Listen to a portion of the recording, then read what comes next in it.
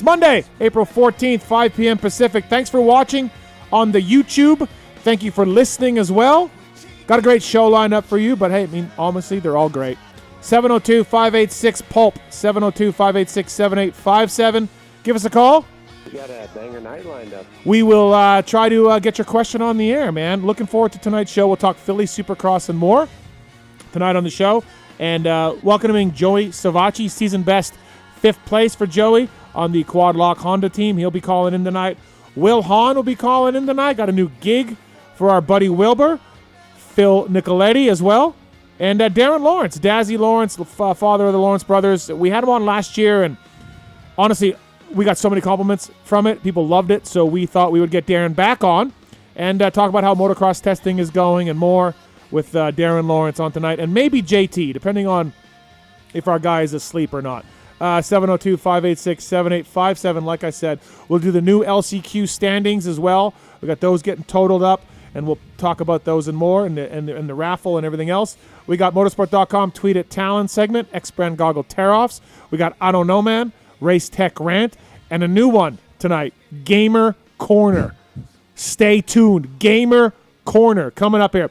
Thank you to motorsport.com, Fly Racing, Decal Works, X-Brand, Race Tech, Renthal, Michelin, a Chairbeast Pro Filter, Firepower, Maxima USA, OGO Power Sports, Renegade Race Fuels, Atlas Neck Brace, Guts Racing, Cardo Systems, Works Connection, MotorcycleIndustryJobs.com, Get Data, WUSA, Fox Factory Vehicles, Weisco Piston, MTX Braking, Factory Chassis Parts, Luxon, Ethica, Troll Training. All on board with us tonight, as are you people. And the discount codes are there, man. So just go to the PulpMXShow.com, click on the sponsor logos, and it'll take you to a place where you can get codes to save, like PulpMX 20 at Works Connection. Get Data if you want some 2-stroke or 4-stroke ECU CDIs. Just email us using the contact form. We'll pass that on. WUSA, the official wheels of Ken Roxon and many others out there. So all these companies have codes that you can save, man. So if you're in the market for anything, and check and see if we can help you save some money, all right? And, thanks again to Fly Racing, motorsport.com, and Decal Works, all coming into you tonight. Savatgy, Wilbur, Phillip, and Darren Lawrence coming in as well. Sitting across from me from Start Your Systems, from Swap Moto, from Daniel Blair, Matthes Show, from LeBigUSA.com. I think that's about it. Kellen Brauer, what's up, buddy? How are you? I'm good, Steve. How are you? Thanks for coming in. Thanks for having me. How's that new headset? It's kind of like it's good so far, but it just is such a different sound than I'm used to. Like I don't feel like I hear myself as much, but that's okay. And otherwise it's good. We just got the earpiece fixed earlier because that wasn't working, and now I can actually hear you in both ears, so that's a positive. And I'm just glad to be back in studio. Are you excited for Gamer Corner? I am. Yes, I am. I'm not excited for the feedback we'll probably be getting during the show of like, the dork is in town, so get to listen to him. But listen, you shut down Pulp Baseball, so this is what you're gonna have to deal with. I mean, pick one or the other, I guess. Like if you wanted to do Pulp Baseball and not Gamers Corner or whatever, but like people already are. When we did Pulp Baseball before with bets. That was the show where like everyone was like, "Oh my god, like what are we doing? I just want to hear the motocross stuff." And I get it. So, all right, you were in Philadelphia for the Supercross this weekend, so we'll talk about that. Also, though, you are from the award-winning LVK show with your buddy Lewis Phillips there. Check that out, everybody. And we got an email right off the top from Tim. The subject is, "I don't know, man." Hey, Steve, Tim says, "I don't know, man. Listen to the LVK show. It seems like Lewis hates Kellen. Show always starts good, and then about halfway through, Lewis gets short with Kellen. When Lewis is talking MXGP with Adam Wheeler, he's a totally different person and almost gushes when they talk. LVK show is like being at a dinner table as a kid while the parents are fighting. I don't know, man. Keep up the great work, Tim." What do you have to say to Tim on the LVK show? I'll say two things to that. One is the show is called Lewis versus Kellen. So kind of the point of the show is to debate each other, and at times we do get short with each other because like he's even said it of late, we actually tend to agree with each other on some topics, but just for the spirit of like debating it a little bit, we'll find opposing viewpoints and try to come at it from different angles. And then at times we're kind of like, okay, we're done. Like move on to the next topic.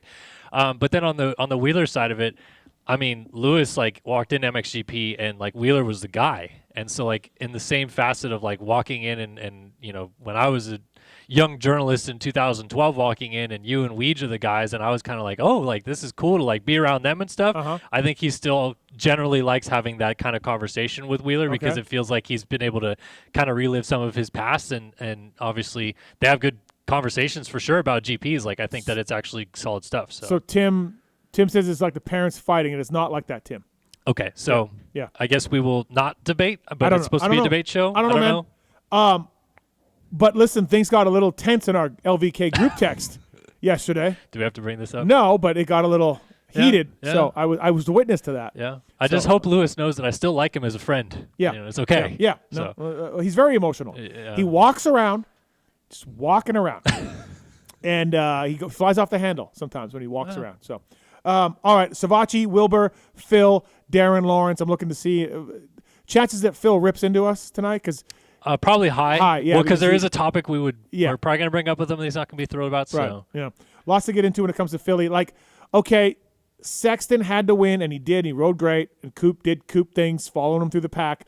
I do want to ask about Shane McElrath. I want to ask Joey about Shane McElrath coming in hot in the first turn. But I think the story is Cole Davies, though. I think that's the story. Like, I know the 450 class is the 450 class, and it's down to 11, right? 12? 12. Yep. But Cole Davies, man, holy shit. Like, that's 2 in a row for the kid. And he passed all the big dogs to win that thing. And, dude, amazing. 17 years old. Yeah, it's I just kind of can't believe it because, like, if you would have told me, I think I said earlier this year that I think he'd win, like, Denver. It's more of a track, like, hard pack, like he's been racing on so far with the California rounds. Yep. And I think the later we got in the year, the more Deegan or, Juju at the time would be championship mode or, Deegan would go into managing and Davies would get a start. But the fact that he won Seattle the way he did, and I listened to the review pod, and like you had said, like, yeah, it was, those guys didn't get great starts. He rode very well at the front, kind of got away. Yeah. This one, totally different story. To pass those guys the way that he did, to find the lines that he did too, because that outside in the first corner that he was using to make those passes was insane. And then like Seth sniped him back, and he snipes him right back. Like getting in his own head about that kind of stuff either. Gets the lead. It seems like maybe late in the race he was starting to either struggle with lines or maybe labor a little bit or something. Maybe think about it a little bit. Sure. I don't know. Yeah. But other than that, like 13 minutes of like probably the best he's ever looked. It's insane. He's so precise, right? He rides so smooth, so precise. Part of the reason we got Wilbur on the night was obviously he's going to talk about his new gig. He's moving over to Star. And that'll involve working with Davies, but I did want to also have him on the night to talk about just Davies' progression, you know, because he was working with him, the Gas TLD team too, right? Because this is turning into something now. His speed was good early on in the year, made the rookie mistakes, won a Triple Crown, won 2 of the Triple Crowns, screwed up the third one, and this is now turning into something for sure. Yeah. And don't you feel? I said this in the review show. Whatever coast he's on next year, he's a title favorite. He's the title. Okay, maybe title favorite is too much because depending on what coast he's going, because Deegs may ride Supercross again next year, 250s.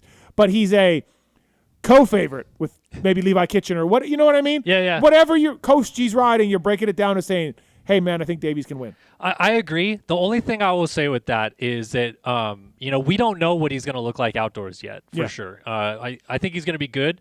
I don't know that it'll be as good as this. And while he has kind of proved it now on 2 ruddier tracks like we had at Seattle and Philadelphia, I kind of have to see, like, if he's better outdoors, then he'll carry that into places like Daytona or Indy where it gets really soft. So if he races east, you'd have to factor that in a little bit to, like, see. But dude, we saw him at Indy. He was great. True. He was great. True. But I'm just saying, we have to. I think we have to see a little bit more of that because so far, like, one of the things that really stands out to me is that everything looks really smooth and fluid and precise. Yeah. And he doesn't hang it out as much, whereas like outdoors, you kind of will have to do that a little bit more, I think, to be good. So I kind of want to see that side of him a little bit before I say like, oh, he's totally going to be fine on either coast. Yeah. But definitely West, I think that he's already as dialed in on those tracks as you can get. I've said this a few times on the shows. He's number 100. He's wearing blue gear a lot, blue bike. He reminds me of Ernie when Ernie turned pro. And then when you looked at Ernie that year outdoors, he was a 5th, 6th place guy, 7th place guy. And then kind of never quite got outdoors, never quite figured it out. Was good, got on the podium, this here and there, but never quite figured it out. Better technically Supercross guy Ernie was from all of his career. That could be Davies, maybe not, but yeah, we'll see.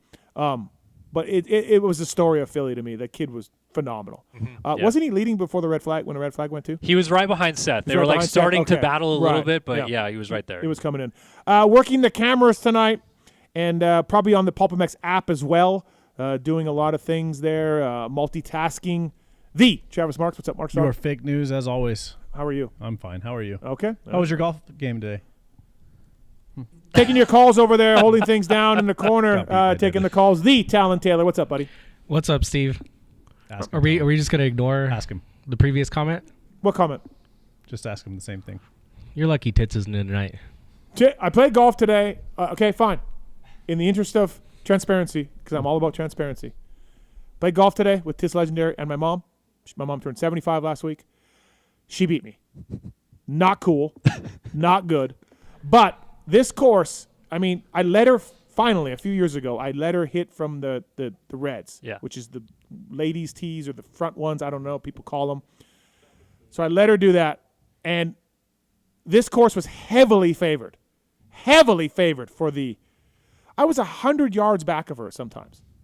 Yeah, but, I mean, you're younger, and you should be able to hit up to her on one drive, shouldn't you? I don't know, Kellen. I don't know, okay? I'm not sure. But anyways, Tallon Taylor, 702-586-7857. Give us a call. Was Tits able to do okay from the back tee? Yeah, he's fine. Oh, okay. He's a good golfer. I hate golf. Well, he spends enough time doing it. Exactly. The man doesn't even work. You shouldn't have said that. He's going to ask us to clip that now, and Yeah. it's a whole thing. All right, Chase Sexton, Philadelphia. He had to win. He just literally, with 4 rounds to go now? Yes, 4 rounds to go. He can't lose any points. He just can't. And did you think, though, and I made this comment in the press box, did you think that Webb would just sneakily get up there and maybe Chase makes a mistake? Maybe, it was a treacherous track. It was not as bad as Indy or as bad as Seattle, let's say, but it was, the Dirtworks guys did a good job, but it was still gnarly. Did you think Webb was going to sneak up closer and get him? Or at least make it really close? I was concerned about it until like maybe 5 minutes to go or so, because I feel like Chase got to a point where, like, I don't want to use the phrase he broke him, but like he got enough of a gap where like Chase has made mistakes. He's gotten caught out with lappers. He's done some things in the past that has brought him back into Webb's clutches.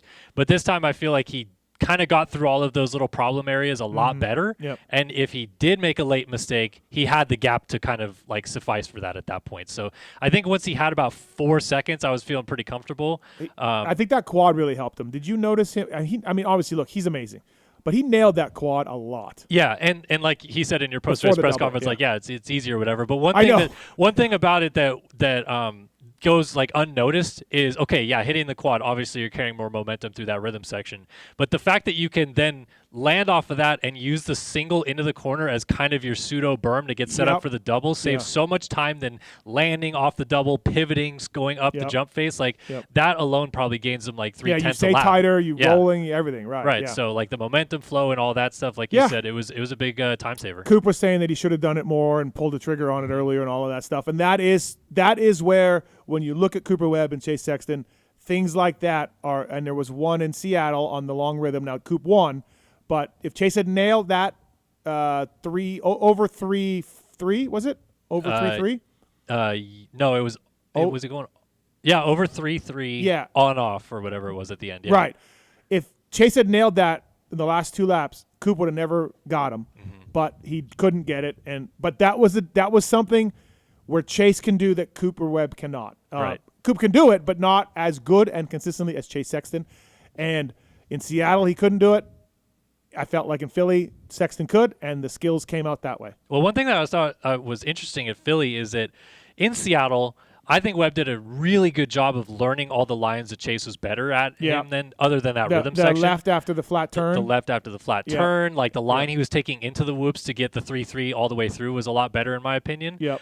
So he found areas that he could gain. Typical Cooper Webb, right? But at Philly, and you saw how pissed off he was post-race, never changing from that inside rut in the sweeper coming back onto the start. Like I don't think he adapted as well as he normally does at Philly. So we were talking about that, the inside and mechanics area after the start, coming on the start.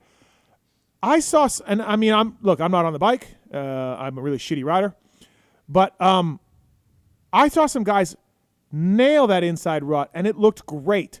So I know Cooper's saying, I sort of switched to the outside, and I know Davies was making that outside work. But then some guys were hitting the outside and then sliding out, Yeah. right? And they couldn't on the outside, and they couldn't quite get the drive. And I saw other guys absolutely hit that inside rut like no other and rail it like it was an outdoor motocross. And so I mean, again, I'm going to defer to Cooper Webb because he's better at riding a dirt bike than I am. But to me, that inside was better. You just had to hit it right. But Coop was like, no, the outside was better. Well, not really. Well, I don't know. I mean, 6 on one, half dozen on the other. Let's ask Savatgy, but yeah. I think the difference, and we'll ask Joey too. I think the difference was the inside. There was a lot more like chunkiness to it, where if you didn't get that, like you said, exact perfect line and drive that set you up straight going through it, everything could go wrong. Whereas outside there was more wiggle room to like more find margin of error. Exactly, Sure, find some stuff that I'll hook up off of this, and then I'll go down the straightaway and stuff. And so I think the outside rut flowed a little bit better. Obviously, going inside and tighter, you save a little bit of track time, but all that chunkiness was kind of pooled up on that exit, and if you didn't get through that clean, that's where the entire drive into the first corner gets lost, and you lose again 3/10 there or something. Or you think about the outside, you don't get it, and you're going sideways. Now you're in tight to the inside. Exactly, you're going through the chunky stuff too. Yeah, so I don't know. I'll defer to Coop and JT. We're talking about it on the review pod about how the outside was so much better. To me, I'm like, if you hit that inside, it was great, but like you said, couldn't always do it. But again, shout out to the track crew. Like, I don't want to give the dirt jerks any, like. It is what it is, man. It is what it is. But they did a good job. They pumped the water off the tarp. They got the thing. Kellen, you were there. I landed at 3:30 on Friday, and it never stopped raining until like 8 a.m. Yep. It seemed like it rained all night, all afternoon, all night, all morning until 8 a.m. And I was expecting the worst, and those guys did a good job. Yeah, I will say I haven't been at Foxborough. The rain wasn't as bad as Foxborough. Foxborough was just like sheets coming down like constantly. Whereas this was like a much more, light, mellow rain for the most time. It felt like being in Seattle a little bit because it's just that kind of miserable mugginess at all times. Low-level rain. Yeah. But so I thought the track would be better than Foxborough, but I definitely did not think it would be that good. Like, they did such a terrific job, and they're doing, in my opinion, a great job of they'll build a track like this one where they changed a lot of the track in the first place to not so have I an never over-under. noticed that, and you told me in the press box, you're like, holy, this is really different. And I was like, I don't look at track. Right, but I think they did this at Seattle. They definitely tried to do it at Foxborough. It didn't work, obviously, because of how much it rained, but they did it this week. They'll keep a big pile of dirt on the start straight and just have a tarp over that, and then that's just good, dry dirt. So when they finally pull all the tarps, that's where they go, and they get a lot of that dirt to fill in some low-lying areas or some of the transitions throughout the day, so that once you get, like, the transitions were probably the worst part of the track, except for that, like, sweeper. Yep. But they kept fixing it and adding dirt to it and making it so that it got more of like some flow through it, so that you could start doing lines like that quad and certain things like that, which in the past I feel like, not that they wouldn't have tried to do stuff like that, but they just wouldn't have had the forethought of like, let's save some dirt and not build the full track. Yeah. And so then later we can go in and kind of add it and make it a little better. And I mentioned this on the review pod that I must have heard this somewhere else, but they are pumping the water off the tarp, which they didn't for a long time. And so they pull the tarp off and the water just flood the track. So 702-586-7857, Kellen Brauer. We're going to give away a copy of the Supercross 25 game, right? Yep. We'll talk about how to do that later on, but we've got a code, or is it a physical copy? No, it's a code. Okay, it's a code. So stay tuned for that during Gamer Corner. Gamer Corner. All right, Keith's on one. What's up, Keith? How are you, man? Hey, I'm good. Thanks for taking my call. Yeah, what's up? Hey, so this year, obviously, there's been a ton of red flags, and I think they're, super important that they've red flagged the race on, for all these riders getting hurt and everything. And, sometimes it works out for your favorite rider, sometimes it doesn't. Yeah, RJ Hampshire, right? Right, yeah. So, like, RJ, it sucked for him right away, but, he was able to get up there and on the second round and lead and stuff. So that worked out awesome for those fans of his.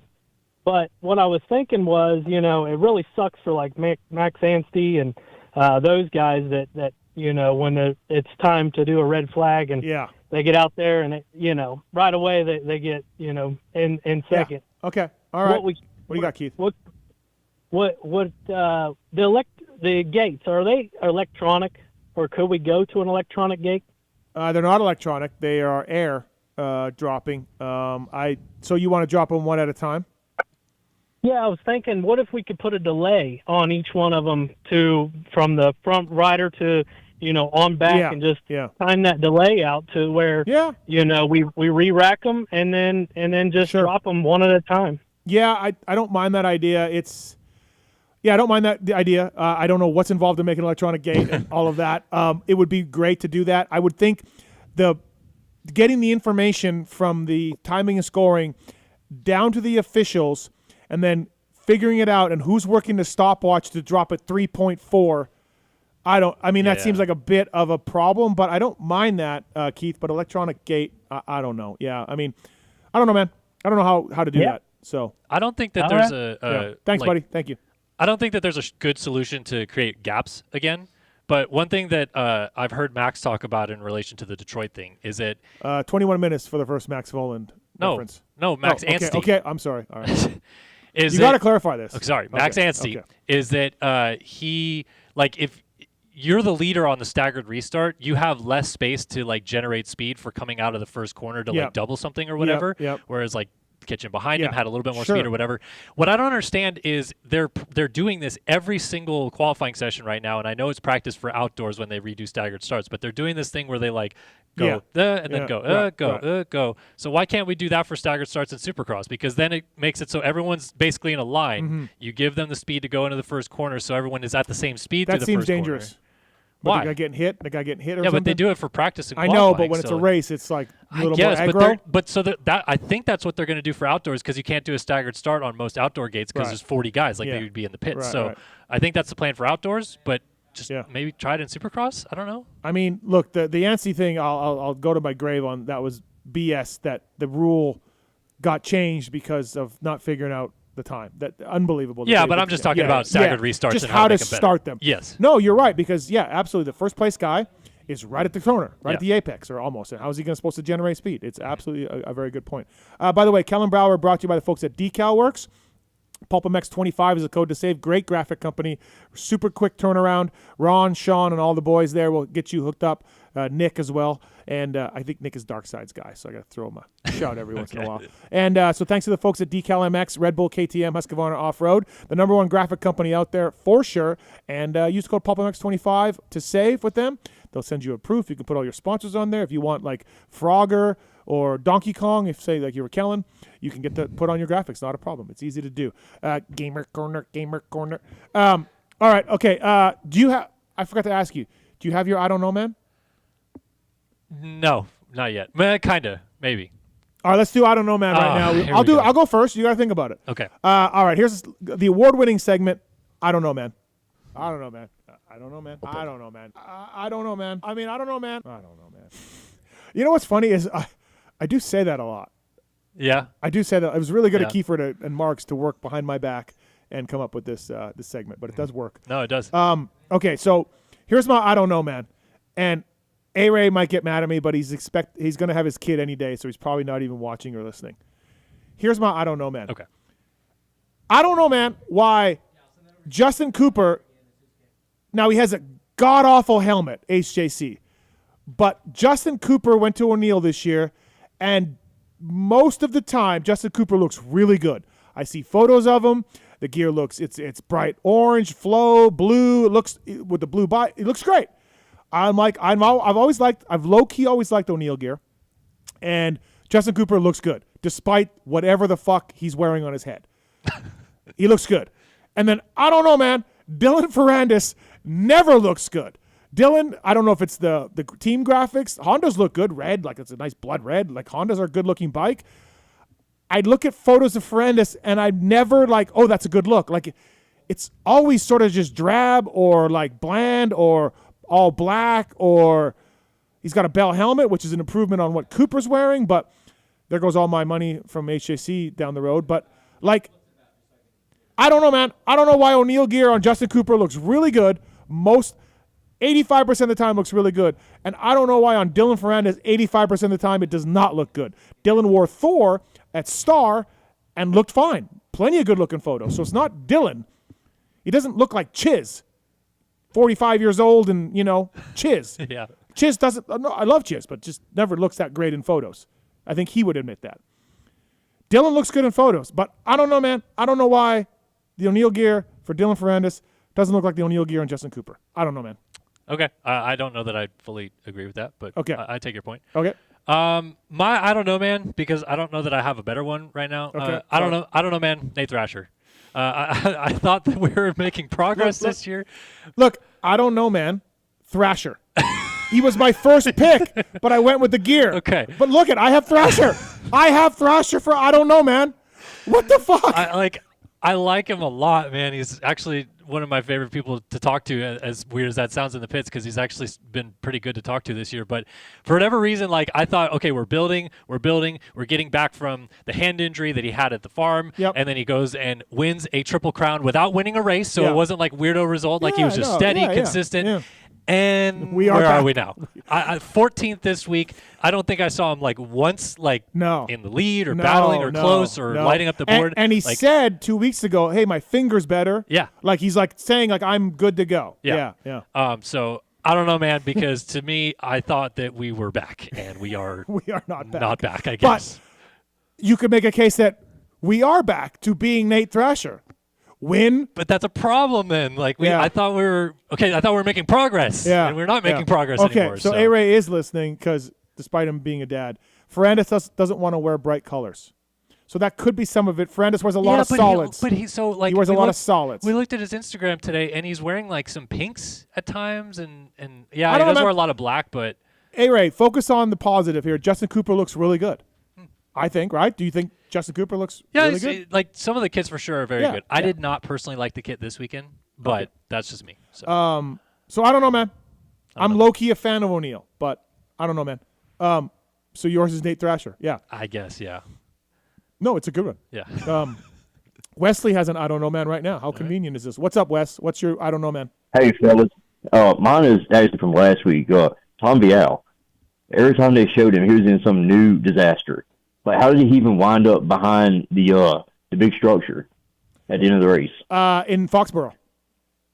Yeah, because Kellen broke that down. He was doing a burnout on top of a jump, and then ended up sliding off and into the structure. Well, so like the way that the initial crash happened was he just like tipped over down the backside of a jump. Then he did like a rainbow turn to get speed, and then ended up going sideways across the track, and then he got mud in his wheel that then locked the front tire up. So then he's just doing burnouts on the plywood. Mm-hmm. But when he got going again, I think the front wheel was still kind of locking up. So when he tried to finish the race, he just like inched it up the jump and then threw it over the finish line jump to finish the race. But that's how he ended up on the side?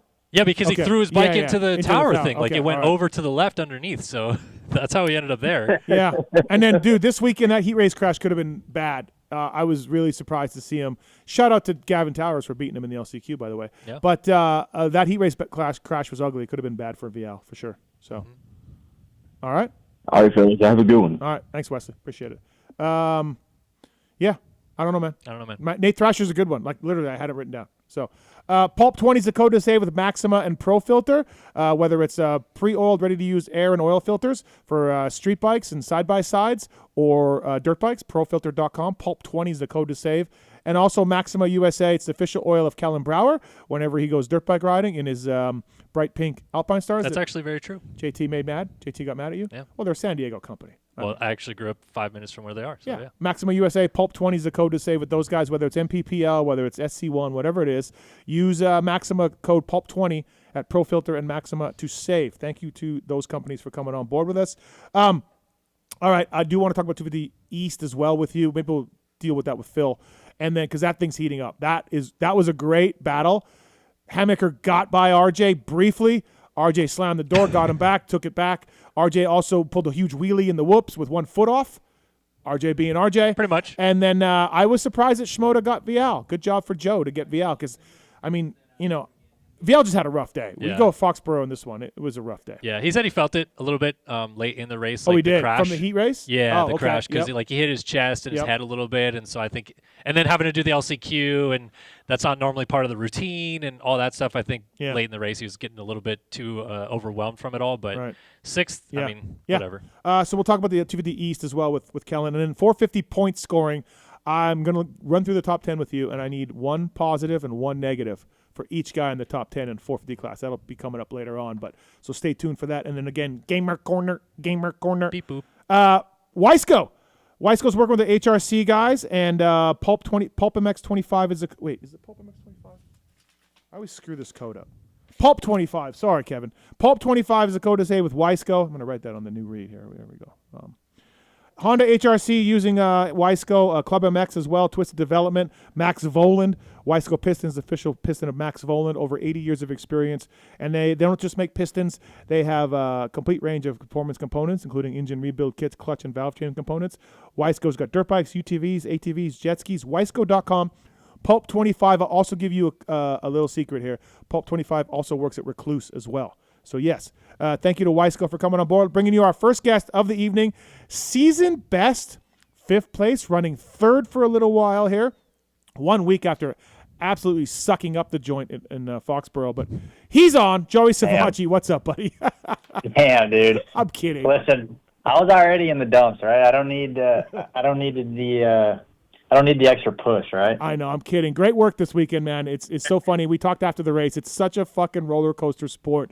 You go from not making your first 450 main event in that disaster mud race, coming back from injury. It's literally the worst possible thing that could happen to you, to a season best 5th. Welcome to Supercross. No shit, huh? It feels like, I mean, as with anything, I think you can never get too far ahead of yourself, right? It's we've seen it from magnitude of levels. I think from a high level, like with Eli, like it looked like that championship was won, and the next thing you know is Achilles just goes. It's like you go from the highest of highs, lowest of lows. So it feels good. I'll be honest. It was nice to come around the first lap and only see a couple guys in front of me. Haven't really had that all year, so that was a positive. I would still like to polish some things up. I need to consistently be better off the gate, and I think if I can at least put myself up there more often, like maybe I won't be so off in those opening laps. But it was a positive. Yeah, I mean, look, earlier in the year when you were healthier, before you got injured, you were telling me, like, you're like, I got to get a start. I'm working on that. I got to get a start. And, I mean, that is a very cliche thing to say, and a start helps any Supercrosser for sure. But it was at least nice for you, because we've seen guys get starts before, Joey, and they just get shuffled back, right? Like, you did not get shuffled back. So that had to have been, a nice feeling, right? I mean, obviously you didn't get finished 3rd, but you were in the mix. You were charging hard. You caught up to Malcolm by the end, So that's all positive. Hey, real quickly, we were discussing the turn onto the mechanics area, the inside and the outside rut. Now, Coop was pissed after the race and said that he should have switched earlier to the outside rut. And I was saying to Kellen, like, obviously, like, I'm a vet B, slow rider, but I saw some guys hitting that inside rut and really making it work well.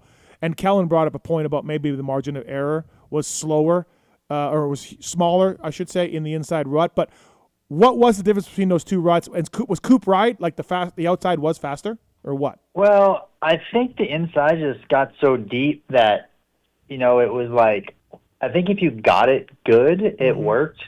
But because it was so deep, there was so much drag on the pegs and on the bike that it was, he's not wrong. I mean, especially Coop. Like, if there's somebody you're not going to argue with about a race line, more than likely it's going to be Coop, because I think, as we've seen week in and week out, like, when it comes time to race, the dude's different, right? Like, I'm jealous. I envy the ability to do what he's able to do, because, like, come race time when that gate drops, dude, the guy just is a gamer. And I mean, I would agree. The outside was it was shallower, less things to go wrong.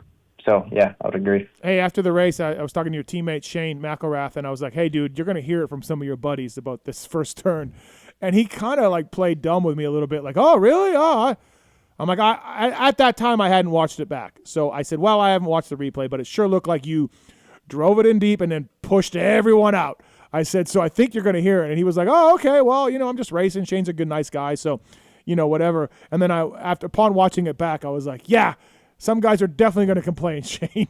Did you watch it? I'll be honest, I haven't watched it, so okay. I don't have an opinion on it. I just know that when I came into that corner, I just saw, I think it looked like red and blue, but a red bike just not turning. Well, that was your I teammate. wonder who. Yeah. Yeah. Well, I figured that out afterwards. But yeah, I mean, Yeah. hey man, Yeah. sometimes there's not much you can do. Yep. No, for sure. Yeah, exactly. Hey, Joey Savatgy here, by the way, on the line, brought to you by Weisco Pistons. Are we all healthy? Where are we at? Like, you had a pretty gnarly crash there in Indy. Took a few weeks off, ribs and lungs, and like, where are we at? How's the health? Yeah, I mean, we're not terrible. I'll be honest. Okay, we're not terrible. We're not 100%, but like, I'm not. It's not bad enough to where like I can not blame it, but like it hasn't prohibited me from performing. I definitely am dealing with some rib effect also. My breathing's not completely normal, but it's manageable. And my back, like I told you after the race, like I am dealing with a little bit of back issues, which I got an MRI last week, so I'll have an answer this week. But yeah, I mean, it's just uncomfortable stuff. Certain movements and certain things, makes it uncomfortable. But thankfully, 98% of the time when I'm riding, I don't notice it. Every once in a while, if I get into a weird rhythm, like where I seat bounce off the side of the seat or something, I do get a little bit of back pain. But yeah, I would say that none of my injuries are holding me back. Does this race, like this fifth, and again coming off of the injury and coming up, like, does this sort of like, this is the highlight of the year for you, right? I mean, we'll see how the rest goes, but does this make? Because I mean, you're kind of a glass half empty guy, Joey, a little bit, if you don't mind me saying. Does this sort of like, so you weren't really happy to start the year before your injury? You were like, I got to get a start. I got to be better. I know I can be better, and I agree with all that, by the way. But does this make a huge difference in your season? Just even this one race? Yes.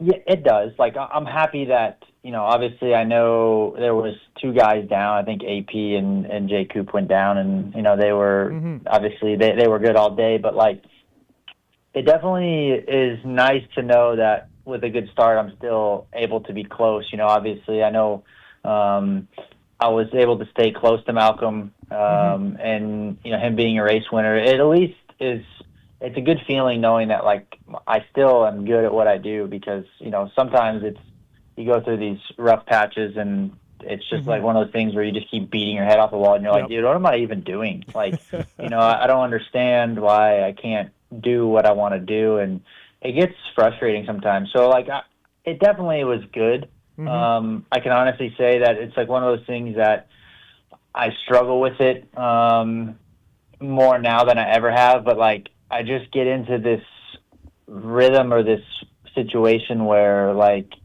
all I'm thinking about, like this weekend, I wanted to make a charge to try to get to Malcolm, and it was like I had one little moment, and I was like, well, man, I don't want to throw away this fifth place. Yeah, Like, I'm in a good place. So, like, but I got to get out of that mentality, and it's just one of those things that it's like you said, it's half empty, half full. Like, I want to make that push and try to do better, but at the same time, I want to take what it gives me, because it's a confidence building thing. But now that I got one, I'm hoping that I can kind of bridge out a little bit and be okay with, if I'm in fifth or whatever, and like, and I make a push and I do crash, like, I wash it out in the corner or do something, and okay, so I don't get fifth, maybe I get eighth, but I need to get out of this box that I'm in, and that's something that I've been struggling with, honestly, and it's it's frustrating. So hopefully this fifth and just a good weekend is something to build on, and I can get out of that box a little bit more and try to and be okay with trying to just do better. And if it works, it works, and if you make a silly mistake, and so be it. You guys are so mental, you riders. You work on confidence, both ups and downs, right? I mean, dude, like, you look at even J Coop and AP, like, at the beginning of the year, they were guys that I was around quite frequently, and they click off a couple good results, and then all of a sudden it's like, like, who are these guys? Yeah, and I was talking to Barsha about it, and Barsha was saying the same thing, where he was around AP and Malcolm, and it was okay, and they were not doing as well as they want.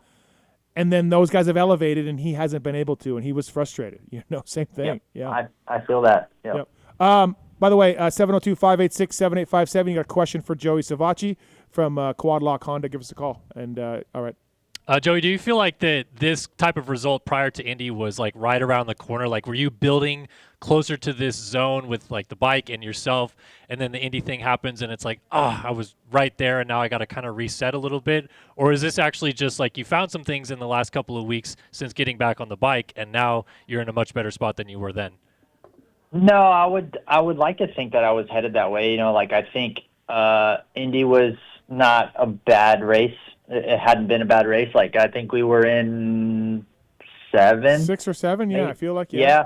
And like the next guy in front of me, I can't even. Maybe it was Ferrandis. I don't know, but it was one of those things where like I felt like we were making progress, and I felt okay with where I was at. Like obviously that track was brutal, but I was happy with the progress that we had been making, and yeah, I would like to say that we were headed this way anyways, but again, it's one of those things that it's talk is cheap, and until you do it, it's a different story. But yeah, I mean, as far as motorcycle and everything, nothing's changed since then. So I would like to think that we were on that path.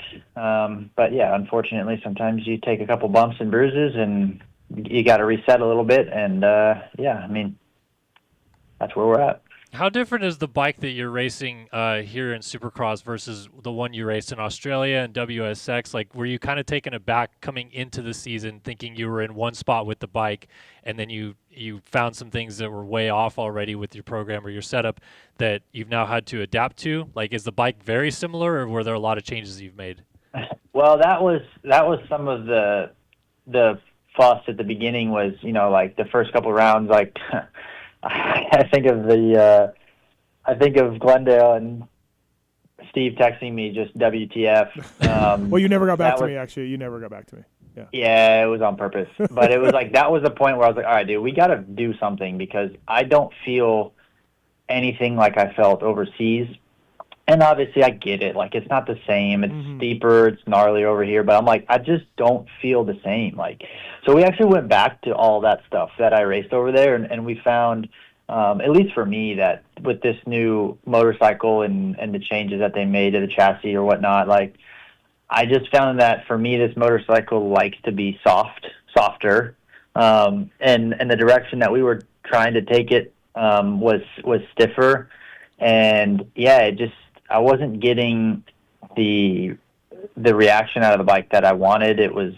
I felt very unpredictable. There was just a lot of second guessing going on. So we went back to basically Australia World Supercross setting, suspension wise. And then from there, kind of took areas that we liked and areas that we didn't like and kind of tried to mess with it a little bit. But to be honest, I just got to a point where I'm like, okay, I know what it does, and I'm happy with it, and I don't necessarily want to keep chasing it because I need to get some results under me first.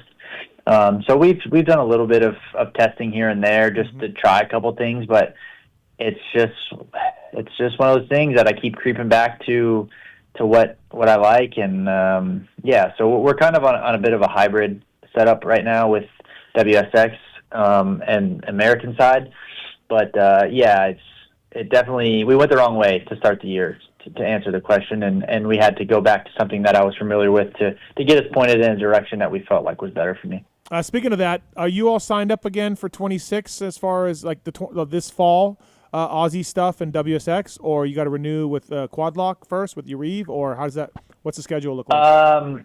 Yeah, that's a good question. I'm signed up with Quadlock or your Reeve. I don't exactly know what I believe we're Quadlock for next year also, but yeah, I'm contracted through 26. Oh, so, okay. So yeah. Yeah. Yep. So I don't know what the agenda is. I don't know if I will go back to Australia and try to defend the one plate. I don't know if we're going to do WSX. I'm not sure if both is possible. Obviously, yeah. I've been hearing rumors that things might not be doable, at least for both series. So I don't actually know, but I'll be doing one of them. And I think the WSX guys, obviously they announced more rounds. I think they want to start after SMX or something. So the first round is after Des Nations, the week after Des Nations, I think.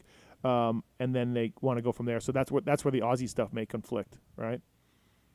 Maybe. Yeah. Yeah, I don't know. I just know that you catch me at one of these 100+ gate drops I'll do during the season. Right. Yeah, are you going to do some outdoors, or is there a plan for the team to do any outdoors? Because you guys, like, without racing some of these last few weeks, you've dropped to 14th in the standings, and I know you're going to move up in the next couple of weeks, but are you concerned at all about getting into SMX straight up, or like you're going to do some outdoors to try to make sure?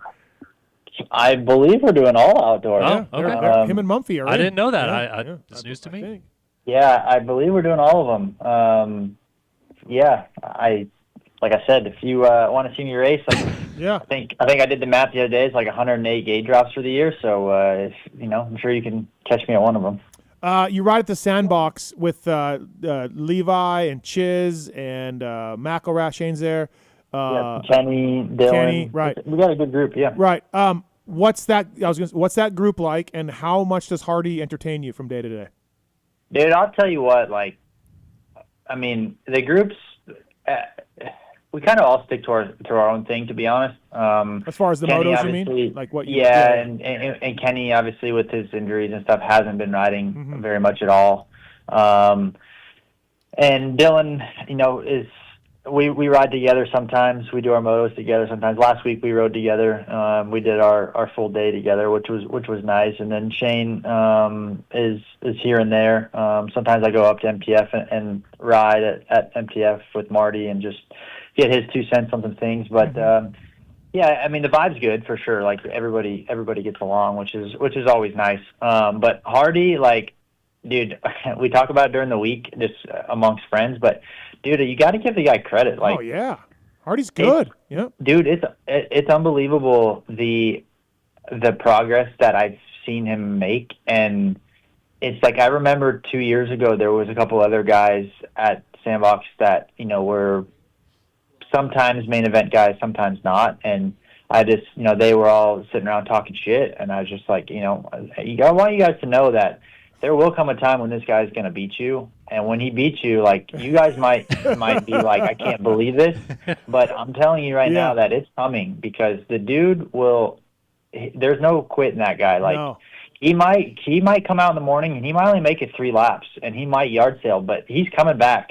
Like, he got to go back. He might need to do bars, subframe. But, dude, the dude's going to come back and he's going to finish the day. And, like, for me, being around as many people as I have and as long as I have, like, I've seen some guys that are very easy. Like, I washed out. My thumb hurts. Like, I'm out for the day. And this guy's like, I just absolutely ragdolled myself. I'll be back in 25 minutes. And like, on that side, I have nothing but respect, because he tries, dude. He gives it everything he's got, and I think we're seeing that. Like, he's pretty good. Yeah, like, this is the best he's been. And this is the best he's been for sure. Yeah, that they were talking about possibly a fill-in ride over at my team, and I was like, listen, I don't know the guy that well, but like, I vouch for him, because you're going to get a highlight out of him somehow.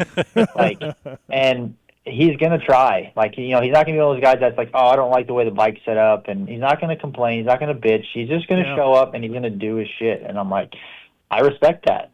And, I mean, it's a highlight reel for sure, but at the same time, it's like respectable also, Peyton there, Kenny's practice bike guy. He's got some terrific Hardy stories, just terrific ones. Oh, I imagine. I respect him. And I gave him a spot in the LCQ in the wild card spot. I gave him a spot. I think he thinks it's a spam text. I don't know if he takes it seriously yet, but because his English isn't great, right? But if he can understand what my race is Friday in Denver, the LCQ challenge, he's got a spot. His English is better than you're giving him credit for. I interviewed him earlier this year. Okay. It was pretty good. Okay, because on text, he doesn't seem to grasp what I'm telling him. Like, I said... Okay. What about my guy? Are you gonna let him race the LCQ challenge or what? What guy? Ben LeMay, dude. Oh, Ben, I love Ben. Does he still have a pro card? I don't think he has a pro card anymore.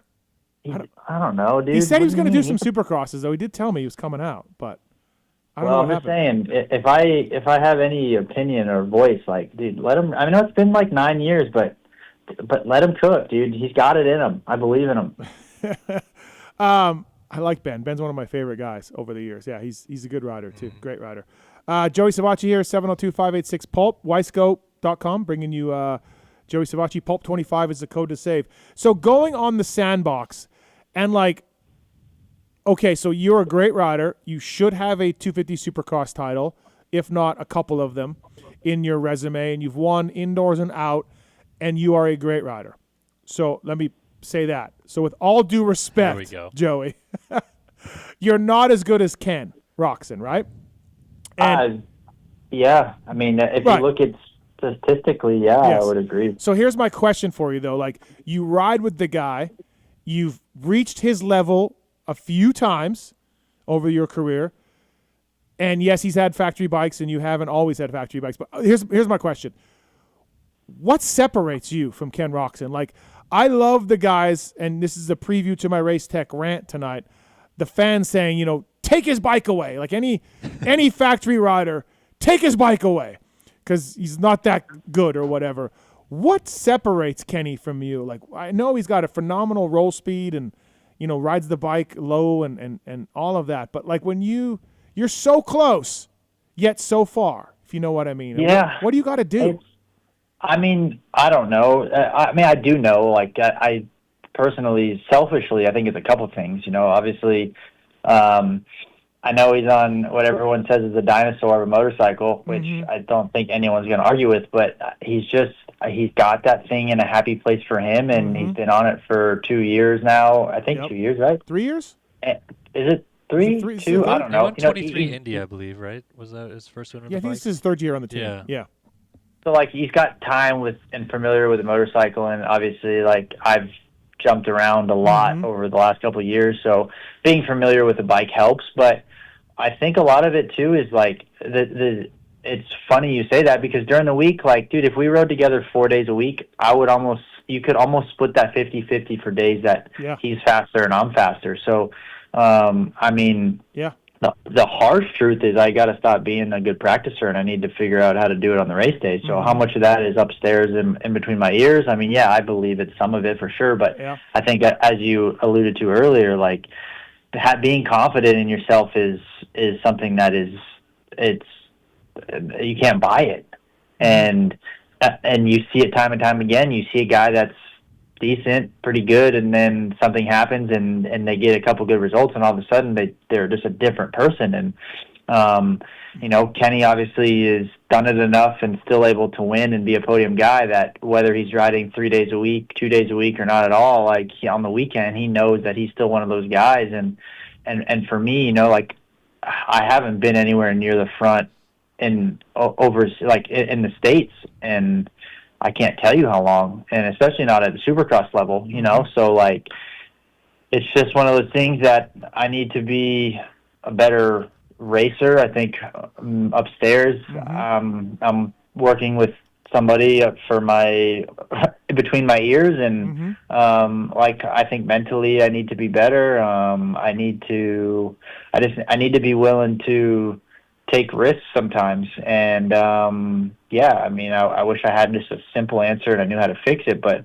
I think a lot of that comes with comfortability with your motorcycle, but also mentally, like I said, Kenny knows that whether he rides once a week, 3 times, or none, like he's that good that he can show up and still be a podium guy. And as much as I show up on the weekend and I tell myself that, you know, telling yourself that I can dunk and dunking is 2 different things, you know. So, like, it's just one of those things that, you know, I'm hoping that maybe this 5th place is something that maybe it's a small kickstart to truly believing that I can do it, because I believe in my ability. Like, I really do. I believe that I can be where I was this past weekend, like almost every weekend, and I truly believe that. But believing that and doing it is different and same at the same time, if that makes sense. Like, I believe it, but once you start doing it, it changes. And so for me, like, I just I need to just execute, I guess. I mean, I don't know how to nicely say it other than no, for sure. I got to do it. Like, this goes back to when I was a mechanic. I mean, I spent days and days and days at the test track, and especially, like, I was on the team when Chad jumped up from 250s to 450s. And was Chad the fastest guy most of the time? Yeah, he was. But there were days that Ferry and Villeman and even Yogi, when Yogi was on that Mach 1 team, were as fast as Chad, if not faster, Tuesday, Wednesday, Thursday at the Yamaha track, and on Saturdays they couldn't bring it. Chad would beat them 9 times out of 10. Chad would beat them, and and I would then as a mechanic with Timmy, I'd be like, "Fuck, man, we had a great week. Here we go." And it's like, "Oh no, you know what I mean? We got 5th again or 3rd or whatever, you know."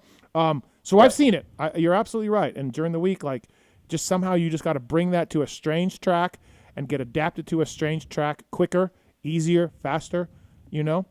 Yeah, and that's one of those things that, like this weekend, dude. Like I went out for both practices, and it was like I never felt like I've had weekends where I feel fast and like qualifying is pretty good, and I'm like, man, I feel really good. And then there's weekends where I'm like, I feel like a fish out of water.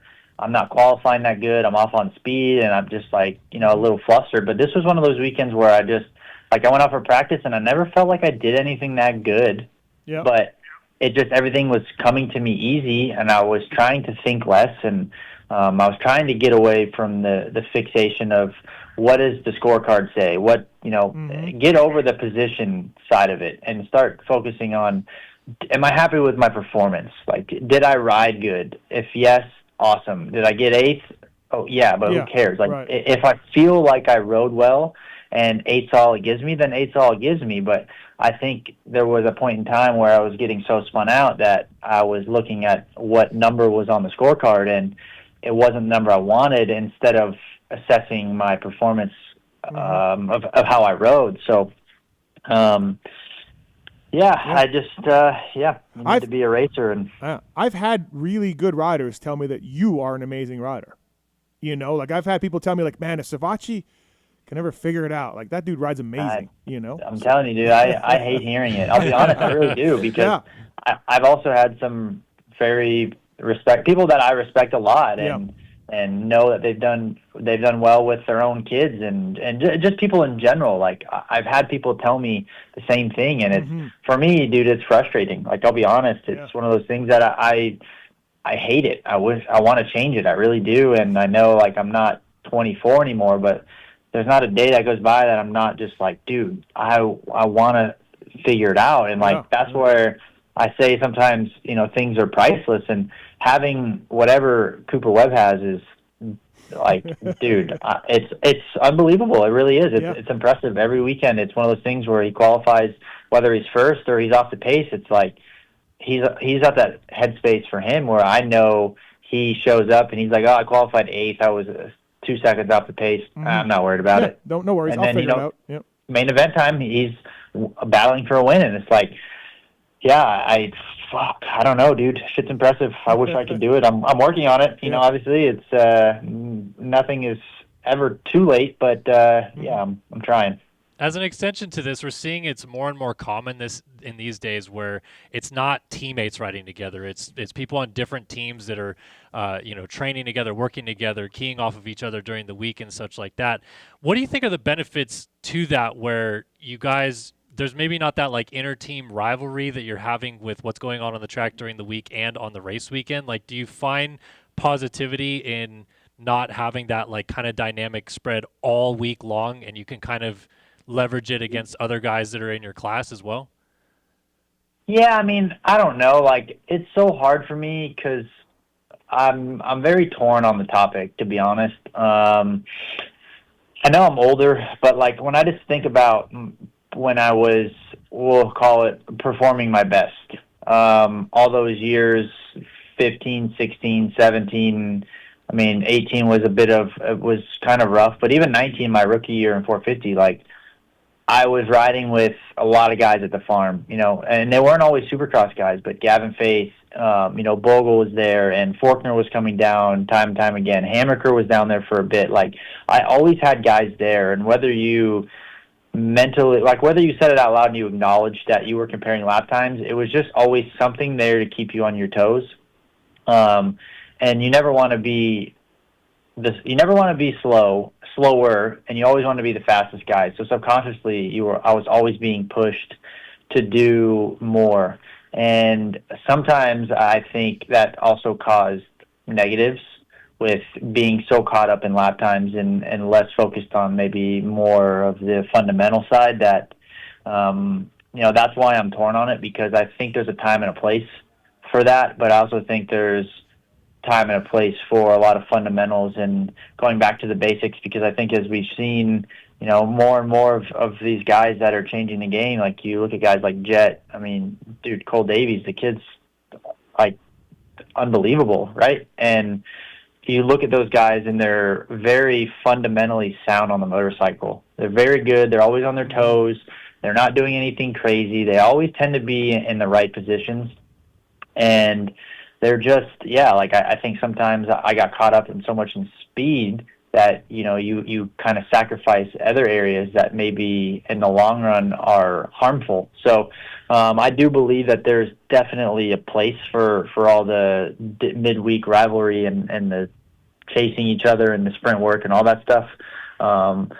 But I think that there's also a time and a place where you need to step away and focus on yourself and do those 80% motos where you're more focused on correcting your wrongs. So I don't know. Like I said, I'm 50-50 on that. I see advantages to both sides.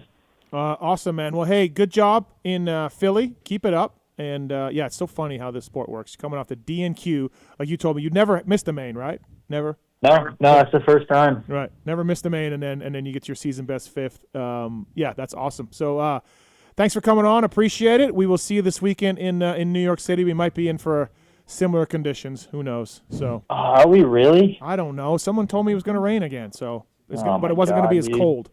Dude, one day, cold is not ideal. One day we'll be indoors only. Yeah. And we'll have roofs over our head. It'll be pretty cool. I was talking to somebody, and I'm like, we used to go to Minneapolis and New Orleans and Houston, and I named a couple other domes. And I'm like, back in the day. So. How about any of the domes that eliminate weather? Because, I mean, I get it. Like, fans like to see chaos sometimes, right? But, like, I don't know. Would the people from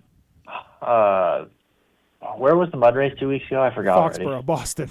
Yeah, So in Boston, like, I know they're used to it because that's just normal. But don't you think that they would have probably had more fun watching a dry race? Of course, yeah. I don't mind it once in a while, but if that's the race you save your money up for and go to one Supercross a year, you're pissed. You're pissed. Absolutely. 100%. Yeah, for sure. Yeah. So, thanks, man. Thank you for the time tonight, Joey. Appreciate it. Yes, sir. Appreciate it. All right. See you, you, Joey. All right. Yep. See you guys. That's Joey Savatgy, brought to you by the folks at Wiseco. Always good to talk to Joey. And I'm glad he acknowledged that he was a glass half empty guy. Yeah. I'm glad he acknowledged He was a little reluctant to. No, but he is. But he did. He is. Yeah. I love Joey. He's a good dude. He's really funny. He's a really low-key funny guy. He is. But he is a glass half empty. The Joey Twitter interactions for a little bit were pretty good. Yeah. I need to bring that back. Brought to you by the folks at Renthal, our next guest here on the show. A fraction of a second, a few grams, a couple of millimeters, it all counts. Welcome to the winning world of Renthal. They've released their lock-on grip, and it's selling out like gangbusters. And, of course, they got their bars and sprockets and chains, all of that. Factory Honda, Kawasaki, KTM using Renthal products, the undisputed global leader in manufacture and design. Since way back in 1969, Renthal has become notorious for a relentless obsession to detail and quality. And with that, let's bring our next guest of the evening. First question I'm going to ask this gentleman, I think I know the answer to, but I do want to talk to him. From the Lawrence brothers, you know that he came on the show last year. Darren Lawrence. What's up, Darren? How are you? Good, Steve, and yourself? I'm good. Thank you for the time tonight. I appreciate it. I think I know the answer to this, but is this the longest you have not been at the races in your whole life? Yes, it is. Yes. Like the first time ever both boys have been out. Yeah. Yeah, I was going to say at one point I'm sure one brother got hurt and you weren't going, but you were going for the other one. But yeah, no chance both brothers were hurt at the same time, right? No, first time, and it's actually been sort of refreshing. Not that you want it, don't get me wrong. Yeah. But you obviously look at the glass half full all the time and go, you know what, we're going to get caught up on the 25 trees that got blown down that cyclone last year and get the track up out of the ground for the wet season and just catch up on stuff that you just go, oh, yeah, I'll do that one day, and you just never get to it. So it's still been very, very busy. Yeah. But you look at, like I said, you turn into a bit of a positive if you can. So are you taking weekends off and you just you stay home and watch the race? Like, are you taking are you drinking some beers and hanging out? No, I'm actually working the farm during the week, and then on the Saturdays and Sundays I've been doing Jet's Garage. He wanted to do it up. Yeah. It's a Besser block concrete construction, so obviously I used to own a rendering business Australia, which is stucco here in America. So I've been stucco on that, and then building all the cupboards, because I did cabinet making for the first 6 years of my life, from 15 through to 21. So building all the cupboards and, going through putting up new LED lights. And so, I've been keeping busy. Just Mr. Handyman. So, hey, by the way, can you come over to Vegas and do some work at my house here, please? I hired a concrete saw the other day and cut a hole in the Besser block wall in between where the core filling is, Okay. And then built a lintel with 5830 rod and stuff. And some lads come around just going, "What are you doing?" I'm like, "It's just normal boys." So we cut a hole. Jet wants a window, so when he's playing pool, he can look through into the garage. Yeah. Okay. So so never mind. No time off. Just busy with other shit, right? No. What's your take on the 450 class right now? As much as it probably pains you to say this, we got this. Webb kid doing his thing again. Chase is doing his thing, unfortunately, a little bit. But what's your take on those two guys going at it? Yeah, Changers and Cooper definitely keep us on the edge of the seat. Coop's going to be Coop. Love the man. Love racing him. Same with Changers. Good kid. Races hard and clean. I love watching them race. But sadly, I don't watch the races. I can't watch them. I don't want to watch them. Oh, really? Okay. My boys there. My wife watches them because she's more of a fan of the sport. I guess she actually relaxes a little more watching them because she's not stressing and chewing her fingernails off because Hunter and Jet are racing. So she fills me in on bits and pieces. So I sort of take it as a little bit of a break because it was 2016, I think we left Australia, and we haven't stopped since then. So it's sort of thought, you know what, it'd be good, healthy for me just to actually step away from it and just focus on some other stuff for a while, Okay, Well, absolutely. I get that too. Renthal bringing you Darren Lawrence here on the show, renthal.com for more information. How's MX testing going, and will Jet make the first round, or what are we at for the odds on that, and how's the testing going? Yep, testing was today for the first time, just going through checking out some of the hard parts and different things that we had for the first round of Supercross, all the new technology stuff that shall come through, just trying to get our head around that stuff. Jet should make parlor as long as everything goes according to plan. Same as SMX, but with Jet. It was just like, hey, Jet, let's just get in there. Let's just cut our teeth. If we can get top 5, we're doing well. Let's just find our groove, and he came in there and did we better saw than we that. expected. So parlor's the same thing, same theory. Hey, mate, crack a start. Ride at your own pace. Let's just get some points. Let's just try and just be blessed that we're actually in there because his numbers are good. Like the kid just heals fast and so he's coming along really, really good, but obviously also still putting the brakes on a little bit. Come on, mate. Let's just relax. Take your time. Don't rush it because he's determined as ever to get back to, Yeah, for sure. I mean, I remember when Stu did his ACL and I was like, oh, it's going to take him a few races to get, and Stu just whooped everybody at Glen Helen, and same thing with Jet last year. Oh, it's going to take a couple races, and just these special talents, the real special ones.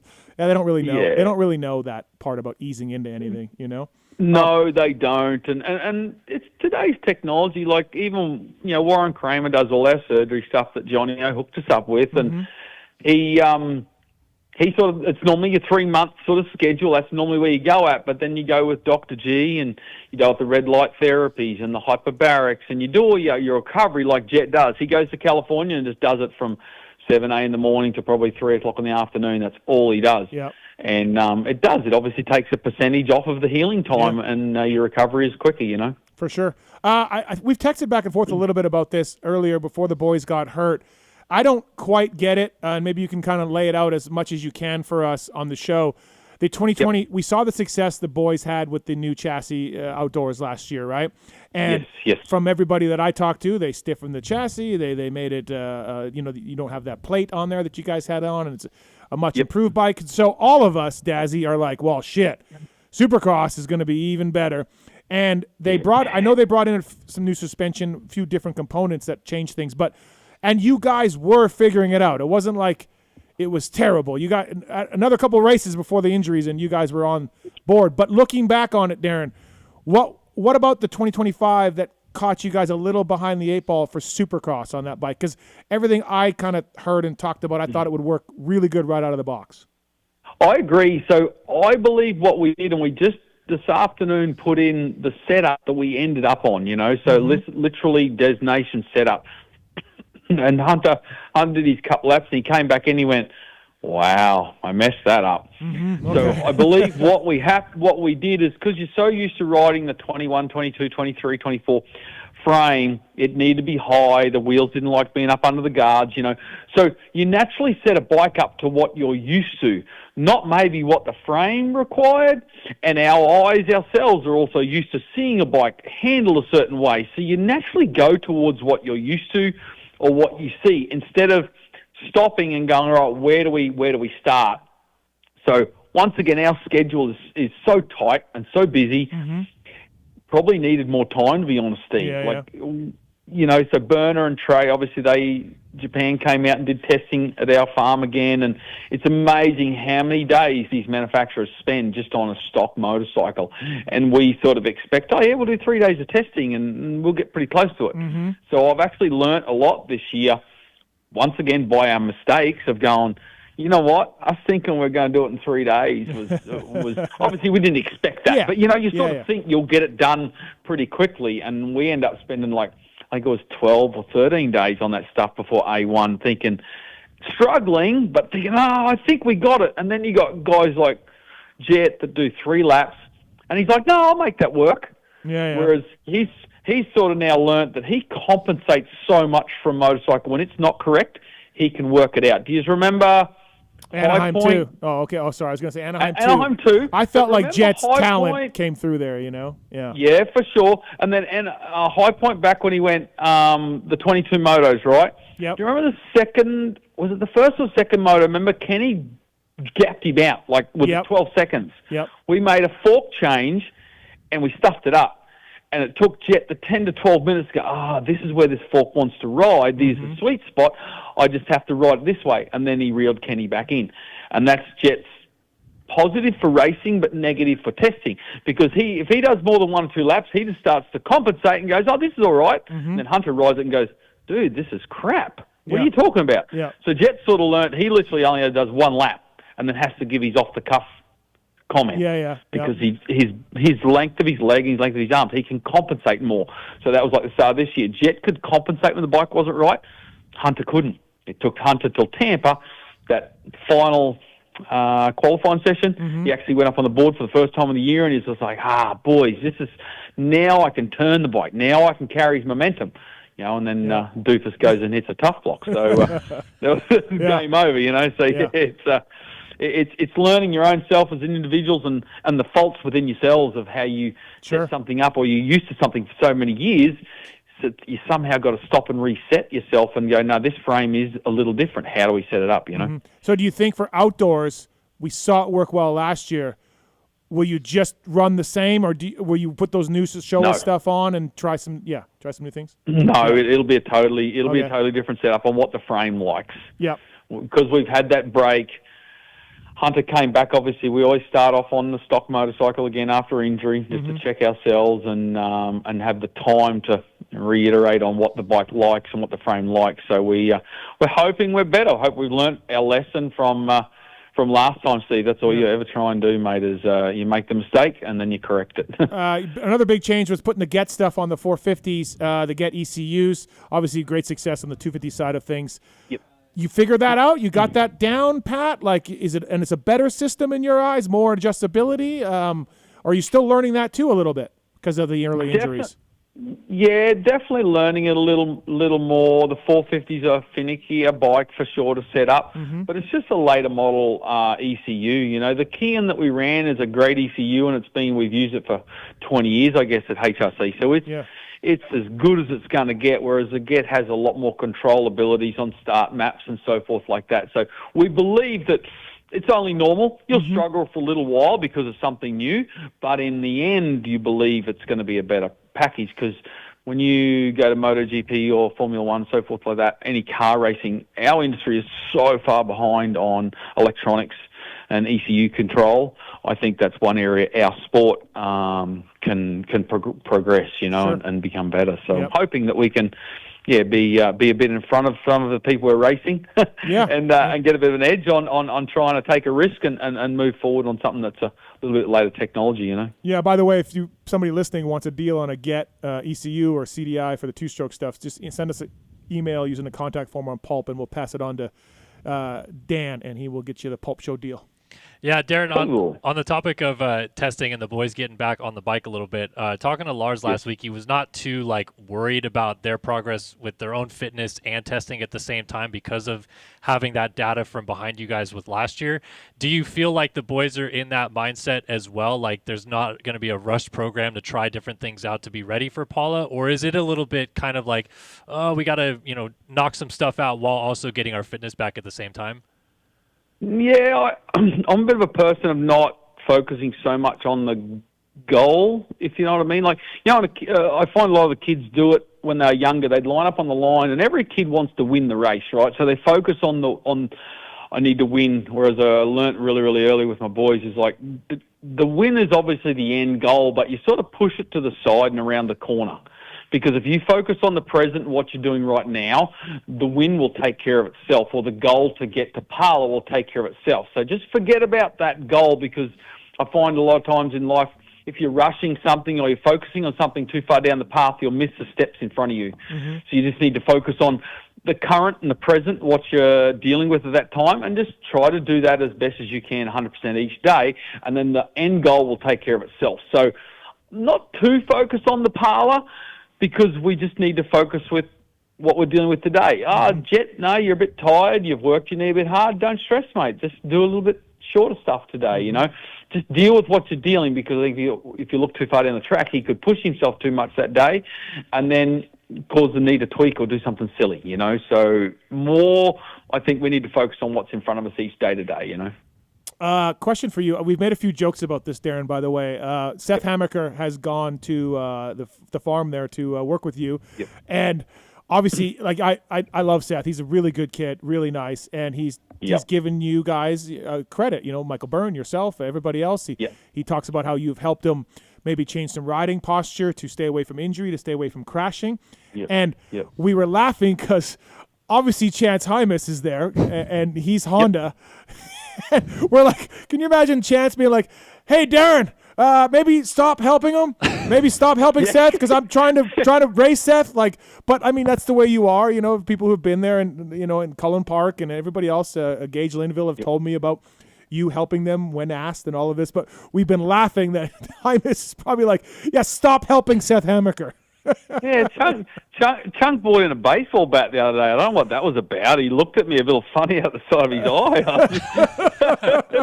No, I think it's good. I mean, look, it is what it is, and everybody's trying to get better. And I'm not saying you're ignoring Hymas by any means, but it's just funny. We were laughing about that. Yeah. No, Burner's doing an unreal job. He's such a the same dude every day. Comes in, no different dude. Mm-hmm. Just wants to. Black and white. Let's do the work, lads. And he's done unreal with Seth, and such a nice kid. But Seth's just a little older, Chunk's got unbelievable speed, man, but he's just not quite there yet. He'll put all the pieces of the pie together one day, and all of a sudden, like, oh, wow, where's Chance Hymas come? Well, Chance Hymas has come from the last 2 years of just working shit out, So it's just good. But I look at all these kids, Cullen, Seth, Chunk, Heath, Thomas, there's heaps, but they're all someone's son, and that's why I look at them. I try to treat them all the same, as though, hey, if those parents can't be there, I like to try to make sure I'm doing the right thing by the parents. Mm-hmm. And I say it quite often to a couple of kids there. I like your old man better than you, so shut up and do what you're told, Hey, Seth's a good kid. Seth's he's a polite kid. I've got all the time in the world for Seth, Yeah, and everyone says the same thing about him. It's a pleasure to have him there. We have a really good bunch of kids at the farm. It's a good, positive vibe. Everyone's there to help each other. Dylan Wright's down, a fellow Canadian, you know. Yeah. And I love the kid. Unreal dude. It's a really good vibe at the farm. Everyone works hard to try and improve on themselves, Yeah, Wright was running through some parts for Lars, told me, to help you guys out a little bit, because he's the only healthy dude riding. So, yeah. For sure, yeah. And it helped him out because Renee could mechanic for him, and it saved their team on parts and budget and so forth, and helped us go through some of the little differences between our setup and the way the stock bike's set up, and just to give us a little bit of a direction, and it helped him and helped us. It was unreal. Can you change, so one of the things with Seth that I've kind of heard through the grapevine is he's always got good speed, but he crashes, he gets hurt, and you've guys, Michael and yourself, you get working with him on trying to ride better posture, shoulder issues. Seth, we want you to do this. Can you change that in somebody? Like, I'm a little skeptical, Darren. Like, I feel like with the millions of hours someone puts in, they kind of are what they are. But tell me, can you change Seth to not crash as much? Yes, we have. Yeah, Drew. No, you're right. He has not crashed. You're right. Yep. We have, and obviously the Toad, he's overachieved. There was no winning championships this year. This year was just stay on the bike, Seth. Let's just get a year under our belt, you know, and look at him and RJ and Tom. Tom, poor bugger, had that mud race that sort of screwed him, but you know that's damn it all. That's just the way it goes. So, but no, all three of them in there, and it's good. But no, to change muscle memory, it's 30 times a day for 30 days. Changes muscle memories, and that's what I tell them all. Okay. And Seth, just listen. I'd go out there I got Sundays, obviously, and prep the tracks on Sunday afternoons for Monday. And Seth would be out there on Tate's pit bike, doing his circles, doing his rudiments that we did when we were on 65s and 85s and still do to today. All your basics. So Seth just did what we asked him to do. I've told every kid at the farm the same stuff, but Seth took it on board and dedicate his time to it, and that's why you love and respect the kid, because he did that, you know. And it's awesome to see Chance win. Obviously, it was a complete mutter, but hey, a win's a win, and it's a confidence thing. And I feel like we just when Chance gets going, outdoors, indoors, boom, injury sets him back. I feel like you talked about Seth. Hey, just stay healthy, ride the year. We got to see that with Chance. I feel like we just got to get him going for a number of races, you know?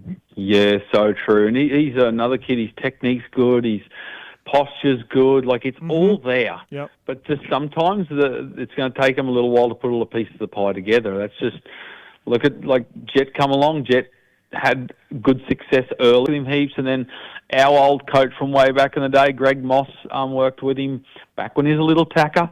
And then it's just good to see a kid achieve goals. You know, there's so much crap in this world and negativity, and it's good to see a kid that put in the work and achieve some goals. It feels good in the heart, you know?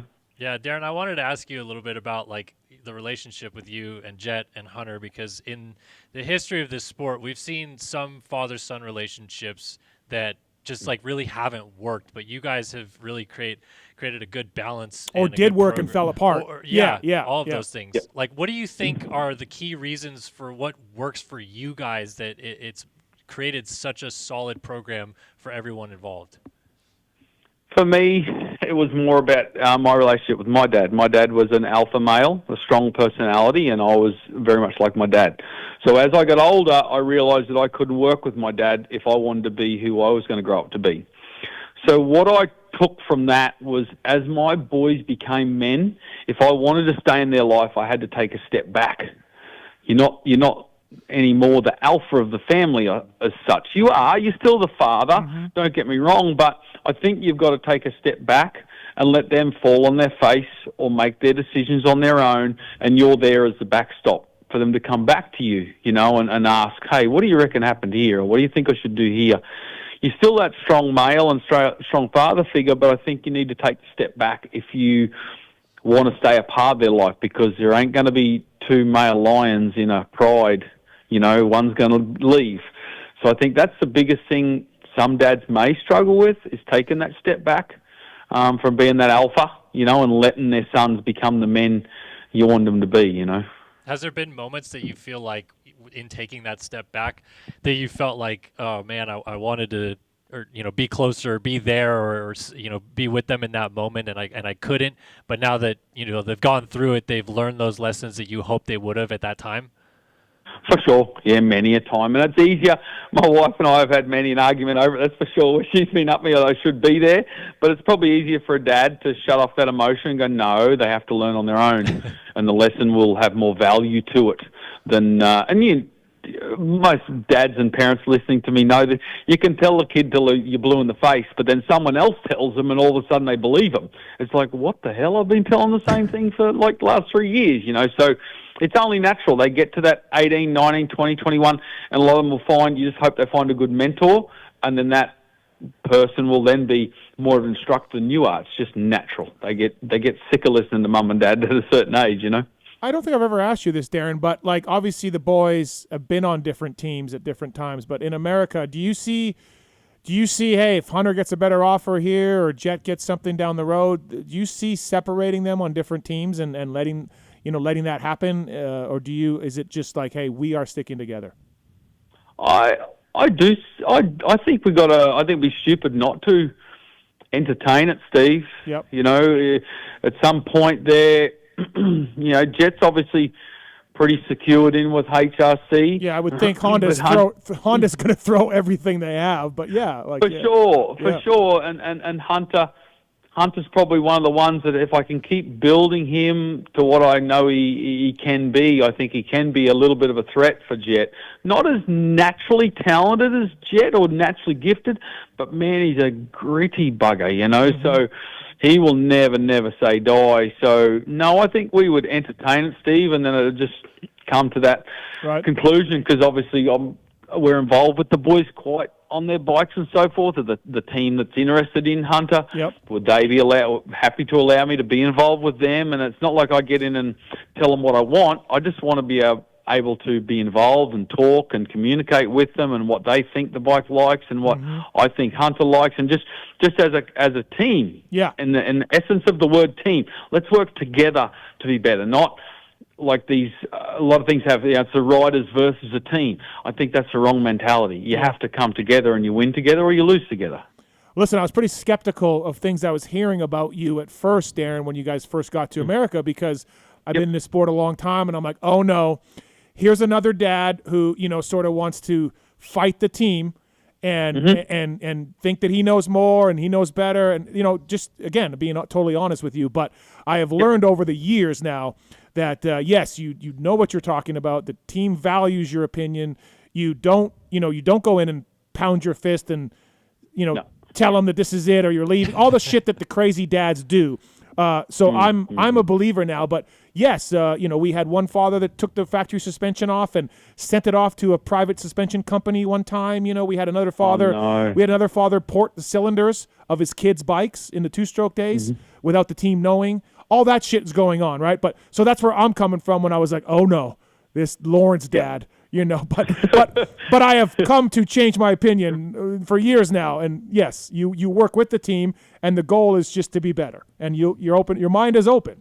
So yeah. Yeah, well, it's a team is a team. Like there's 6 to 7 minds are always better than one. You're going to get so many different opinions, and if every one of the minds, there's no one in there that's got the ego that definitely wants it their way all the time. It's unreal.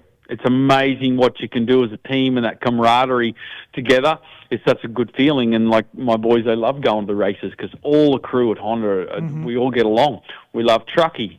We love Tom, our truck drivers. We love Lars, Shane, Christian, Cam, Bob, engines. They're just all good people, and you honestly care for them and want them want to be happy, and you want to do well for them, so that all that time they spend on the road and away from their families, that it's an enjoyment for them. So it's really disheartening when we fail.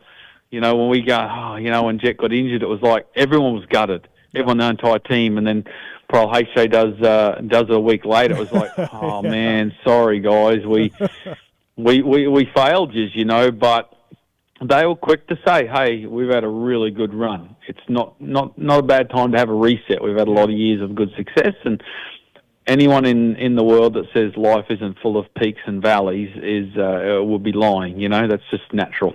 No, for sure. Absolutely. Renthal bringing you Darren Lawrence here on the show, renthal.com. Please check out their full line of products, and mountain bike stuff's available at Powersports dealers nationwide. Darren, I got to ask you about Lucas Myrtle. Obviously, it's maybe the biggest off-track story of the year. He's did a lot for you guys, helped you out a lot, and we all saw the paperwork. And I mean, it's really unfortunate, but yeah, that had to have been a big blow for you and the kids and your wife. I mean, everybody, and it's still going on, obviously. But holy shit, Darren, that took us by surprise.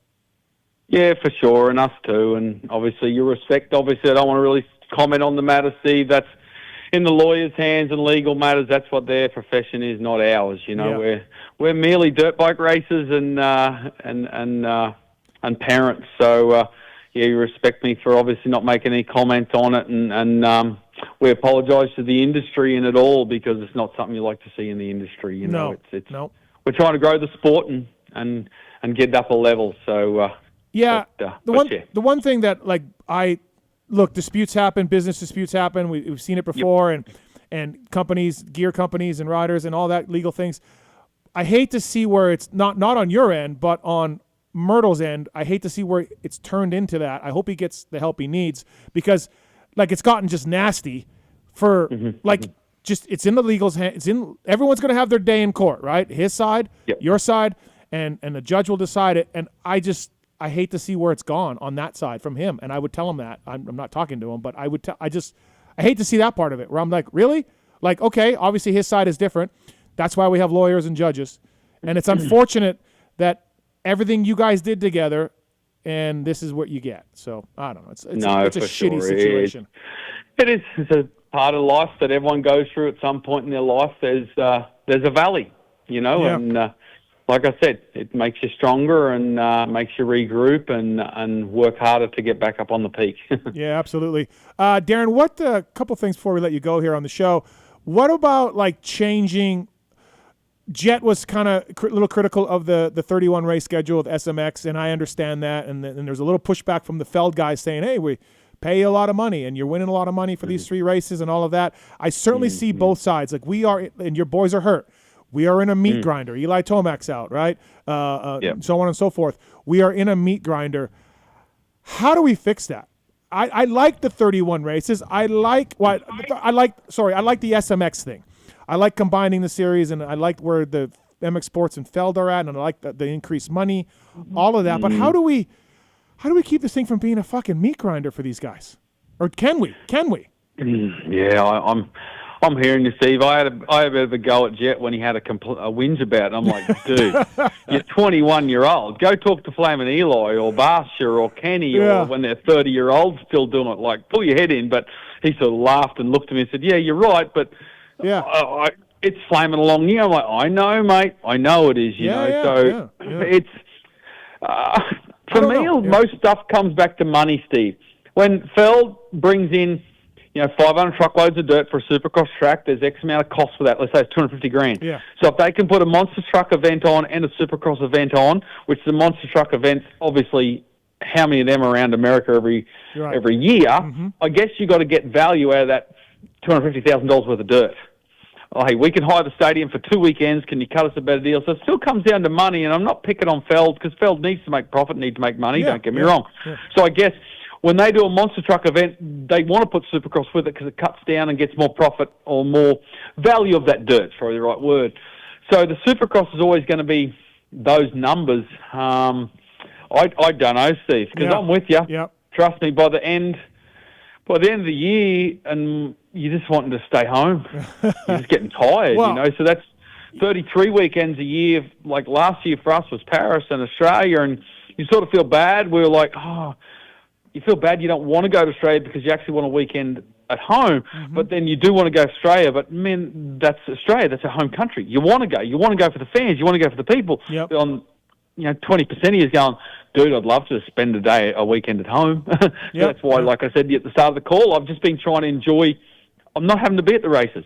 I could be a normal person, and go in the garage. But I'm with you, Steve. I don't know, mate, to be honest. I think us as trainers and riders, somehow during the weeks we need to cut back a little more, get that balance of surviving it, But then, as soon as you put an off weekend in there, everyone's going to keep grinding, or everyone's going to throw in an extra race in Europe or WSX, or do you know what I mean?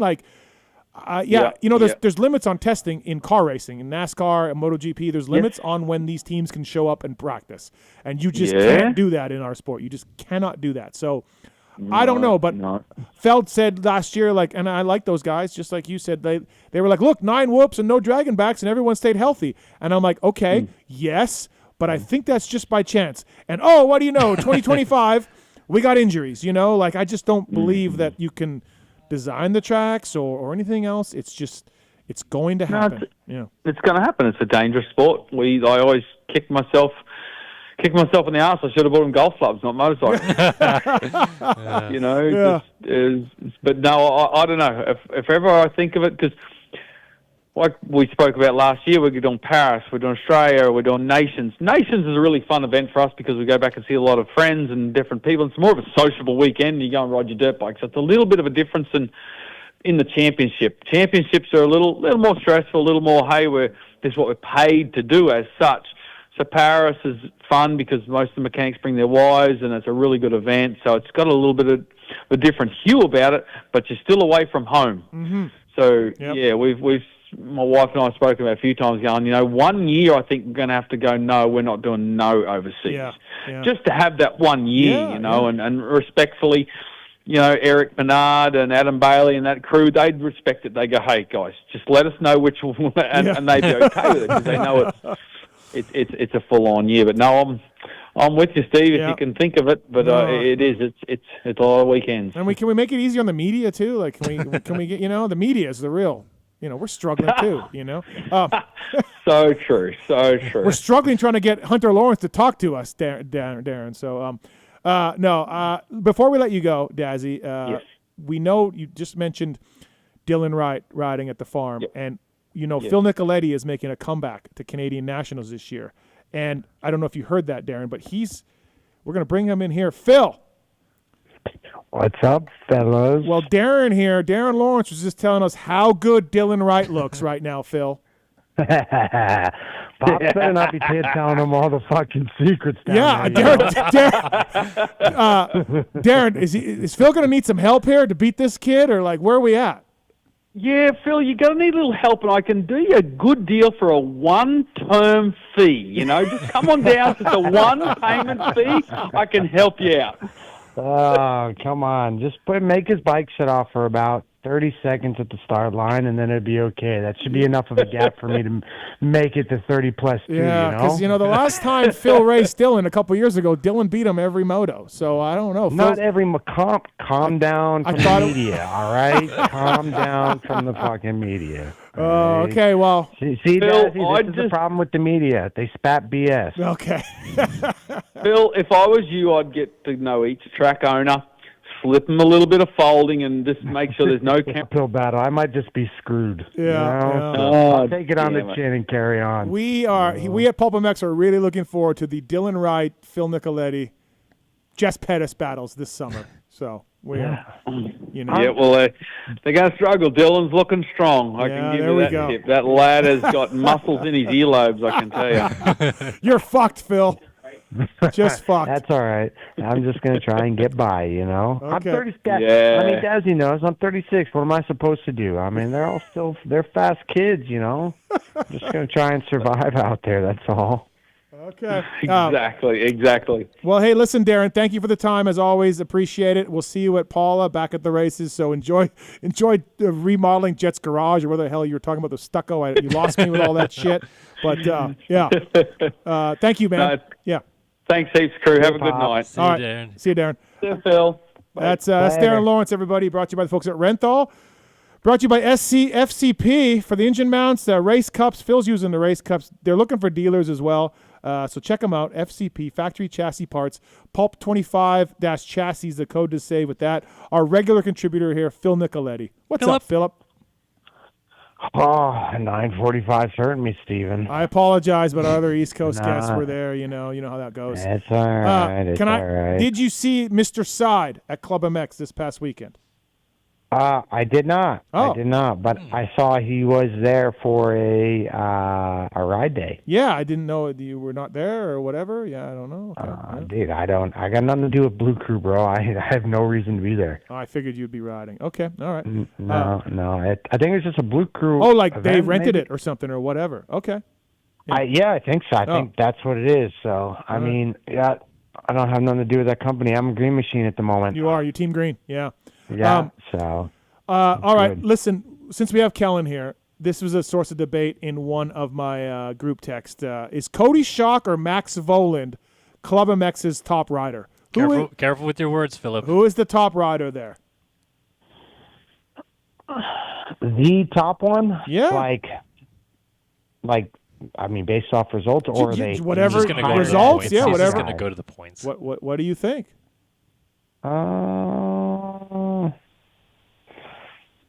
I mean, I think Volan was hired based on, potentially get, a higher ceiling, you know what I mean, to get you to win races. So I would say Volan, but obviously with the injury and stuff, it's hard for him to, fucking come back right away to where he was at last year, I mean, if it was Volan from last year at PC, Anaheim won, you'd say Volan for sure, Yeah.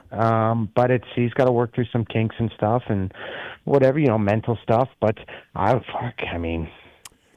have to say Volan, yes. Okay. Would be the number one guy, Right. Cody didn't have a very good Philly, but yeah, Cody Schock's definitely underrated. Like he's won some heat races, got in the box, all that stuff. So Cody. No, yeah. I mean, Cody's doing really good. Like he's pulling his weight around and doing okay. But I mean, the shootout. The only issue I have is just like Cody last year with the shootout to 11th places. Philly shootout, 11th place. It's kind of like you put everyone together. Indianapolis shootout didn't go very good. So that's the only kicker that there hasn't been a shootout when everyone's together where it's just like, hey, I'm an 8th place guy. Yeah, where he shows like, hey, yeah, with this. Why would that be? Because like at Indy, he was up there and it was a crash. Like he just fell. But this one, he did kind of ride backwards a little bit. Is it a mindset thing or what do you think? I just think it's, you can go back to 6th when it's just if it's just east or west, like if you pull a 3rd place start and you hang in there, the farthest really you're going to fade back to is maybe 6th or 7th. You know what I mean? If you're a decent rider like Cody, Yeah. But when you get everybody there and you start out 4th and you don't dig or you're out of your flow a little bit, I mean, you go all the way back to 12th and it was Juju, right? Was Juju 12th? Yeah, Juju, yeah. Yeah, you know what I mean? So it's just like, it's a dog-eat-dog world from 5 through 12, and they were kind of stacked right on top of each other. So, yeah, I don't know. It's just that, to me, it wasn't a good look going from 4th back to 11th. Right. That's just, so I'm not really sure. And every other time he's ripped a whole shot, when it was just West Coast stuff, he's able to stay around, 5, 6. So yeah, it seemed weird. But Volan went the other way. He started backwards and he went forward. So I'm not sure. I mean, track was tough. Hoping you were going to say Shock and get Kellen mad, all that. No, so. warms my heart when Phil agrees with me. Yep. Yeah, Volan, I mean, like, yeah, he's man. I hate that injury he had, and he's making that handbrake work. Let's face it, but it'll always be like a what if, And I don't see that thing ever getting better, right? Like it. There's chances that it can keep progressing, but right now, he still walks around in a brace all the times. Yeah, real shame. Yeah, so no, like it's like actually like it's pretty gnarly. Like I am mind blown what he can do, with where he's at with his foot and everything like that. Like it's kind of crazy, So I give that dude mad props. Did you think, Phil, Coop well, did you think that we were going to end up with either Coop half a second behind Chase at the finish or Coop gets Chase on the last lap in Philly? He does Coop things and gets them. I mean, there's always that possibility, you know what I mean? But Chase had one of those nights where Chase showed up like the true self, and we all know that how he can ride, and I think that's what Coop was not happy on the podium. I think everyone saw that, because I think that's maybe the first time this year to where like Chase pulled away and kind of broke Coop a little bit, so but at the same time, I mean, could Coop have maybe risked it a little bit and went for it? But I think he just took the points for what it was and be like, live to fight another day at that point in time. With that track and the way he was, I was saying in the press box, I was like, dude, this is turning out to be another one of those races. Like Coop was trying for sure, and then kind of when Kenny slowed the pace up a little bit when Chase got there. I think Coop had blood in the water, but when it got to almost 4 seconds, like at that point in time, unless Chase makes a huge mistake, like and when Chase was on point like that, there's no way Coop was going to get him, So my post-race he was not happy. No, my post-race interview with Chase, I was like, hey man, you see Kenny, he's checked out, and he's Ken Roxon, but you also know he hasn't ridden during the week and he's really hurting and all that. I'm like, do you put that sort of in your mind, Chase, that he's not going to have the fitness or whatever? And Chase was looking at me like, No, I just think I'm going to get him anyways. It doesn't matter if he's been practicing or not. And I'm like, yeah, it's probably a good point, man. Probably a good point. You're just faster than Ken Roxon. Yeah. Let's face it. He really is, right? But, yeah, I thought that was funny. A couple things. Phil Nicoletti on the show, by the way, fcpracing.com. Get the race cups. They're in Factory Phil's Walton Kawasaki as we speak. I don't know if he's using the engine mounts or not, but if he did, he'd notice they improved traction, handling, and feel. We're talking about this in some group texts, Phil, and Michael Hicks came out with an Instagram that I got a call from somebody today. They weren't too happy about it on the administration side, and it definitely made a few of my group texts that I'm in. Michael Hicks came out and posted. Phil, Kellen, did you see this? Yeah. Michael Hicks posted a thing about like how much money he made and how much money he spent to get to the races, and like, you know, basically saying like he's an arena cross guy. Let's face it, Hicks does both of them if he can, and he's a great rider, by the way. But he's kind of saying like we need to make more money, and this was going around in the group text, and I can't say I really agree with him, Phil. Like, I mean, the money's better than it was. The 250 Supercross purse used to be garbage. They put a bunch of money into it with the SMX. Can it be better? Sure. I also could make more money. I mean, all of it could be better. But like, also to me, Michael Hicks, like, ride faster, get a salary, so you're not relying on purse. Do you know what I mean? No? It's going to lead into our later topic, okay. I think. All right. No, I'm trying to get my laughs out before I fucking go on a rant. Okay, go ahead. Like, let us know what you think. Like, yeah. Listen, there's a lot of us that have made it in the not that I have even fucking made it in the sport, but I made a living at the sport. Yes. Okay. Yes, you did. Listen, I was broke fucking dick 13, 14 years ago too. Alex Martin, a lot of us were. Justin Brayton, like, dude, we all kind of came from nothing. And the only way to fix that is fucking ride faster, okay? Michael Hicks, I don't know him. I got into him a long time in arena cross, whatever. But, like, dude, he has plenty of fucking talent. He is a good rider. He's a better rider than you. He is. He has more talent than you. He has more talent than me. No, 100%. Right. But a lot of the kids do. A lot of kids nowadays have way more talent than Phil Nicoletti. But the problem is, I will fucking grind. They won't. Okay? So don't fucking come at me when, you know, I outwork you, or someone like me, or Amart, or Jason Thomas from back in the day, or whatever. You know? Yeah, like, dude, like, I get it. Yeah, should you make more money? 100%. But when you get 16th or 17th in the main event, when you're very well capable of getting 7th in the main event, that's on you, man. Yeah. He got 10th in one race, and he posted it. He made some money on that one because he got 10th. You know, he made a couple $100 or whatever. And I like Michael Hicks. Seems like a good kid. I interviewed him a few times, but he has a lot of talent. And like, give me a break, man. I don't know. No one's forcing you to sign up. Like, you're also in the regional class. You're not in the 450s. You're in the regional class, which is supposed to be a learning class, i.e., not that much, you know, not the premier class.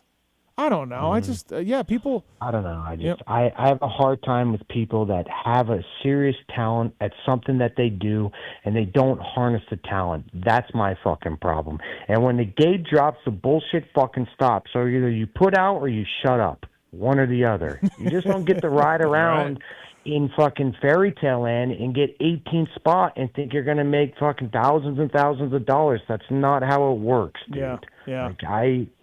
Like, yeah, I appreciate his transparency, but on the other hand, man, like, you know, he does arena cross for a reason, and like, get a salary from somebody so where you are making enough money to be okay. Like, the only way I can even kind of relate this to me a little bit is like, if I go start my own media company and I don't get sponsors to help me get to the race, then like, I can't afford to go to the race. Like, if he doesn't go get sponsors and go get on a team and all this stuff that helps make that more possible for him, of course he's going to be losing money. Like, I would too if I was going to the races every weekend. And nobody owes you. You know, nobody owes you. You gotta go get it yourself. And I love the people that talk about entry fees. There's entry fees in every motorsport around. F1, look at how much it costs to enter these races that are not like Supercross. It's insane. I don't know. I don't know, Phil. It's I remember 2012 getting 5th in Supercross, you know, whatever, East or West. I don't even remember, but I got a couple of them, and it was like $800. Back then it was so bad. Okay?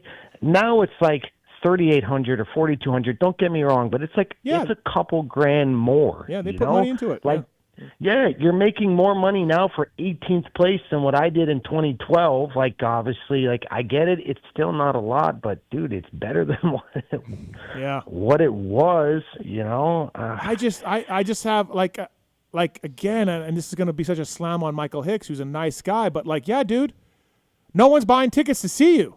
So just get faster. Just grind it out.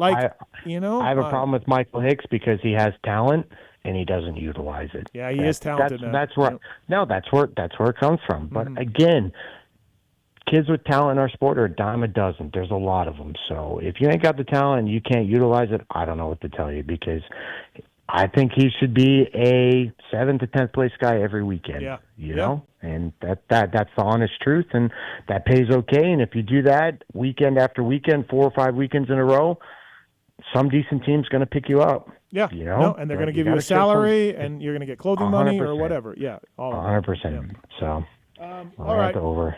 The rant over. 250 East. RJ got such a benefit from that red flag, and that's awesome. He took advantage of it. And Tom dropped back a little bit. They are tied. Hammaker and Hampshire are tied. Tom 2 back.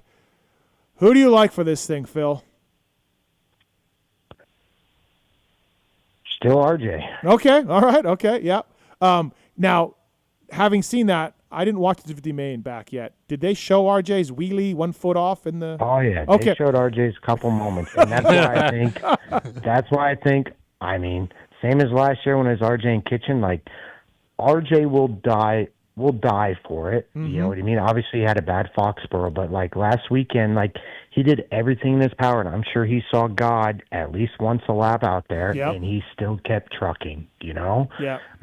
He told me that when Seth got next to him, he was like, "Oh no."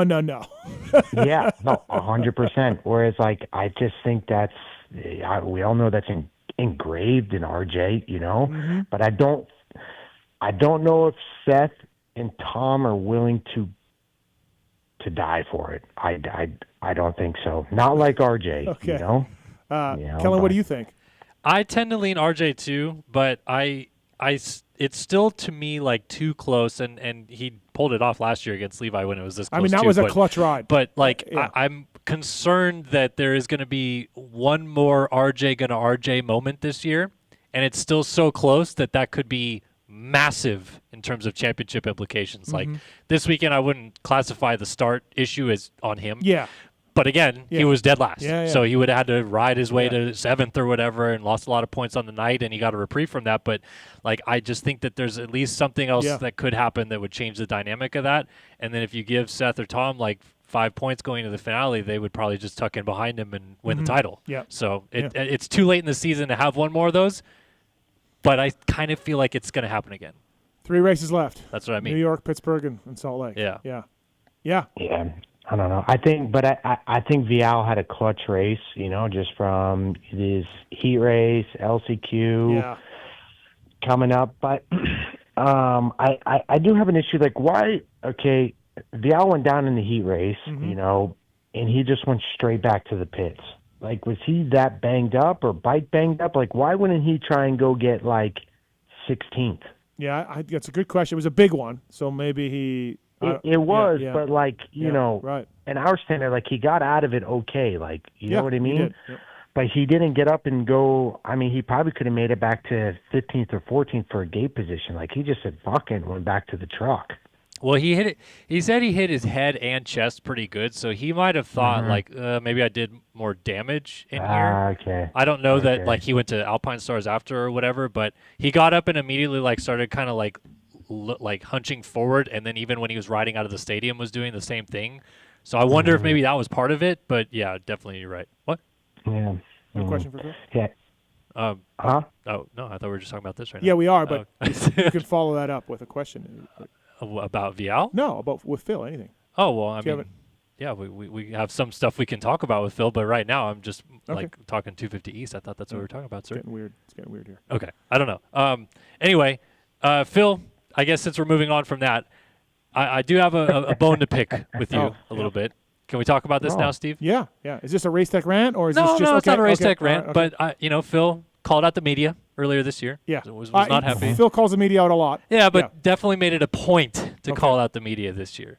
So I simply just want to know, Phil, like, what do you want us to do? Because we're up there in the press box, as you say, typing away about what's going on in the race. Like, do you want us to not do that, or do you want us to try to race? Yeah, like get out there with our gear, or like what would you like us to do? No, Phil? Steve? What did I say on Saturday? I'm like, the track looks fucking gnarly this weekend, and you go, it doesn't look that bad. Yeah, it didn't look that bad. I was expecting Foxborough. Dude, are you kidding me? I would have, bro. That's what I mean. I don't think the media, you guys in the press box, are watching the same things or seeing what us riders are dealing with.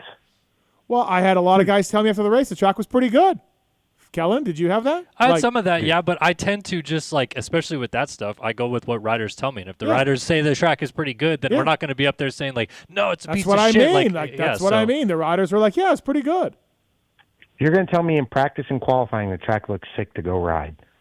Well, I mean, we're not good enough to ride it, so I don't know that any of us would be saying it's sick to go ride. I don't know if the word sick should come into it. Yeah, it's not sick. No, track was fucking deadly in practice. Okay. Deadly. Right. I don't know which rider would be like, track was sick during fucking qualifying. I'm talking about at the end of the night. Fucking puckered. Yeah, at the end of the night when I go and say hey, the track turned out okay, I thought it would be way worse, and they all agreed with that, So. Yeah, but when qualifying, when I said the track was gnarly, you're like, it doesn't look that bad. Yeah, man, it doesn't look that bad. It's holy fuck. So you want us to be less critical? You want us to be less critical, just say, that happened, and not I don't know if it's less critical or just know what you're talking about. Okay, great, fantastic. We'll work on that. We've made progress. Yeah, we'll work on awesome. that. Yeah, you're in the media now. You got a Racer X column. You're on this show every week. It's really sad that you're not going to these post-race press conferences for Pulp because he should be. He's going to New York. You're going to New York this weekend, Phil? Yeah, I'm going this weekend. Okay, you got to do the press conference for Pulp. No, I am not doing the press conference. Him and Deuce, just down there asking questions. I'll get your Cooper Webb interview for you. Oh yeah, there was a big discussion about that this morning too. In the group text. But I liked what Coop had to say. I agreed with all of it. I wasn't no hate comms. I'm not pushing back on that, No, I mean, what's the point of him doing a press conference when he's got to go back and stand in his truck and do more media? Well, there is a point to it, but I can see his point as well. Yes. No, there is no point. That's the whole point of the press conference. Well, no. So my take on this is if you look at these other motorsports, they all have extended periods of media beyond just the press conference for that reason to go more in depth on things. MotoGP guys have to go to a corral after the race. Same with F1. F1 guys, NASCAR drivers, they have to stay on pit road and speak with the media. Even race winners will have to do that at times. So that's my take on it. I think that should also be something for Supercross as well. But I understand their point. We already did media. We don't need to do more. I just think that if they're trying to be like those sports, would they not take a page from that? Yeah, I agree. All right, good point for Kellen. No. No. Just no. No. All right, hey, let's do the X-Brand Goggle Tear-Offs while we still have Philip here awake. It's 10 o'clock. He's got a test tomorrow. Big day of testing. Is Sims going down there? Big day. Is Sims They're down already here.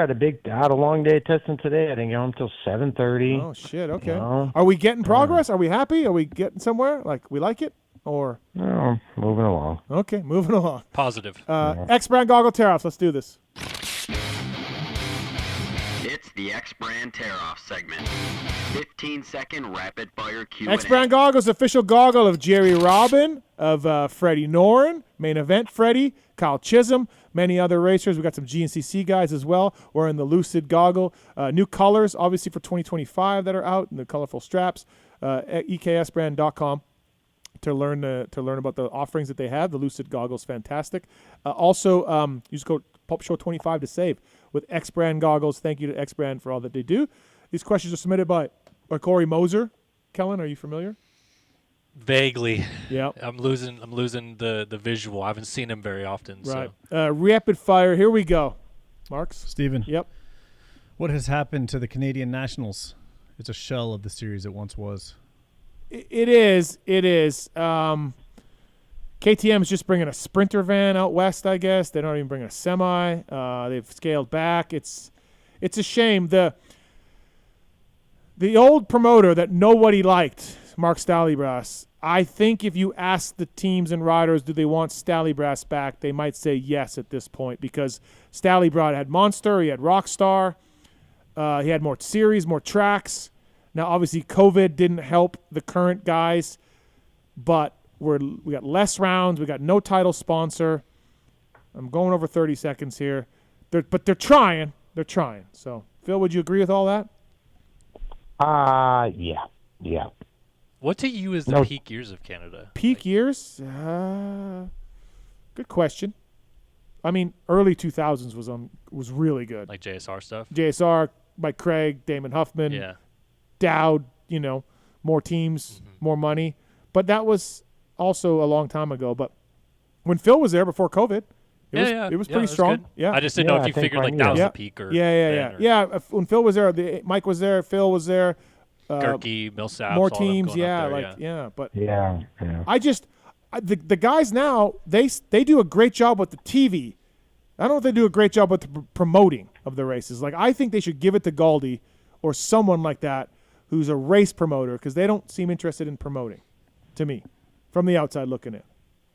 So, all right. Yeah, I don't know, but is it going back? Maybe it might be going back to the tracks to promote now. Okay, yeah.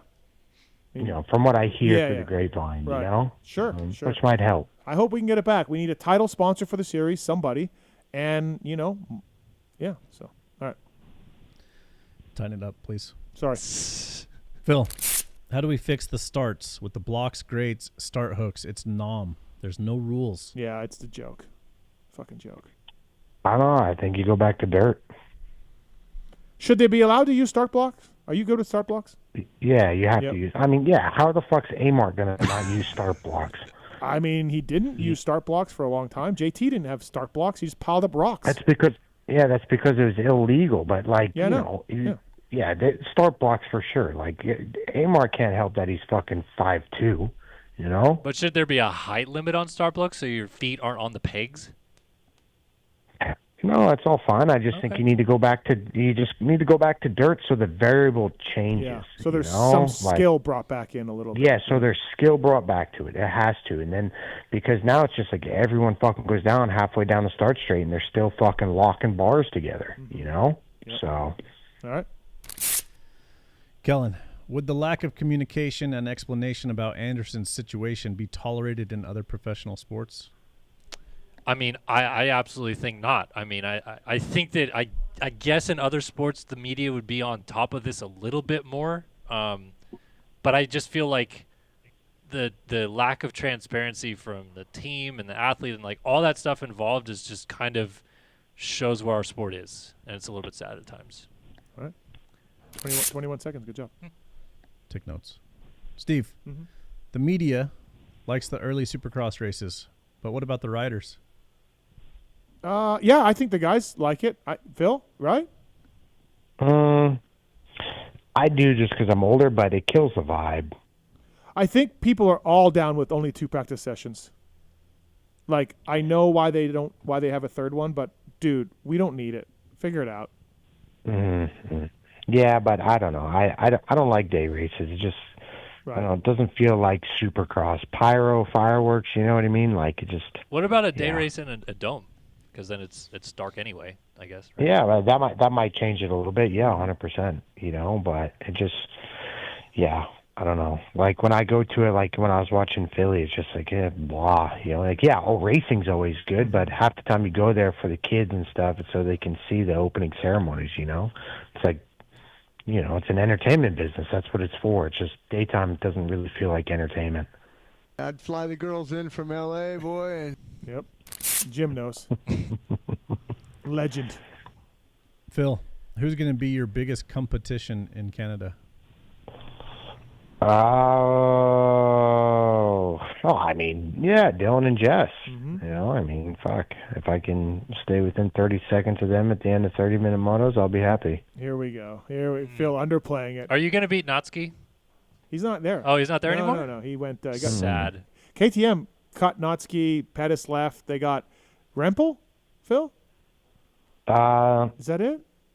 Amiot's not. Rempel. Yeah, Amiot's just a support guy or something on KTM's, but he's not on the team, right? My pick, low key, is Rempel for the 250 championship. Yeah.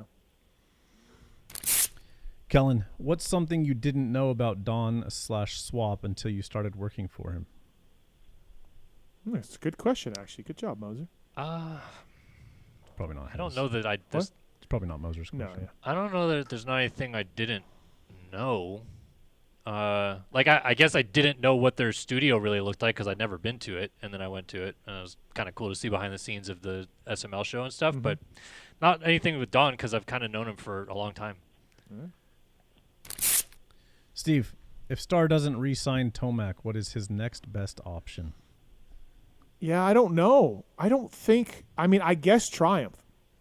He knows those guys. He knows Coker. They're looking for. They don't. They told me they're not going to sign a big guy, but maybe he goes there. I don't really know. Phil, I don't know where Eli would go. Now, why wouldn't he stay at Star? Apparently, the money's not that great. The contract offer is not that good. Yeah. Yeah, I don't know where he goes then. Yep. Kellen, is Coop riding the best he's ever been? If not, when was he at his peak? I'm sorry. That was for Phil, right? That was for Phil. Yeah, but I can answer it if you want. I mean, No, let Phil answer. Yeah. My bad. 2019 Coop was really good when he was on fire. You know, it's like he young, fit, you know, compared to now. But yeah, I have to say 2019. All right. All right, last one, Kellen.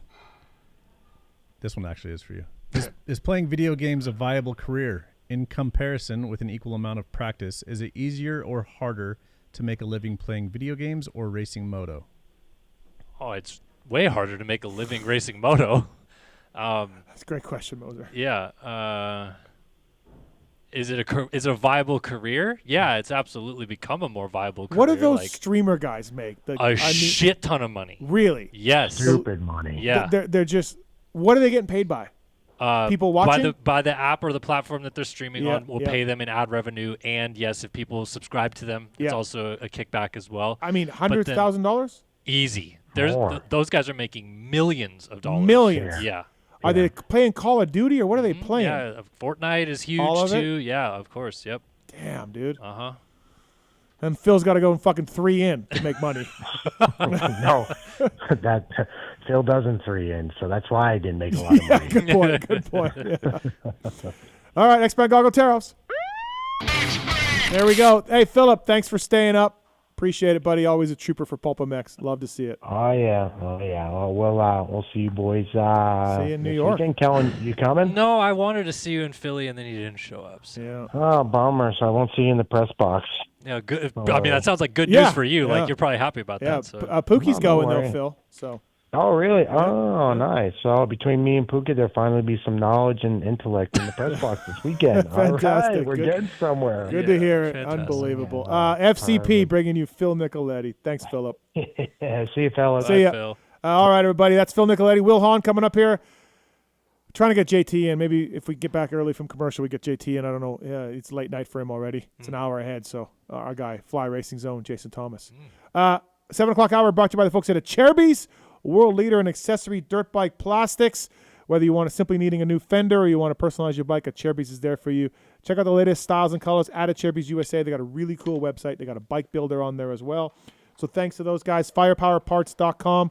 Loading ramps, featherweight lithium batteries, tie downs, firepowerparts.com. Thank you to those guys. Check them out. They got really cool prices and a lot to offer. All right, go to commercial break here. Wil Hahn's coming up. Maybe JT. Kellen Brauer's in here. We got Gamer Hour, Gamer Corner. Beep boop. Coming up as well. Travis Marks, Tallon Taylor will also apparently probably be back after the commercial. So stick around. We'll be right back after this, everybody. Yeah, fuck Steve Matthes. 25 years ago, greatness was born. Since then, the only thing that mattered was riding. At motosport.com, we've made it our #1 priority to make your next ride your best ride. With free shipping on all orders over $79, dedicated and knowledgeable gearheads, and a huge selection of parts, gear, and accessories. Now, let's get out on the track, trail, or open road and make that next ride your best ride with motosport.com.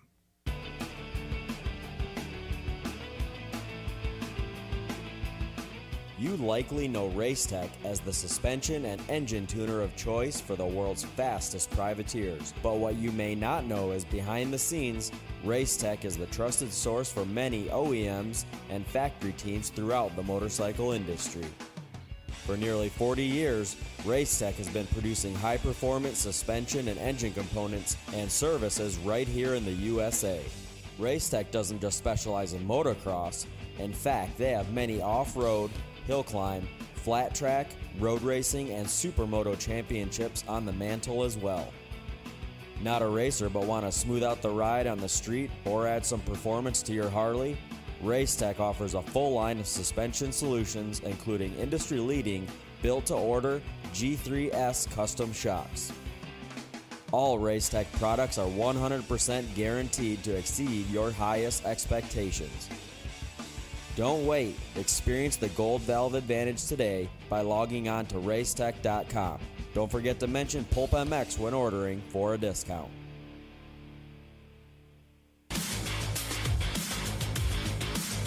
Established in 1989, Eric Phipps had the idea to manufacture factory-styled products for the everyday rider. Working out of his garage, Eric quickly gained a reputation for producing quality products and having great customer service. In just a few short years, the factory team started calling looking for products as well, and as the saying goes, the rest is history.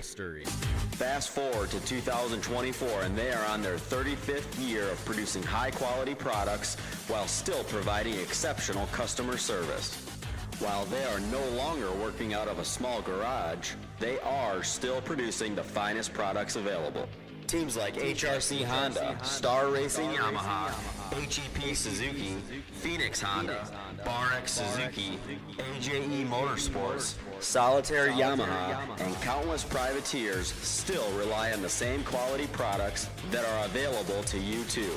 Products like their Pro Launch start device, radiator braces, skid plates, clutch perches, and tons more continue to be a staple in the pro pits and amateur scene as well. Check all they have to offer for your ride at WorksConnection.com. Use the code PulpMX20 to save 20% off your order. With over 80 years experience manufacturing power sports pistons right here in the USA, Wiseco has evolved into a full range of performance components for dirt bikes and other power sports machines. Whether you ride a two-stroke or a four-stroke, Wiseco has a variety of pistons from reliable forged replacements to the performance-focused Racer Elite series. Wiseco offers race-proven components for the rest of your engine, too. From garage buddy engine rebuild kits, clutch and valve train components, USA-made Racer Elite connecting rods, and their CB4 thermal protection line. Wiseco is proud to be a technical partner with Factory Honda HRC for the 2023 Supercross and Motocross, driving professional-level product development that gets passed down to you. Visit your favorite online or local dealer or wiseco.com to find products for your machine. Factory Chassis Parts was founded in 2018 with one goal in mind: to offer the highest quality works level upgrades to the average rider. With the success and popularity of FCP engine mounts, we're excited to announce our latest chassis item, the FCP Race Cups. Offset steering races have been used by top motorcycle professionals to adjust the geometry on race bikes for years. Now, Factory Chassis Parts offers an impressive way for you to experience the same improvements in handling and traction by changing the rake, trail, and wheelbase of your bike. Whether you ride the track or trail, these bolt-on parts drastically improve the comfort, cornering, and experience on your motorcycle. Check out FCPRacing.com to view the entire product line and learn how to improve your bike today. PulpMX25-chassis is the code to save. Maxima Racing Oils was created for world-class racers who challenge the limits of possibility. Their demands on equipment drive us to look beyond conventional ideas and to exceed industry standards. It's in our DNA to identify problems, formulate solutions, and execute at the highest levels of competition. Case in point, the championship-winning factory Kawasaki race team, longtime Maxima partners who extensively use Maxima throughout the bike. Maxima's USA-made products exceed JSO requirements and can be used in all motorcycle brands: Kawasaki, Honda, Yamaha, Suzuki, KTM, Husqvarna, and more. Maxima Racing Oils. Experience the difference. Visit MaximaUSA.com for more information.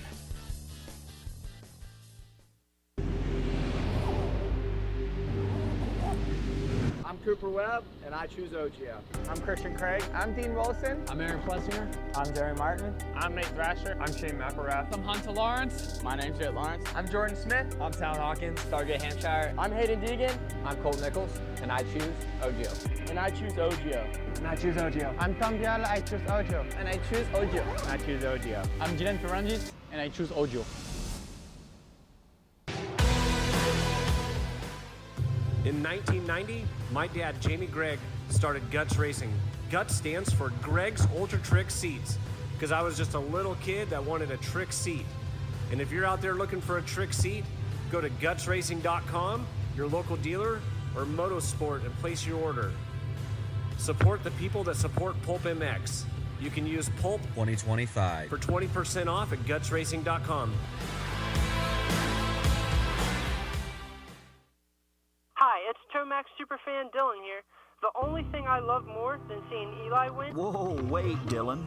Sorry to cut you off like Steve does his callers and guests, but a lot has changed.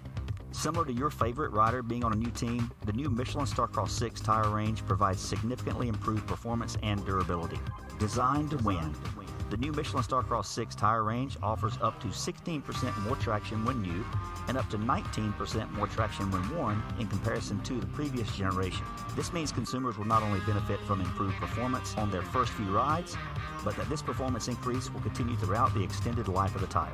Michelin is a legendary innovator in motorcycle tire technology, and thanks to Michelin silica technology, the Michelin Starcross 6 tire range provides up to 11% more durability than the previous generation.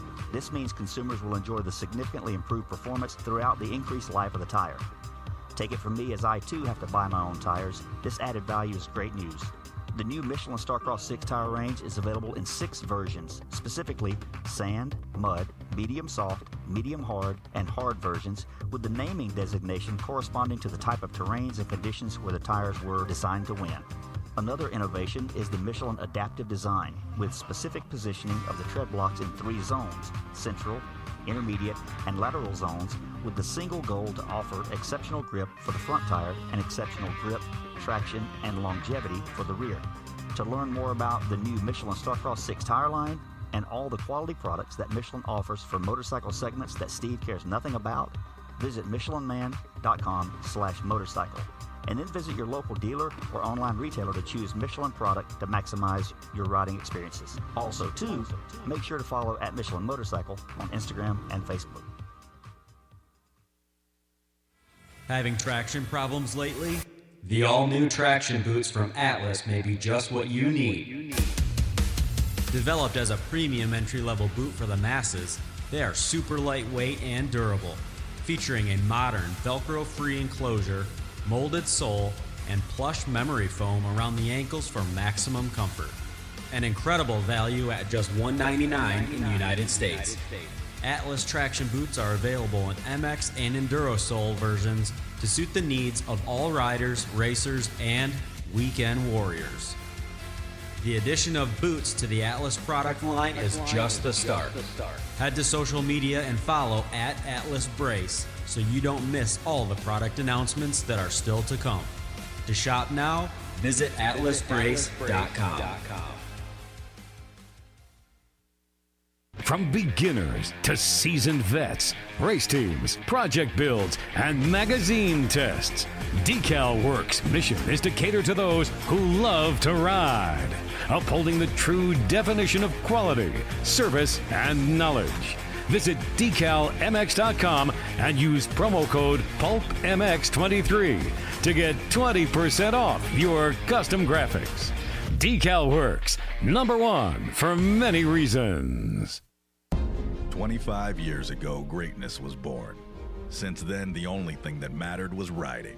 At motosport.com, we've made it our #1 priority to make your next ride your best ride. With free shipping on all orders over $79, dedicated and knowledgeable gearheads, and a huge selection of parts, gear, and accessories. Now, let's get out on the track, trail, or open road and make that next ride your best ride with motosport.com. Maxima Racing Oils was created for world-class racers who challenge the limits of possibility. Their demands on equipment drive us to look beyond conventional ideas and to exceed industry standards. It's in our DNA to identify problems, formulate solutions, and execute at the highest levels of competition. Case in point, the championship-winning Factory Kawasaki race team, longtime Maxima partners who extensively use Maxima throughout the bike. Maxima's USA-made products exceed JSO requirements and can be used in all motorcycle brands: Kawasaki, Honda, Yamaha, Suzuki, KTM, Husqvarna, and more. Maxima Racing Oils. Experience the difference. Visit MaximaUSA.com for more information. Hi, it's Tomax Superfan Dylan here. The only thing I love more than seeing Eli win... Whoa, wait, Dylan. Sorry to cut you off like Steve does his callers and guests, but a lot has changed. Similar to your favorite rider being on a new team, the new Michelin Starcross 6 tire range provides significantly improved performance and durability. Designed to win. The new Michelin Starcross 6 tire range offers up to 16% more traction when new and up to 19% more traction when worn in comparison to the previous generation. This means consumers will not only benefit from improved performance on their first few rides, but that this performance increase will continue throughout the extended life of the tire. Michelin is a legendary innovator in motorcycle tire technology, and thanks to Michelin silica technology, the Michelin Starcross 6 tire range provides up to 11% more durability than the previous generation. This means consumers will enjoy the significantly improved performance throughout the increased life of the tire. Take it from me, as I too have to buy my own tires, this added value is great news. The new Michelin Starcross 6 tire range is available in 6 versions, specifically sand, mud, medium soft, medium hard, and hard versions, with the naming designation corresponding to the type of terrains and conditions where the tires were designed to win. Another innovation is the Michelin adaptive design, with specific positioning of the tread blocks in 3 zones: central, intermediate, and lateral zones, with the single goal to offer exceptional grip for the front tire and exceptional grip, traction, and longevity for the rear.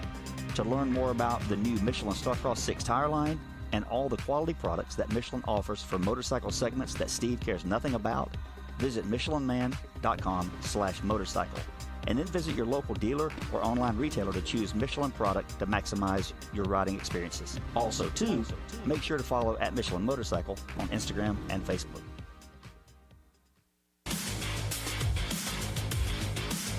Established in 1989, Eric Phipps had the idea to manufacture factory-styled products for the everyday rider. Working out of his garage, Eric quickly gained a reputation for producing quality products and having great customer service. In just a few short years, the factory team started calling, looking for products as well, and as the saying goes, the rest is history. Fast forward to 2024, and they are on their 35th year of producing high-quality products while still providing exceptional customer service.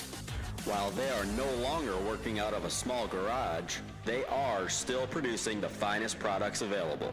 Teams like HRC Honda, Star Racing Yamaha, HEP Suzuki, Phoenix Honda, Barex Suzuki, AJE Motorsports, Solitaire Yamaha, and countless privateers still rely on the same quality products that are available to you too. Products like their Pro Launch start device, radiator braces, skid plates, clutch perches, and tons more continue to be a staple in the pro pits and amateur scene as well. Check all they have to offer for your ride at WorksConnection.com. Use the code PulpMX20 to save 20% off your order.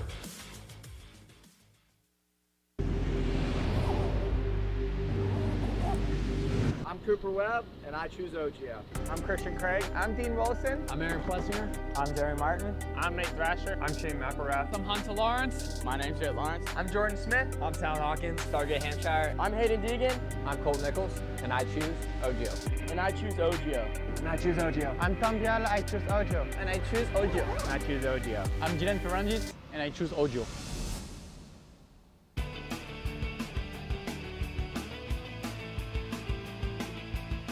You likely know Racetech as the suspension and engine tuner of choice for the world's fastest privateers. But what you may not know is behind the scenes, Racetech is the trusted source for many OEMs and factory teams throughout the motorcycle industry.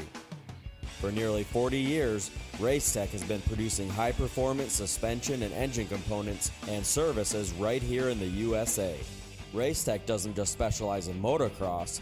In fact, they have many off-road, hill climb, flat track, road racing, and supermoto championships on the mantle as well. Not a racer but want to smooth out the ride on the street or add some performance to your Harley? Racetech offers a full line of suspension solutions including industry-leading, built-to-order G3S custom shocks. All Racetech products are 100% guaranteed to exceed your highest expectations. Don't wait. Experience the Gold Valve advantage today by logging on to racetech.com. Don't forget to mention PulpMX when ordering for a discount.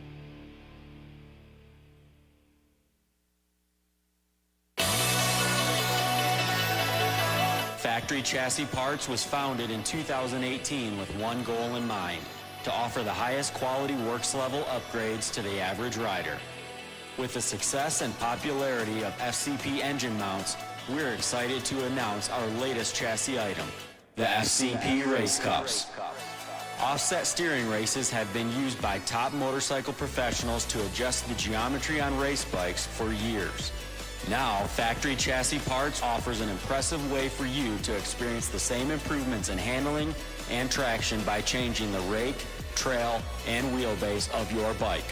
Whether you ride the track or trail, these bolt-on parts drastically improve the comfort, cornering, and experience on your motorcycle. Check out fcpracing.com to view the entire product line and learn how to improve your bike today. PulpMX 25-chassis is the code to save.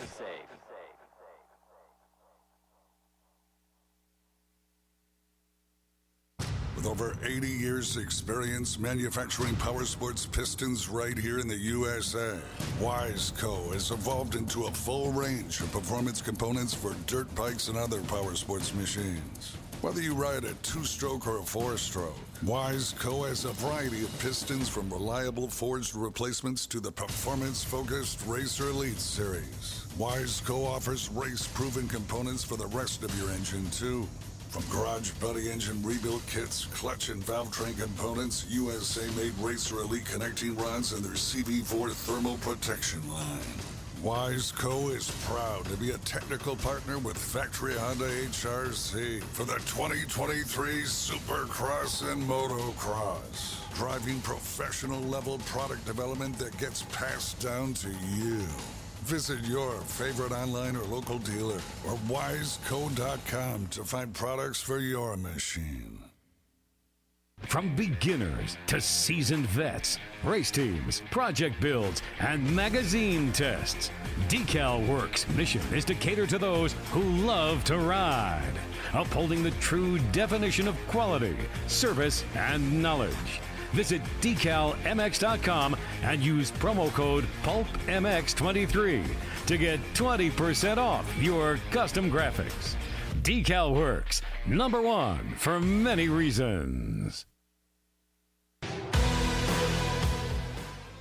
In 1990, my dad, Jamie Gregg, started Guts Racing. Guts stands for Gregg's Ultra Trick Seats, because I was just a little kid that wanted a trick seat. And if you're out there looking for a trick seat, go to gutsracing.com, your local dealer, or Motosport and place your order. Support the people that support PulpMX. You can use Pulp 2025 for 20% off at gutsracing.com.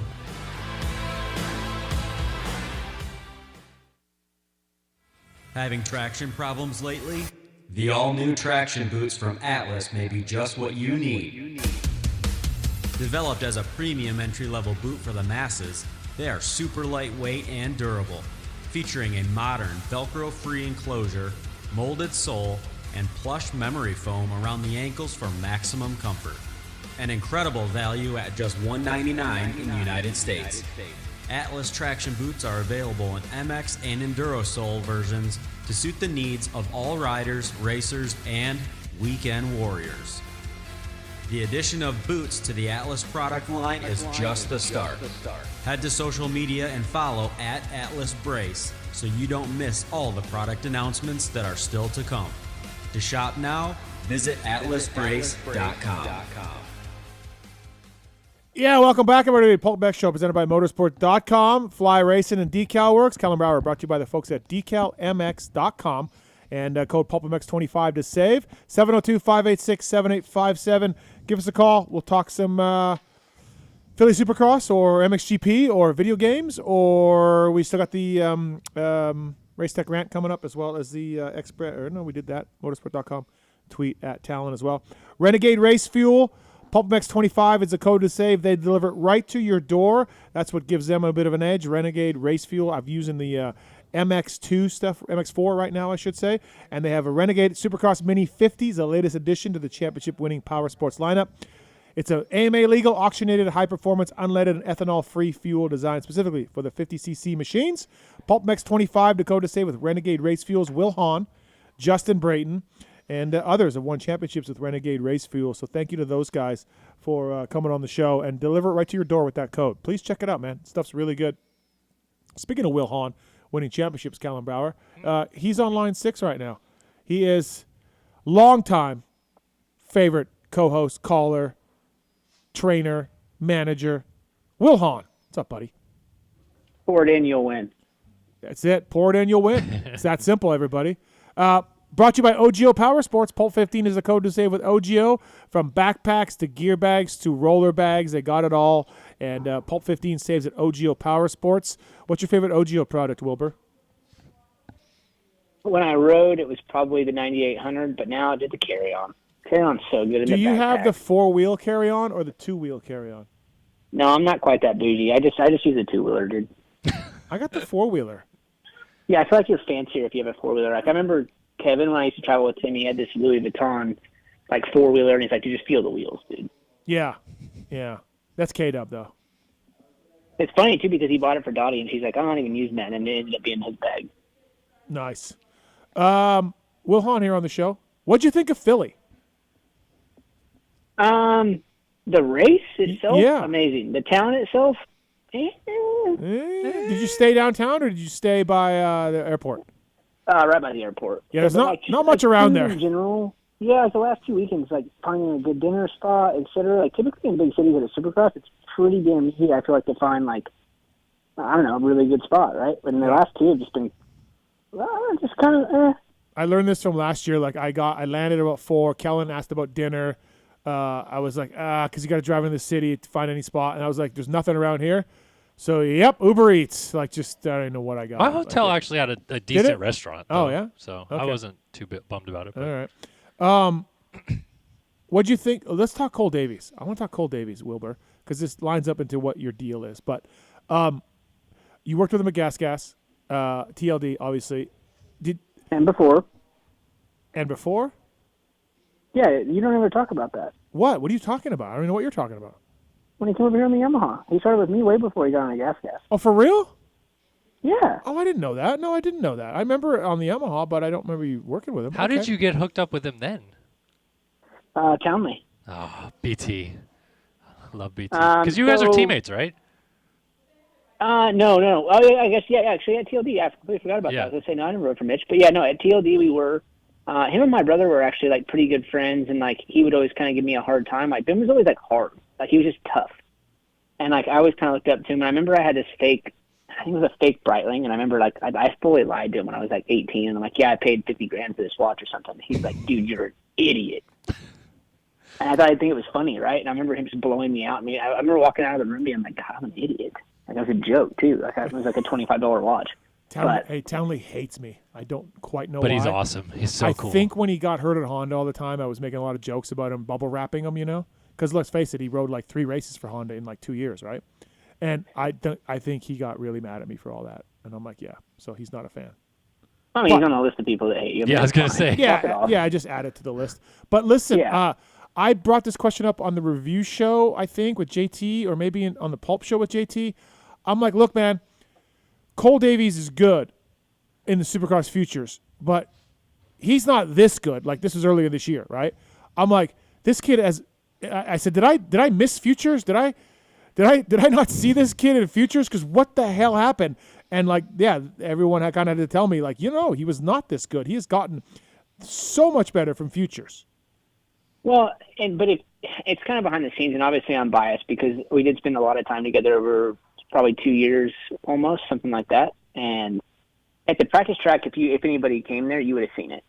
You know what I mean? Okay. Like, obviously, it's harder to equate to racing, but like the skill level when I first started working with him when he was 14, it was mind blowing, dude.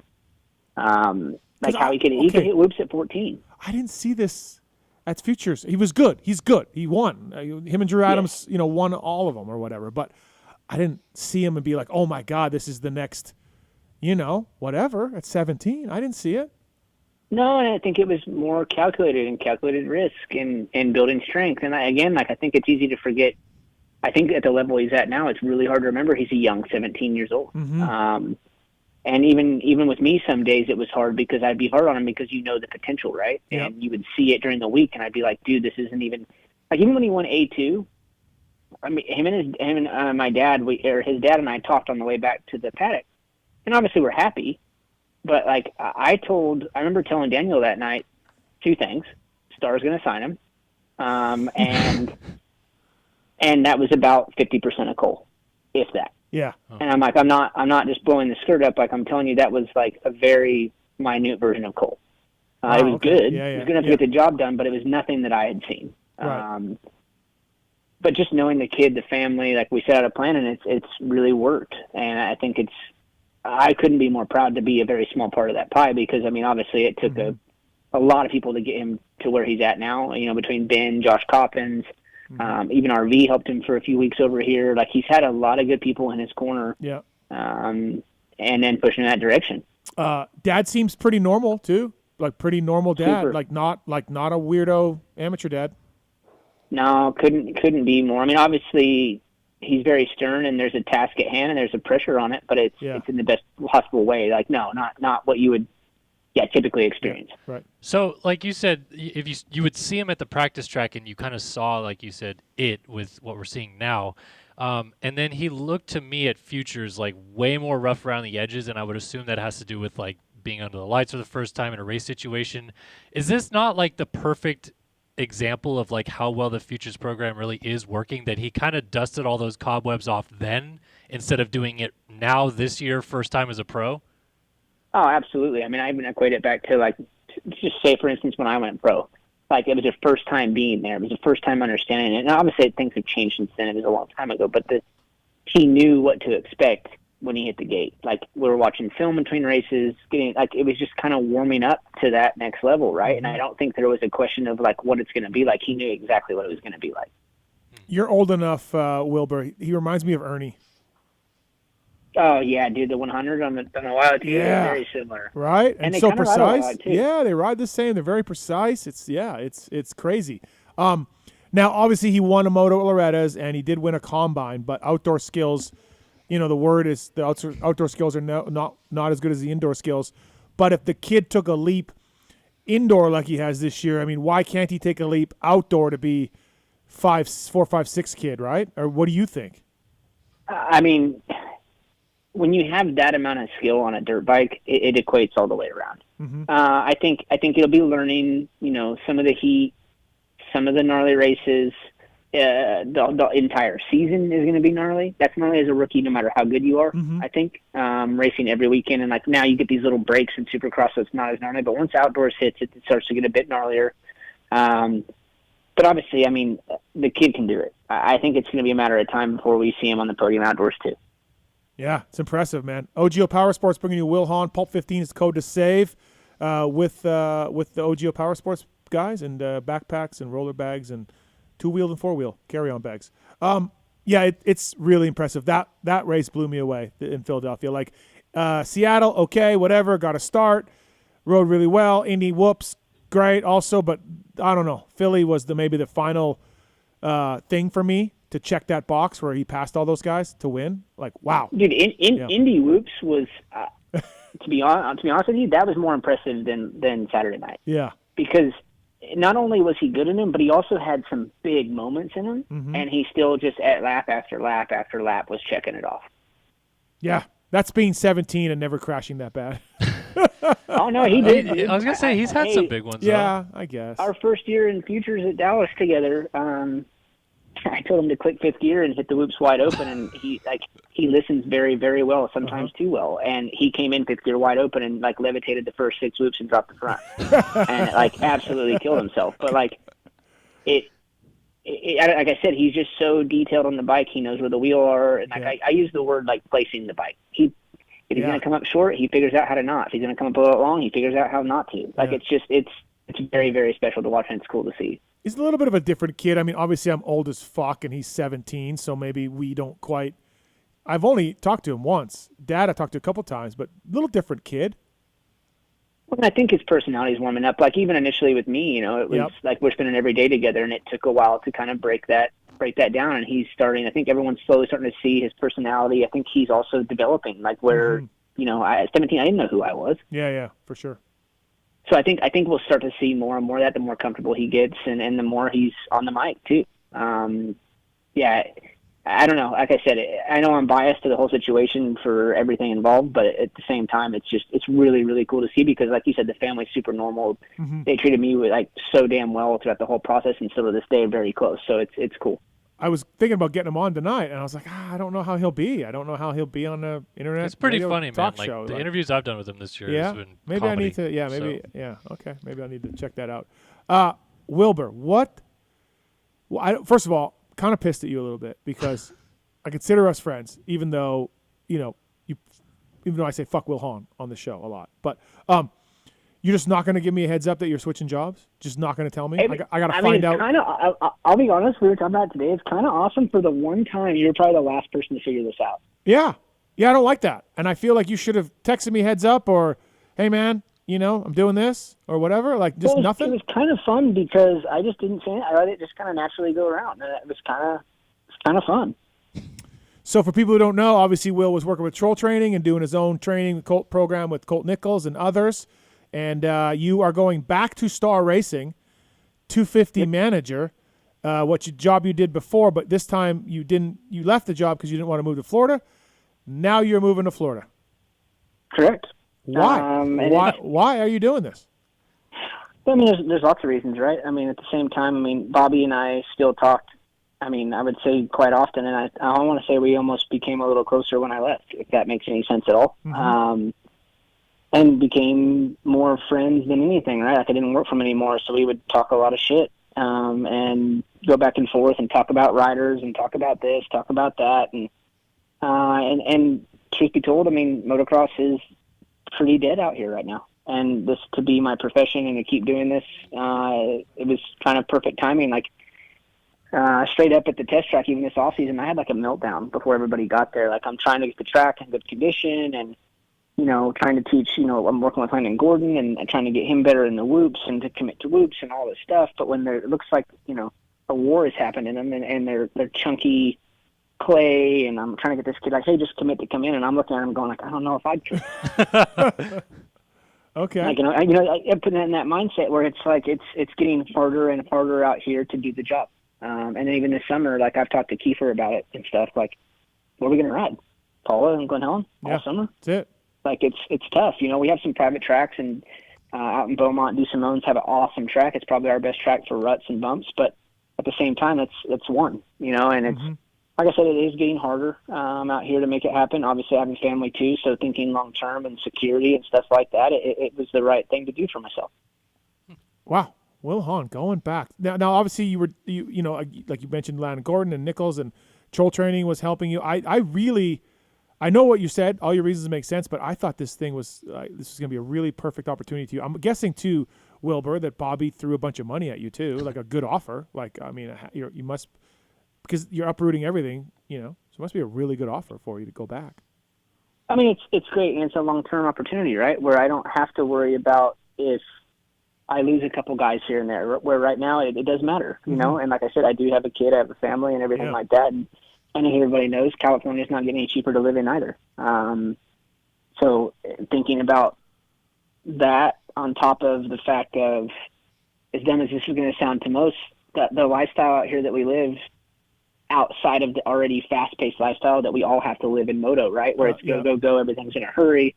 Everything I do here, it's got to be, I got to leave by here, I got to do this to get there by then, and this, and go to the airport by here, and blah, blah, blah. Where there, it's, at least outside of your normal day-to-day, you can slow down a little bit. Oh, right? yeah. Where I'm like, yeah.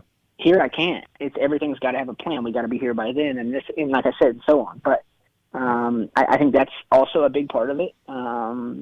And before any of this had even come up, like even Justin Cooper had told me that in the off season. And it's funny that we had a conversation and we were just talking and still close to him. And he was like, dude, I see you so wide open, and I mean, you would like it so much more on the East Coast. At least your day to day would slow down. And when he told me that, even like it was like kind of like I was getting all these signs. Weirdly, as dumb as that sounds, that I'm like, holy shit, you know, like I really got to kind of listen to these. And you know, Bobby had called and Brad had called me, and when we talked about it, I was like, yeah, I'm in. Wow. Yeah, I was pretty surprised, and fuck you for not telling me earlier. But honestly, it feels good. I mean, and Kellen knows, Kellen's born and raised in California. Like Yamaha, they basically use the shop when they're out west here. The Yamaha Honda guys are still here. Cowie's still here. Test tracks are kind of dead with everybody. Like the industry might just move east. It might just come to that point where everybody moves east. Yeah, it it honestly kind of looks wild now that KTM just threw $55 million or whatever into that new facility. Yeah. Just in time for like literally everything to start going all the way east. I know, and like the riders don't want to be there. The teams don't want to do that. The teams are losing guys. Like Honda loses good guys because of the commute. People are just like, I can't live in Torrance or by there, and I'm not doing this drive. I don't want to work here. Yeah, you know, like it's there's no way I could do it every day. I mean, I drive to LAX, you know, a lot.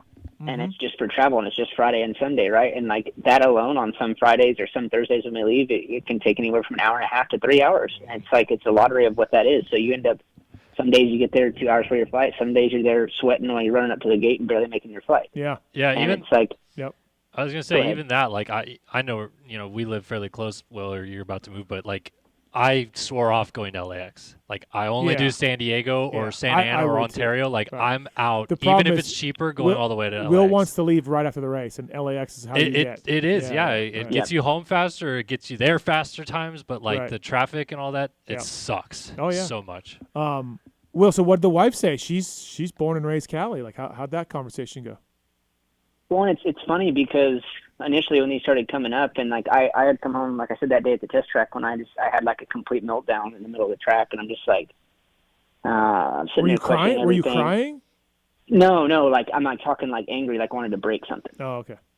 And I'm sitting there because I think that the water wouldn't work, and something was like, it was just a typical day, right? Where like normally it wouldn't bother me, I just figured it out, right? But today, like this day, I was just like, I've had enough of this shit. Like I'm battling this. I think no better word to say it than trying to make chicken shit out of chicken feed. Like, you're just like, dude, like, come on, dude. And so anyways, I came home and I just kind of told her, I'm like, hey, with my job and my profession and everything like that, and we talked about it. Like, I told her, I'm like, hey, we can downsize, we can figure it out. I'll go work at Lowe's. Like, whatever at this point, you know, like whatever the case is. And she's like, no, I think you need to keep going and do it. And like, we basically just told each other, let's see what comes up. And like I said, it was so weird, and I guess it sounds so stereotypical and like cliche, but it literally kind of fell in, and it was like one of those things where it came at the right time, and she was ready. I think having the daughter has changed our views a lot on everything, and a lot of the views here that we don't completely line up with, and being able to take her out there and, you know, bring to the farm and play in the dirt and all that stuff's exciting to me because that's how I was raised. Right. Wow. So when does this start? When does it officially start? I mean, outdoors. Outdoors? So Paula will be the first race for sure. As far as that goes, I'm just actually my first initial shipment of moving goods left today, so I packed up a pod and it left today, and then my dad and I will hightail it after Salt Lake and grab a U-Haul and tow my truck and head that way. So Jensen Handler is the manager now. I understand that he's going to stay on in some capacity. Do you know? Yes. Yeah, as far as I know, I don't know of any changes or anything like that. I don't think anything will change. Well, yeah, you're the manager, aren't you? Well, yeah, but not officially at this moment. No, I'm not. But when you get there, Paula, you'll be the manager? Yes, correct. Okay. And so Jensen will do something else? Yes, he's going to stay on the team. Okay, all right. Sure. Okay. I do know that. Yes. Okay. Well, but okay, so you really, obviously you're working with the troll training guys and you love the training aspect and, all of that. Yes. You're going to lose this. That's the downside of this maybe because, whether it's yourself or Rarick or whoever, there's a lot of paperwork involved in that job. There's a lot of phone calls, emails, that kind of stuff. Are you a bit bummed you're going to miss that part of it? Or of course, because, ultimately it is a passion. It's been a passion since I've been in racing. Even when I was at Star, I still trained very heavily beforehand. So, and just I would say the close group I have right now and the relationships I have with the guys here, it's tough. It's very bittersweet in a lot of ways as well. Yeah. And with that said, like I said, selfishly, for sure, miss it. I love it, but I'm still going to be heavily involved with their day-to-day and at the track with those guys, just like I was before. Maybe not the same capacity, but it's going to be similar in a lot of aspects, and especially with how the farm's set up. There's a gym there. I can go there early. I can work out still, stuff like that, and there's tracks right there. So it's not like I'm driving anywhere. I'm going to the shop anyway, or it's not as bad as here is where I would drive to the track in the morning to Glen Helen, and then I'm not going to get back to the shop till probably 4 o'clock by the time you get through traffic. And then I got 4 hours of work to do. Where we're at the farm, we're done riding, I go in, finish my work, I go home. It is a lot more simplified. Did you get a place yet out there? What are you going to do? Yes, I rented a place in between Tallahassee and Thomasville, so pretty centrally located to everything, to the farm, to Tallahassee, to Thomasville, kind of in the middle of everything. Are you going to go say goodbye to the water hose that hit you in the face? I'll be at Glen Ellen. Don't worry. The next couple of weeks, I'll be there. Yeah, no, that was brutal. Didn't sound like much fun. OGO Power Sports bringing you Wil Hahn here. Pulp 15 is the code to save. Troll Training also, by the way, our guy Bjorn over there at Troll Training doing big things. And if you want to check out trolltraining.com, whether you're a vet, whether you're an amateur rider, John and Alex have been great to you, huh, Will? Dude, I can't say enough about everybody there. And even when I called them when this initially came up, it was like, I was like kind of nervous. Yeah. Because I feel like they've done a lot for me, obviously, especially leading TLD and everything like that, and giving me a platform to still continue to do what I love, handing me a lot of athletes and a lot of good relationships that I built through there with guys, I don't know personally, but virtually over the computer and everything like that, and established that. It's been really, really cool, and obviously they've been like doors always open type of thing, and exactly what I thought they would be, and it's, it's awesome. That's cool. Trolltraining.com. I wanted to ask you about the team dynamic at Star. I know you're not like fully in there yet, but just from like a visual standpoint, it seems like Bobby isn't like as ingrained, like always right there, like handling stuff with the team as much this year. Is that just his decision now to start stepping back and letting like the team and eventually you and like all that stuff kind of handle this, or do you see that as well? And is there a rhyme or reason to that, you think? Just from the little bits I've been involved as of recently, I would say Bobby's still extremely involved. I think maybe it's not publicly as much, or maybe I'm not sure how to really explain that, but I think he's definitely still heavily invested, heavily involved. Do I think there'll be a point where he wants to back up? And I think that was a big part of me coming back. Yes. He's obviously, at some point he's going to want to pull out of it and enjoy a little bit of life and all that. So, I think that is a possibility at some point, but I also know him well enough that he's going to do this as long as he can because he does love it. Are there things that you see with the program now that you're like really excited to walk back into versus like where you left it a few years ago?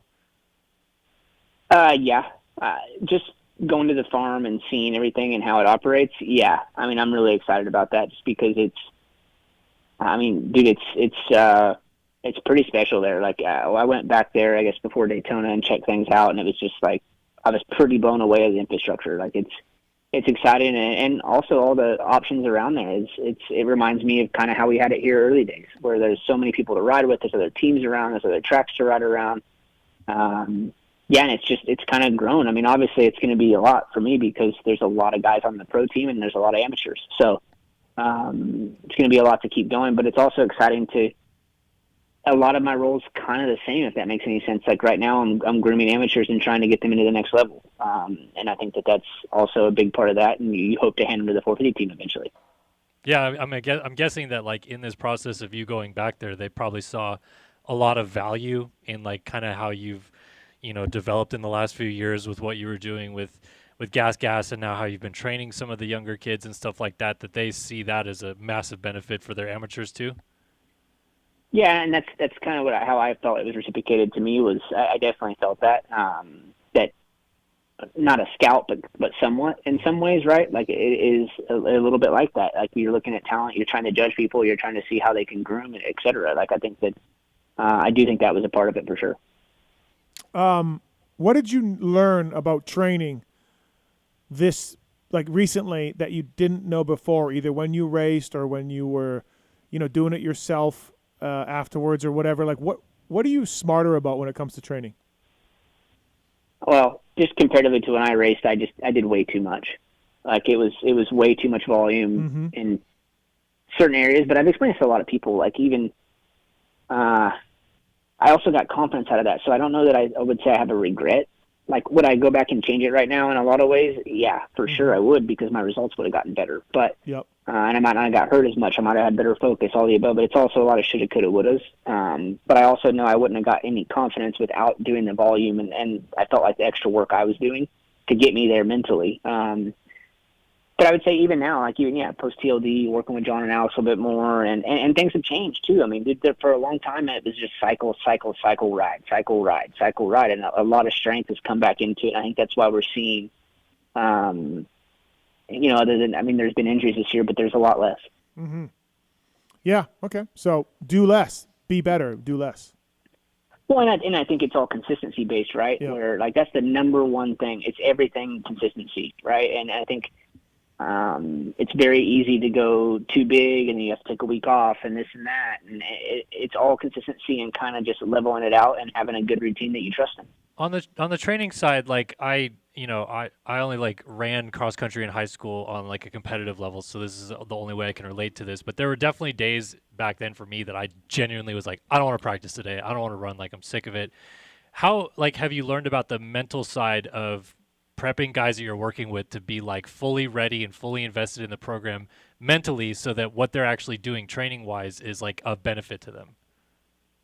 Yeah. I mean, it starts from the beginning, right? And I think and I kind of learned that through the TLD days where I need to be better up front of kind of explaining my plan. And that way there was a buy-in, right? Where I think when you just keep going and they're just doing what they're told along the way, there's really no plan in their brain. Even though I have one and I'm writing it and I have a plan set out and I train weeks in advance and everything like that. But I think it's more explaining initially and saying, hey, this is the plan. This is why we're doing it. And kind of giving the whys rather than just saying, or not even just saying it. It's not like I was just saying, hey, just do that and don't ask questions. It's not how I was, but sometimes it does turn into that. And I think explaining the why a little bit more and also probably doing too much for the athlete. Where I'm guilty of that because I wanted to go perfect and do this and do that, where then when it's time for them to think on their own, they really couldn't. It's like I almost had to go on the track and point what rut to go in. And it's like, so there is a balance there that it does become a little bit tricky where you need them to kind of be able to fend for themselves, but also lead them in the right direction, right? And then I think the mental side of it comes from explaining the why. This is why we do this. This is why you do that. This is the goal for doing this and achieving that. And I think that was a bigger part of it that I have learned as well. And even going back to what you're saying with the running, it equates. It's all the same thing, right? It's understanding the suffer. It's getting past that goal, achieving this, and checking that check mark off at the end of the day. And like even I use my marathon I raced in the off season as a big example of kind of referring back to our sport. And leading up to that, I never ran further than 13 or 14 miles, and the race is 26, right? So like I even was starting to second guess going into it, like, dude, I haven't done that volume. Like, am I going to be able to sustain that? And I ran a PR. My last mile was my fastest mile of the whole race and all this stuff where it really, like, again, I said this multiple times, but it really made me understand that there's a lot of times we do too much. I cycle a lot, as you know, and I enjoy it. But sometimes I'm like you, Kellen. I'm like, I don't want to ride today. I just don't want to ride today. And I find that if I just get up and like get ready in a record time, put the suit on, and grab the bottle, and like run out the door, I'll be fine once I get on the bike. Don't procrastinate. Yeah. You know, like that's when you're like, okay, well, I'm not doing it. But sometimes I'm just like, fuck my life. Wil Hahn here, by the way, the new Star Racing team manager at the 250 side, Kampala. You know, we have this game. It's taken the nation by storm, Wilbur. It's called the I Don't Know Man game on this show. And I'm kind of into it. But I also feel like you maybe say I don't know, man, too much now in all your interviews and like all your shows. Yeah, no, I agree. But Kellen's I Don't Know Man was Thrasher. So can we fix Thrasher, Will? Yeah, I'm not sure what happened this weekend. I think he actually got in a first-term foul-up. But yes, the win to 14th. Yeah, we're gonna fix that. It's such a Thrasher thing, man. It's such a Thrasher thing. He's on, or he's off. Yeah. Yeah. And it's kind of been a trend. Yeah, for sure. You know, kind of from the beginning, and like even getting his first win. I think both of his first wins were through the LCQ. Yep. Yeah, they were. Yeah. And that's pretty damn gnarly to do. So. Yeah, I mean, he has all the ingredients clearly because he's won a lot of races, and I think he's got more wins than he does like second or thirds. And so, with that said, yeah, it's all there. We just got to figure out how to make it consistent. No, for sure. Yeah, I mean, I thought the consistency was coming this year. Like maybe it was because of the hand, like holding him back to not like go full Thrasher a little bit, but the fact that he was going from like sixth to fifth to third to second, like. It was just building blocks all the steps of the way instead of like we've seen in the past, 10th and 2nd and 9th and 1st. And I thought we were there again, but yeah, it seems like the last couple of weeks have been steps back. I don't know, man. Yeah, I don't know, man. All right, let's take a phone call, Will. Should we do that? Taylor's on one. What's up, Taylor? What's your question? What's going on? So I got Yep. You gotta turn that radio down. Because see now you're hearing the delay. Oh, okay. Thanks, Taylor. Thanks for coming in. Gypsy, what's up? Gypsy. Oh, yeah, mate. Will, a question just regarding like amateurs and kind of jumping into like training, not necessarily on the bike, but off the bike. Has that changed at all since like you were, coming up into the ranks? I heard you mention volume and strength training, and I think we had a couple of examples with that with some of the 250 riders. They mentioned it on the broadcast. Like some of the riders were gaining weight, I assume muscle mass. Can you kind of talk to us about that transition from like amateurs to pros and how that training is? How you would approach that? Totally. I mean, it's a lot dependent on puberty, to be quite honest with you. I mean, a lot of these kids are ended up like it's really tough to put any, I would say, brute strength on at 16 years old.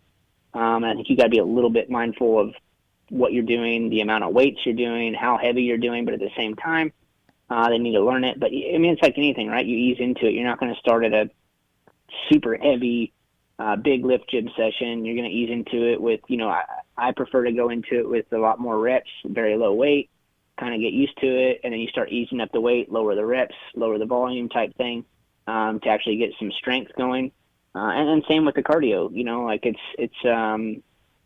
you send an amateur with, an experienced pro at any point, they're not as efficient, their heart rates are way higher, they're out of zones, all the above. So, and even for myself, like at a younger age, it's probably a little bit smarter to keep them on like a stationary bike until they can get the efficiency, get the legs, get the RPM up a little bit to where they can start being efficient before you send them on the road in a group that's, a lot of these guys are, a lower heart rate when this kid's probably at like a 160 when it's not really the zone they need to be in. And with that said, yeah, it's changed so much since I was going into pros. Like there's a lot more plans, the futures class, like kind of everything, right? Like when these kids typically go in their first Supercross, they've already kind of experienced it, right? So they're not coming out there like I walked out for Anaheim one being like, holy shit, what did I get myself into? Like this is gnarly. And I raced arena cross growing up, and I was under the lights and stuff like that. But at that level, it was so different. you think Ricky obviously changed a lot of things, but it was mainly Alden. It seemed like he had a lot of volume with the road bike and cardio. And then it kind of seemed like it was lagging up until that point where, like, kids, especially 4-strokes, you started seeing kids, these 85s, maybe 125s going into 250s. And it's like, oh, shit, these things are way bigger. Maybe we have to kind of redefine or rethink how we transition these kids almost. Well, and not only that, but it's hard because we've all compared ourselves the whole life to Eldon, Ricky, in that era, right? Where that wasn't established at that point. He was getting on the 250s. He'd been racing multiple years, and if you try to throw a 16-year-old in that program, they're not going to sustain it for the year, in my opinion. Right. But at that level, yes, it's exactly what you need because the length of the year, the level you have to be at for 31 races, all the above, right? So you have to have a pretty big volume base level of fitness. But again, like luckily guys like, John, Peter Park, stuff like that, I feel like they're changing the game to where it's a good, well-rounded group of cardio, strength, fitness, kind of all the above. Right. Awesome, man. Okay. I appreciate that. Very in-depth. Thanks for the call. Have a great night. Yeah, thank you, man. Appreciate it. Thanks. Wil Hahn here, brought to you by OGO Power Sports. Going to work for Star Racing. I feel like you're so blown away by this that you didn't know, and then I didn't know, and kind of surprised by this, Yeah, But well, I, honestly, if I have to pretend I'm not on a recorded show right now, Kellen, I'm thinking they just threw a buttload of money at him. That's what I'm thinking. But I'm thinking Bobby just kept going, we want you back, and Will said, no, I'm happy. And then Bobby just said, here. And Will's like, well, fuck. Yeah, but if I wanted that, I would have got that when I left because, he tried when I left, to be quite honest, just being transparent. Like, that, if it was all about that, that's right. What I would have done then. Okay. I can totally understand his viewpoint on the whole, California thing because even I think about that. There's so much of the sport that's left California, is leaving California. I'm there. It's not cheap. It's getting more and more expensive. There's less opportunities. And it's getting more and more expensive. And the beauty of California is leaving. Yeah. In a sense of development and losing land. And then the harassment of the traffic, the hassles of the traffic, I should say is a better word. Yeah.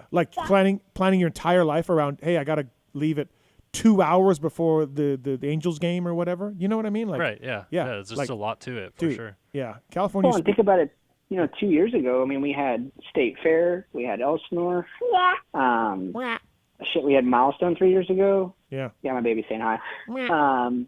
But with all of those closing down, too, yes, the test tracks are still there, but the reality is they're getting harder and harder as well just because, we don't get rain. Yeah. We just don't. This year we were lucky with a bit more than normal, but even then it was, it's good for 2 days and it's back to normal. Yep. No, for sure. All right, we got Robert on 3. What's up, Robert? Yeah, Steve, you've been in the industry for a long time and seen from, Kenny Watson, the story y'all tell about he couldn't be a mechanic because he had dyed hair or this or that. And yeah. Just more so, I know your kind of opinion on Deegan, but just the whole shit at the press conference of being on his phone and just, yeah, man, that's cool, bro. Is this where the sport's heading, or is that just an isolated I'm unaware deal of with this. him? I didn't see the press conference. So. Yeah, in the press conference, he was just kind of playing on his phone a lot. When he wasn't being asked questions, he would answer questions when he was being asked. Yeah, whatever. People were pretty pissed. They were? Yeah, there's a whole vital thread about it and people on Twitter about it. So I feel like other riders have had their phone up there. I think it was just the manner in which he was using it, kind of a lot and stuff. And it was pretty disrespectful. So it's brutal. Any rider who brings hey man, we just need 15 minutes here, 20 minutes, 30 minutes without a phone. Can you just please do that? But it's Deeks. What do you expect? Well, I said, I just wanted to get your opinion more on you've seen the industry shift towards, Emmett got fired for having a little bit of weed at the river because he got arrested, and Deegan gets custom gear made. No, listen, man, we're in a different type of world. Right, you look at the Kardashians, you look at these reality shows, celebrities, you look at the scandals that used to bring celebrities down, get them out of the industry are now like just celebrated. Like it's just a different world we live in now, man. Like, well, and not to interrupt either, but I mean, it was a traffic violation, and it's slightly different comparing that with pro. I mean, if it was the same situation, I think you'd see a different reaction. Do you think though? No. Do you think that Will? He gets arrested. Let's say he gets arrested for like weed, which actually I don't know if anybody gets arrested anymore for weed, right? But Well, yeah, I don't know the situation on that and the laws per state or whatever how that would be, but I think if you put it in the same situation, I mean, it's typically in all of our contracts. But Will, my whole point when it happened was like we used to be like ashamed to get arrested. Like most athletes. No, I'm not condoning. Yeah. it, no. Like no matter what you're arrested for, if you're arrested for having a gun in your luggage, which happens a lot with these pro athletes, if you get arrested for driving under the influence, arrested for reckless driving, that's happened. All of these things that aren't that big of a deal, but you get arrested for. 20 years ago, 10 years ago, you'd have to be like, I'm so sorry, apologize, I'm going to be better, I'll try to be better. And now that is just out the window. Like the caller said, we get gear made, we sell T-shirts. Like it's just a different world, you know? No, it is as a whole for sure. Yeah, like I like again, if I'm that age and I get arrested, my dad's beating my ass, right? I mean, it's well, and like I just, said, I'm not so much trying to shit on Deegan. I mean, I'm 40, so I'm aging out as well. Like I don't get it, but just and I mean, I've heard you talk about that's why you don't go to the press conferences. That's why no one takes the scrum serious. But it's like keep hearing Daddy Deegan talking about growing the sport, and then his little shithead son's up there playing on his telephone. I'm just I'm over the Deegans. Like I'm just over it.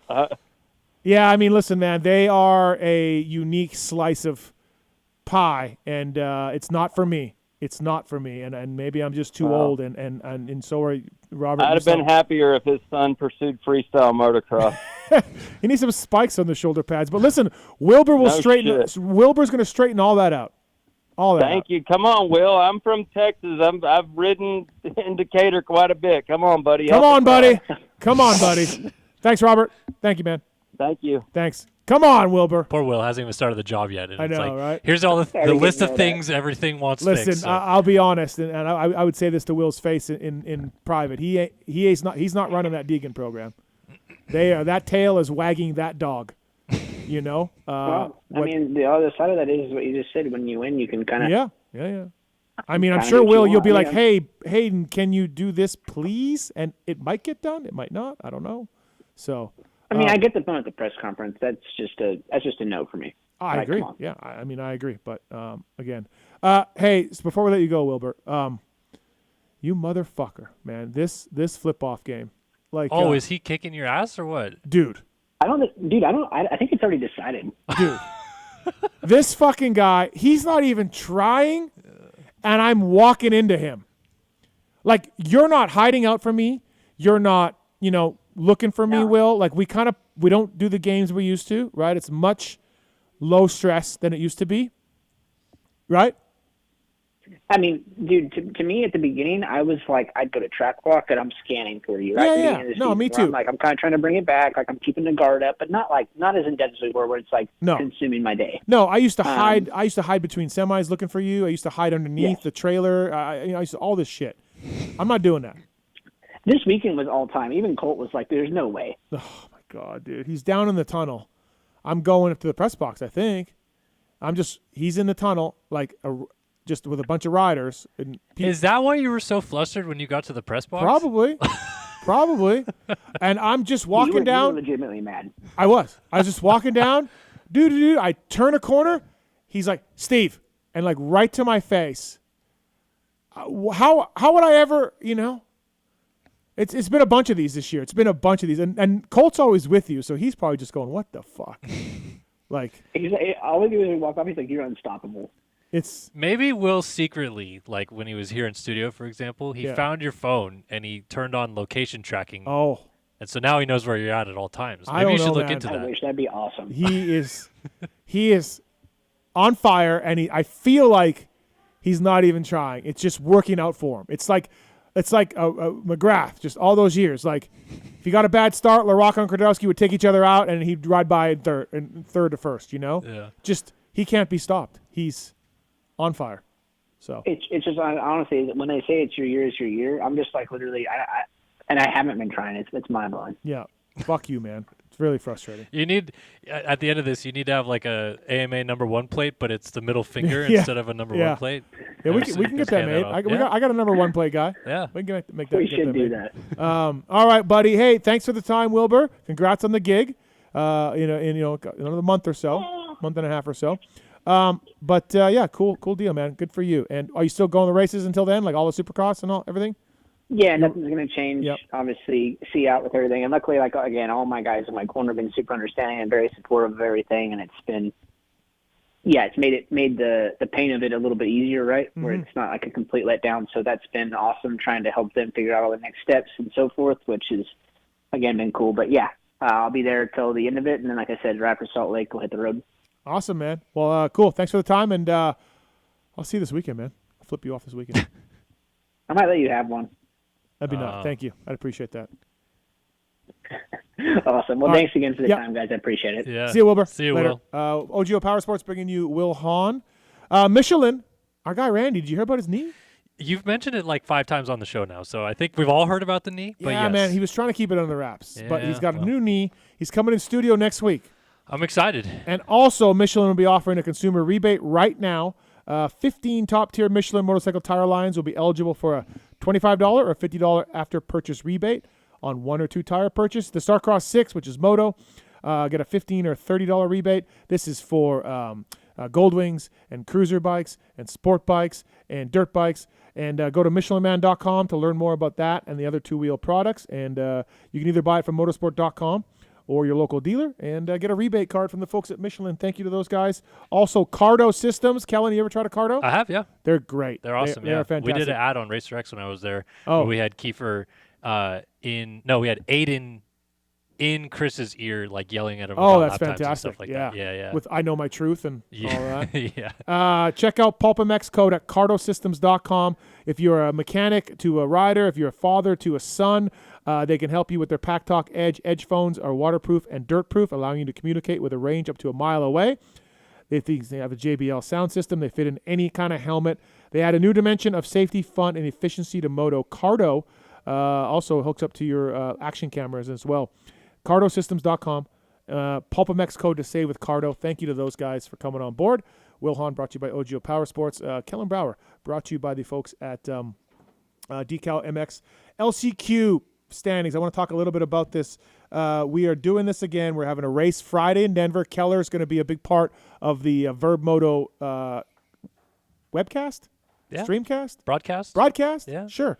We're going to have Kellen doing the play-by-play, and a couple of other people lined up in the booth as well. And JT, I think, is going to do the podium interviews. So basically, there's 21 prizes, grand prizes at YZ 450F. Thank you, Yamaha. All the money goes to privateers. You guys know the drill by now. We've done over $700,000, probably more than that, but I think I asked Marks one time. I'm like, is it 700? He's like, yeah.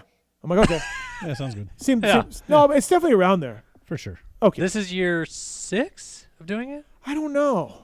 We started Entignap. Dude, I think we did it in like 2018. I think I looked. So 7 years? Well, yeah. Ish. This is the 3rd year of the race. Yeah. But before that, you had done the whole thing. Yeah. So $30 gets you a chance at a YZ 450 or 20 other great prizes from Fly Racing stuff. FXR's they gave us stuff. Maxima, grow your ass off.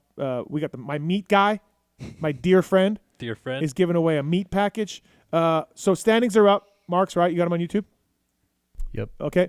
And so Moran's texted me. He's been making a lot of mains. Mm-hmm. Top 17 in points. Go. 5 wild cards. Moran's is slipped to 15th now. He is tied with Greco. So that's 16. 15, 16. 17 go. Jeremy Hand is 17th. Jeremy Hand's been making mains too, though. He has been, but I guess he's had better LCQ finishes or something. I don't know. And then Nagy is 18th. Nagy's 6 points back. Albright is on a 450 trying to get some points. He's in 20th, 51. So the top 17 from these guys after Pittsburgh. So 2 more races. And then the field is set, and we're gonna give Dominique Thury a wild card. We gave Billy Linovich a wild card, but he got hurt. Mm-hmm. And then we're gonna give Hardy a wild card. So I still got some more wild cards to do. Three more. 3 more Yeah. wild cards to give out. I want to give them to 250 guys, but I would give them to 450 if I could or whatever. What's your ideal criteria for a wild card? I don't know, man. Sweet. All right. Cool. Yeah. Great. Yeah. Perfect. No, it's really I don't know. But is it do you want to have guys that Thury's were been there all year and Yeah, hasn't made yeah, many yeah. mains. So, I like Thury. But that's what I'm asking. Do you Yeah. want guys that have been there a lot, or maybe they were hurt and they should be in this, but they're not? all that works. Okay. Being a good guy, that I know you. No, Yeah, for real. yeah, If I yeah. know you and you're a good guy, you're not an asshole. I might put you in. Mm-hmm. I'm thinking maybe an arena cross guy. Maybe I'll grab an arena cross dude. I don't know. Michael Hicks after this? Michael Hicks. Fuck, we owe it to him. We owe you it kind to of him. roasted him a little bit tonight. So. I don't know. I would tell Michael that to his face. No, So, no. yeah, I'm just being right. funny. So $30, Michael Hicks. Maybe you'll be in. $30 for a ticket, raffle ticket. Thank you to all the companies that helped out, and the point standings are up there. Rod Bell's leading. So Rod Bell got $6K from his Venmo from last week's show. The helmet was cool. It was cool. I feel like I don't think he wore it though. Maybe because of the Really? mud. I saw a photo. He wasn't in it. Oh wow! Come on, I gotta Rod ask Bell. him. I gotta ask him. Maybe he's saving it for the pulp race. He's going to debut it at the pulp race. Oh, I thought he said this weekend, but maybe not. I Maybe. don't know. I don't know. Anyways, I don't know, man. Rod Bell's leading. Tristan Lane second. So all these guys are going to get in. It's a real fun time, and we're going to do 2 main events. You know how that works. So, yeah, should be What really was fun. 10-2 last year? What 2-10 out of Hill? 112, I think. He No, won he the first didn't. one. Did he win yeah, the first one? And then he started last. He I got thought the 12th. Moran's won. No, the he won first the first one. Okay. No, maybe. Now you got me thinking. I thought he won. No, Josh won the first one. No. Really? Okay. Okay, goddamn. All right. Shit. No, I don't know. No, he Oh. did. I'm positive he did. So, anyways, yeah, we are going to give that away. $30. Please check it out. The way to buy it is on PulpMX.com. Support the privateers. All the money goes to privateers. We gave 120 last year. Yep.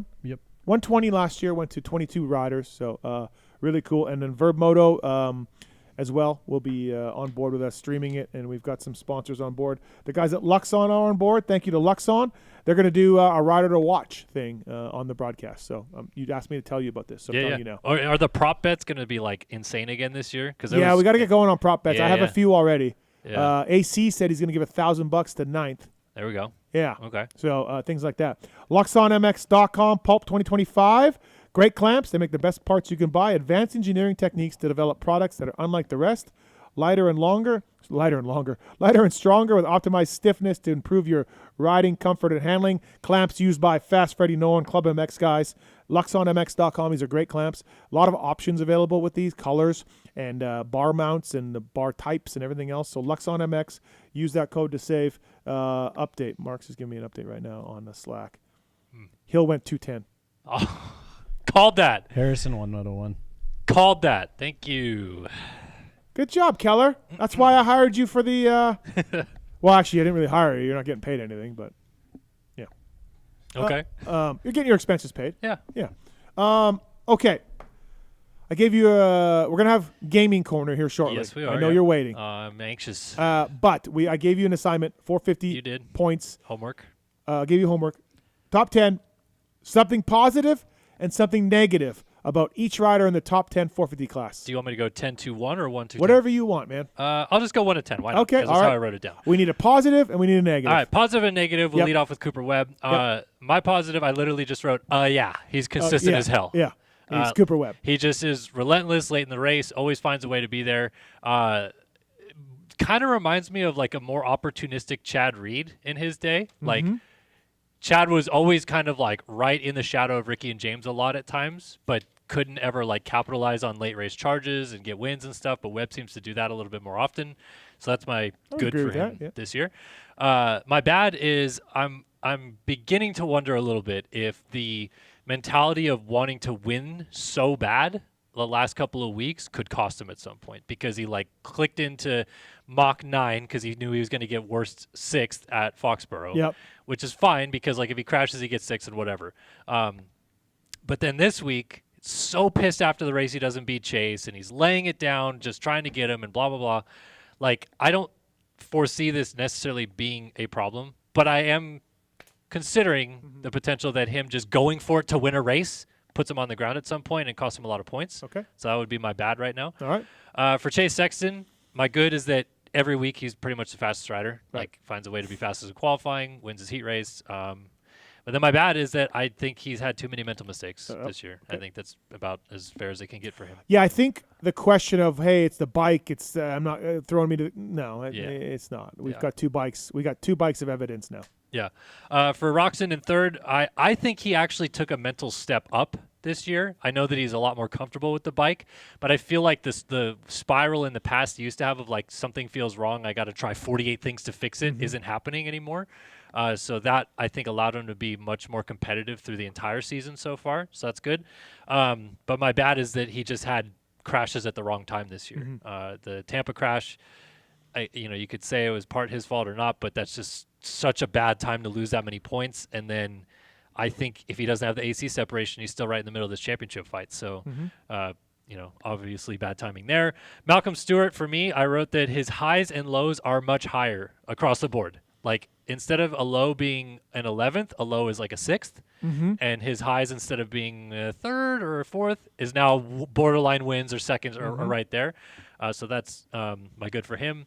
My bad is that he struggles with starts at times, and he kind of, to me, looks like he falls into the mid-pack like flow sometimes as well. Like, he can't just like click into the gears that he's in when he's in second or first and pass all those guys to get to those positions. He just starts like riding Barcia's pace at times. So that was my bad. Justin Cooper, I said that at times he's been the fastest guy on track this year and has shown brilliant flashes of speed. My bad is blitzing whoops. I mean, sorry, but it's just the truth. Well, Brayton worked with him, and I'm interested to see when we have whoops again, like hard whoops. Denver, is he back? We'll see. Yep. My good for Aaron Plessinger, who's 6th, is that it's good that he got to back up his win. He doesn't just have the one win to his name forever, and he looks like he's found his flow a little bit of late. My bad is rounds 2 and 3. If we could just do those over again, I think things would be okay for AP this year, but 2 22nd place finishes are not it. For Justin Barcia, I feel like this year, for my good, he's generally been a much more consistent 4 to 7 guy. Whereas if you go last year, he like fell off the wagon midseason and was like 14th randomly a couple times. Whereas I know this week he got 14th, but his finger was broken and he had a back Did break you talk to issue. him after the race? Yeah. Yeah, his finger's gnarled. Did you show his finger? Dude, Yeah, it's not good. And he was like, I was worried about it getting infected with how much. So, but in general, I feel like he's been more just like normal this year. But with that, he has had like no flashes to me. Like, I haven't had like one race where I'm like, oh, Barcia, like second, and he's getting feisty up there. And might have been this weekend if his brake hadn't gone out. Might maybe. have been, Yes. Yeah. For P8, Jason Anderson, my good is that I feel like he really did have the speed to win at the start of the year. If things went his way a little bit different at a couple of rounds, he was probably right there to maybe grab a win. My bad is that he's now just on a milk carton. We don't know where he's at. We got to put out a smoke signal, I think. I hope things are okay for sure, but it's a bummer that he goes out the series. I've talked to some people that would know, and from what I understand, it's more of a mental break. Yeah. He's just, mental health. We're paying more attention to mental health nowadays for athletes or anybody than we ever really have, and I think that's it. So I wish him the best, but a little more clarity would be nicer. Sure. Yeah, of course. 2 more guys. Justin Hill, P9. You really put some work into this. I'm really impressed. Yeah. My good is that, like, if I give this assignment to Lewis, well, how would it go? I think Lewis would put the work in. Okay. My good with Justin Hill is that like he's pretty much just been our surprise of the year. Like, he's leveled out. I feel like he's closer to his full potential again. And it's awesome for him. Awesome for Tedder. My bad. I think we need to do some mud motos. Do a little bit of practice with that. Odd from a guy from the Pacific Northwest, right? Yes. Yeah. Did not look comfortable at all in Foxborough. But, I mean, maybe that's the only mud race we have. Even this weekend, like so-so, right? Yeah, but he got 10th. Yeah. So, and then lastly, Shane McElrath, now 10th in the standings. My good is that he's great in the mud. On the contrary, we now know that Shane McElrath is a mud rider. He is. Yep. My bad is, I think that for him, he needs a little bit more stability with finding a ride.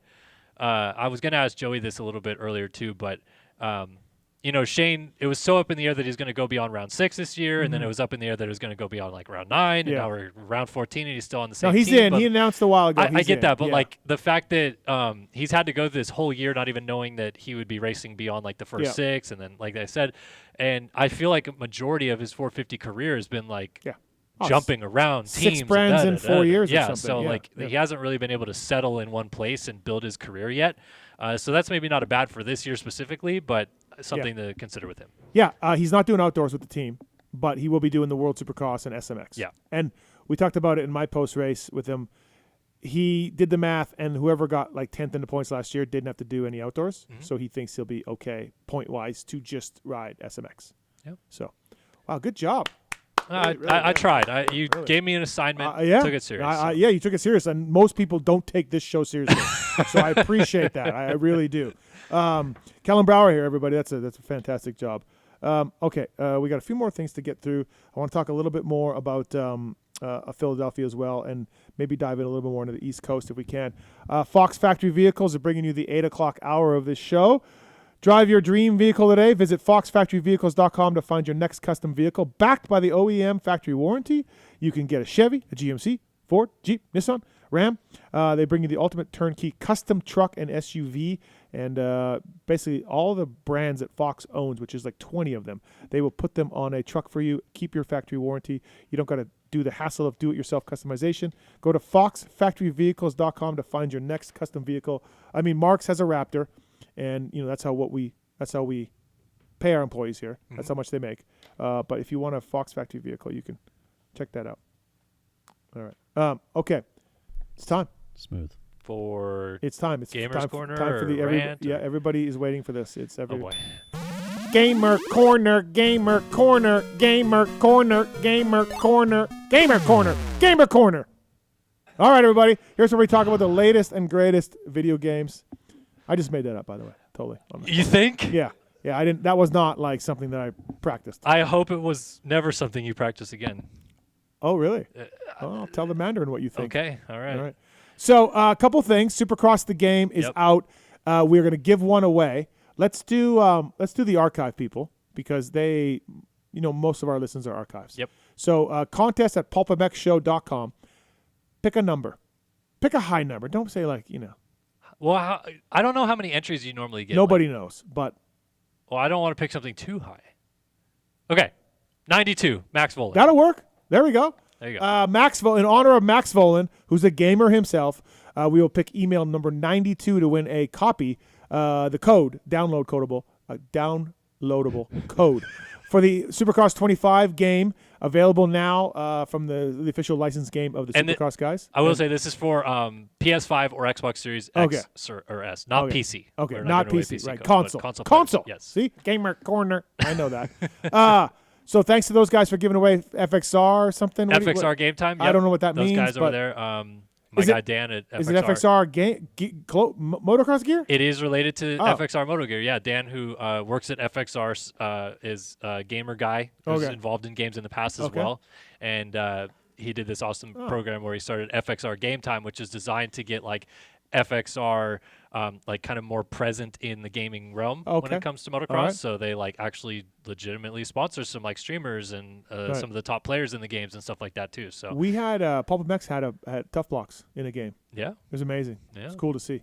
Yeah, so shout out to him. All right, shout out to him and email 92 contest at pulpmxshow.com gets a console downloadable code for a Supercross game. Okay, couple things when it comes to games. That's something that you're into. Obviously, with MX Sim, you're the Start Your Systems. You're the announcer for that. You have a league or something. You took out Max Volan. I don't know. Lewis and I like to make fun of you for it. Yeah. But so our guy Checkers, not his game, but Checkers is involved with it. He's involved, yes. Okay. There's that game coming up, but let's first talk Supercross 25. From what I gather, and I hope this doesn't hurt my chances of getting a code, it's not been well received. No, it has not. There was no game last year, and they came out this year with kind of a revised version. Yes, their claim was that they rebuilt it from the ground up. Okay. And why it's received quite a bit of negative feedback is because if you visually look at it, and even if you kind of play it, it doesn't exactly look built from the ground up. Mm-hmm. Very similar to past games. And I think just in general, the problem is that it's still just entirely too rigid. Everything about the bike movement and the rider movement, and this year, for whatever reason, they made the rider like pretty big and like bulky looking too. So people have been complaining about that. It's an arcade game at the end of the day. It's not supposed to be a simulator. So I always kind of take the physical aspect of it and not like lay into it too much. Because you've literally said the same speech on here every time we talk about this, because like there's the sim stuff that people love that you're involved with. This isn't even meant to be. This is like saying my 250 isn't as fast as my 450. Sort of, yeah. But like Fantech Yamaha. What I try to say with this is like, it's not you can't pick it up and expect to be playing a simulation game. Like it's not going to feel that way. It borderline shouldn't look that way. But I do agree with a lot of the players that like, if you pick up a moto game, it should kind of look like motocross. But in a way, this game looks a little bit like street bikes on dirt. Like very rigid suspension, very rigid player, not a lot of movement. And then you go back to some of the classic video games, MX versus ATV Unleashed, MX Unleashed, much more fluid rider movement. And so then it looks more like naturally realistic to what we see in real life. And that's why people complain a lot about this game. But if you don't focus so hard on that, and then you just play like, oh, can I triple this, or can I do this supercross triple and scrub and hook this inside rut, and like think of it from that perspective, there's actually a lot of fun to be had in the game. Is it a game that I would go to play like all the time? No, because I'm more on the sim side. But I think that console players who are itching to have a supercross the game experience can still find ways to have fun on this game. And if you've liked the games in the past, I do think that you will still like this game a decent bit. So, yeah, of course, it always is going to get negative feedback. This is not a groundbreaking game by any means. No, and it's, to me, it's a little bit surprising that it got as big of negative feedback as it did, because the MXGP game series, which used to be a Milestone production, they relinquished that license. In Front went and found a different game studio to take the license on, called KT Racing, and that game sucks. Like, it was a flop and a half. MXGP, when they posted about it when it launched, had to turn off their Instagram comments because it was that bad. Oh, wow. And to me, I don't feel like Supercross the game is in that echelon. Like, I feel like it's a different, experience than that. So I understand people's frustrations, but I do think that overall, like, as a game, there's some positives to take away from it for sure. Okay. And then Motocross the game, which they released some videos of this, or some playable without a rider, just the bike. This is what Checkers called about Kickstart program, 6 months ago or whatever. These guys are rolling. They're getting the thing along. They got some footage going out. Is this going to be better than Supercross the game? And is this going to blow people back, blow their wigs back? Yes, I'm definitely very hopeful it will be. And the footage you're talking about is alpha gameplay footage. I know that. For early... Marks, it's alpha game footage. It's what? Alpha game footage. You do know that. For early backers. Alpha game footage. Yeah, you're alpha. For early backers of the game alpha. that spent over a certain amount, they got a key to be able to play the game in alpha. It has no rider, as you mentioned. It's simply just the bike physics on a small condensed track that they can play. And they've all signed NDAs that they can't share the footage or their thoughts on it or whatever.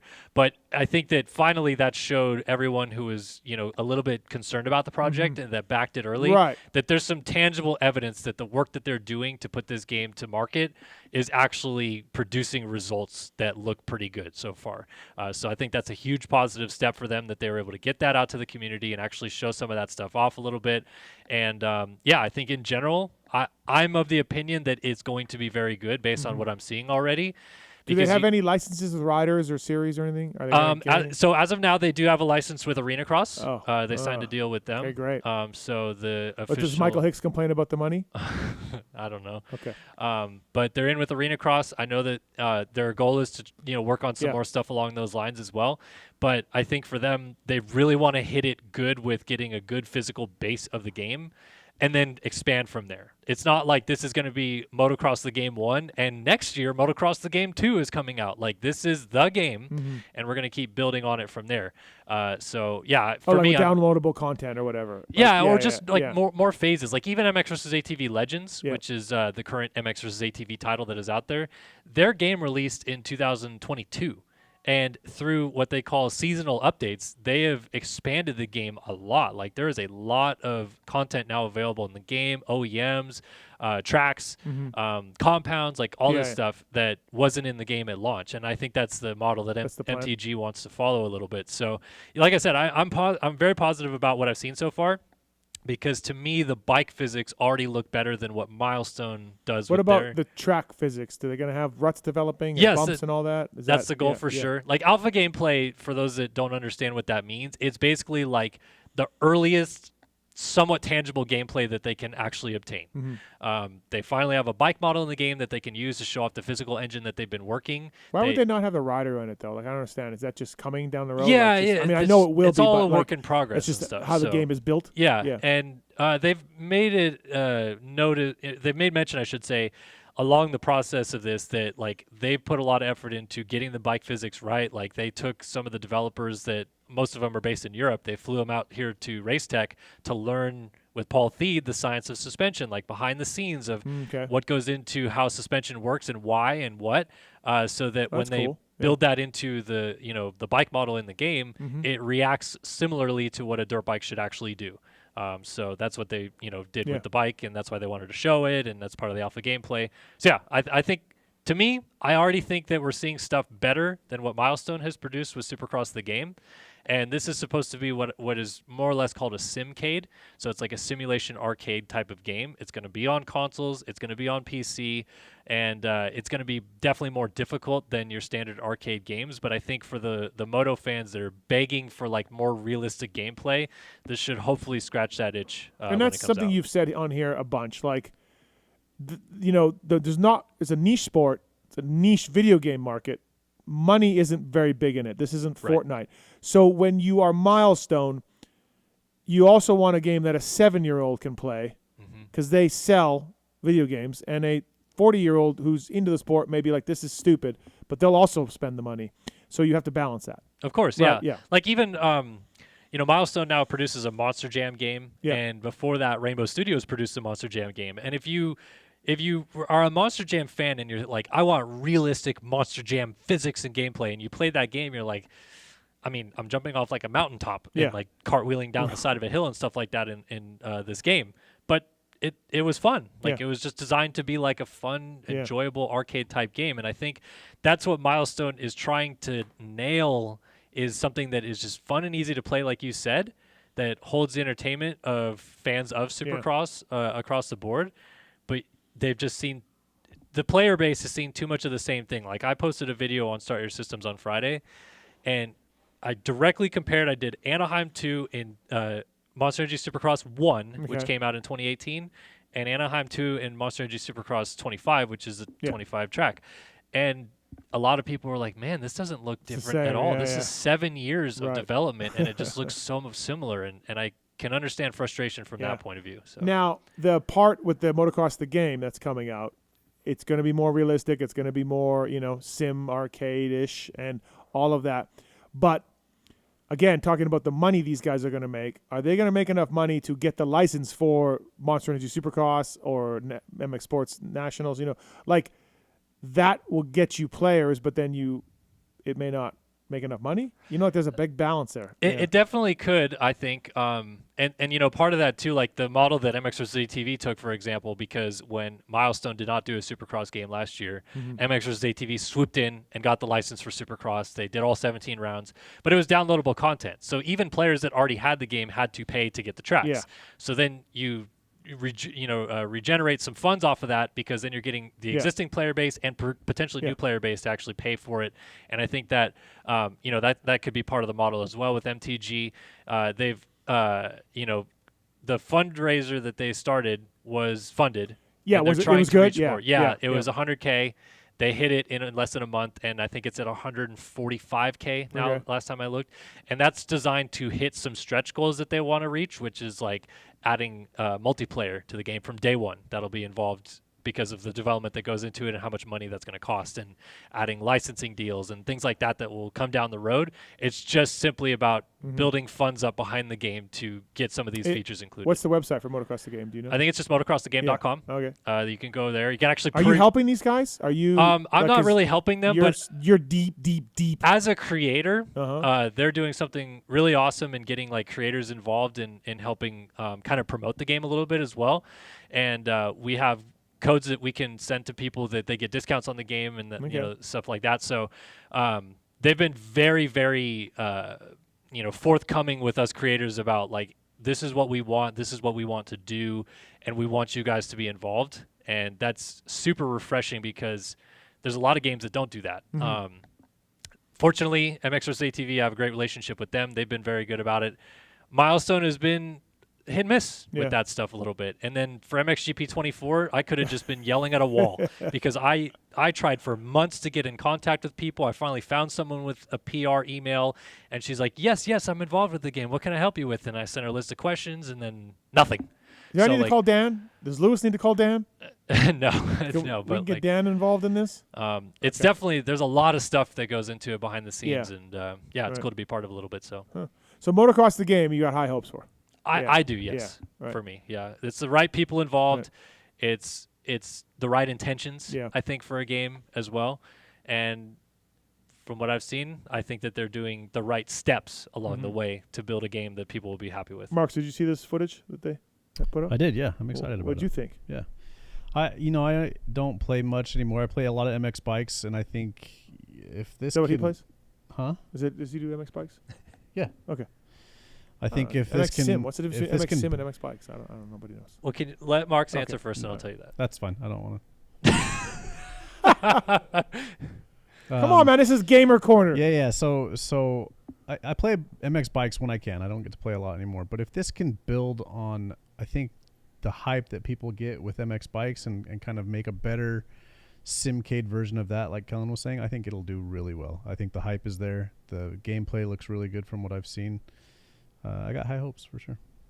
It's a good Sammy Hagar song. High hopes. High hopes. Nobody knows that. So I feel like or cares. As you said, every time I come on the show, I explain this. Right. Yeah. MX Bikes and MX Simulator are two different simulation motocross games. Everybody knows that. MX Bikes is newer. Okay. It's also got a much larger player base now because it is newer.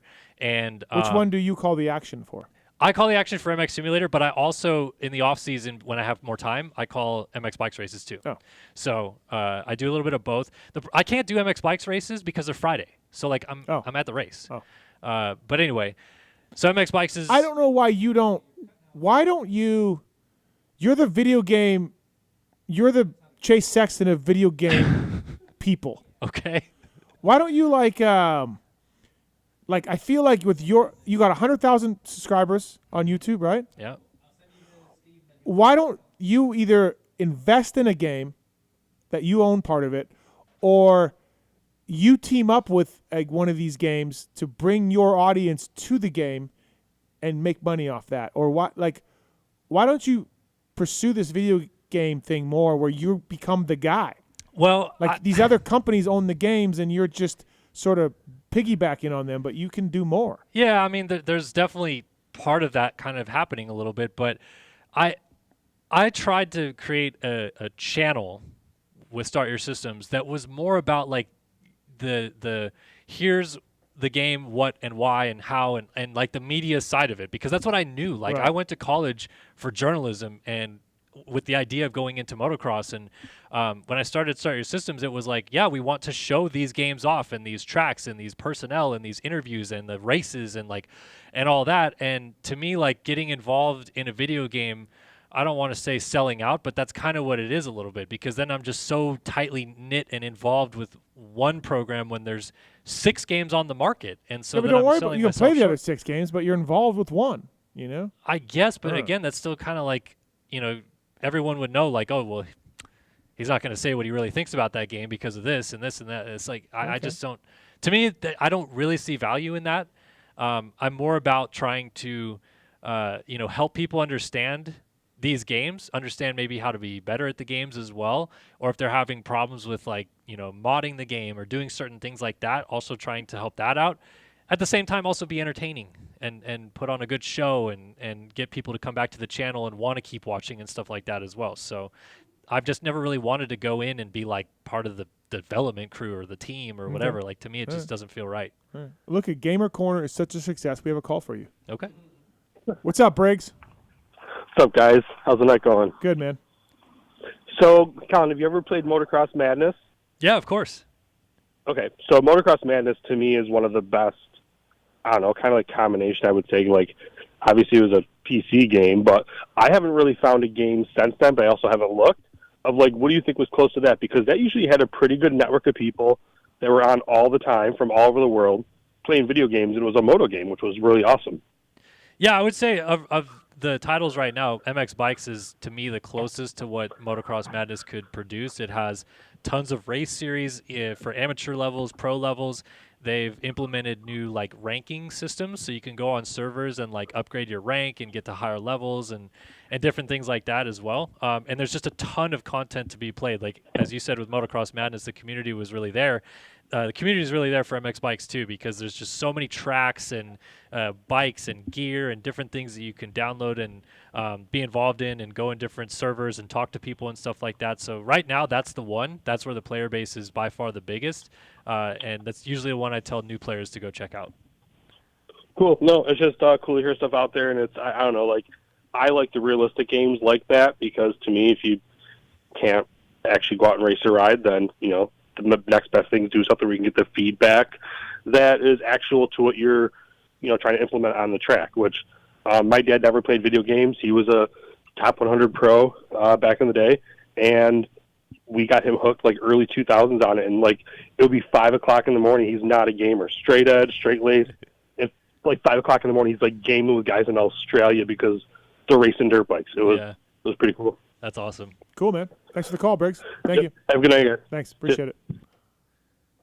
All right, everybody. That's been Gamer Corner, Gamer Corner, Gamer Corner, Gamer Corner. All right. Good segment. Oh, Good man. times. How many people tuned out for that, Marks? Probably like 7. Oh. We only have 9 listeners. So. Maybe 8. Yeah. Okay, great. Fantastic. I think we're doing good. Speaking of checkers and Race Tech and helping out the motocross game guys, this is the Race Tech rant of the night. Thank you to the folks at Race Tech. Tell them to listen to PulpMX and get a deal on suspension. They got service centers all across America.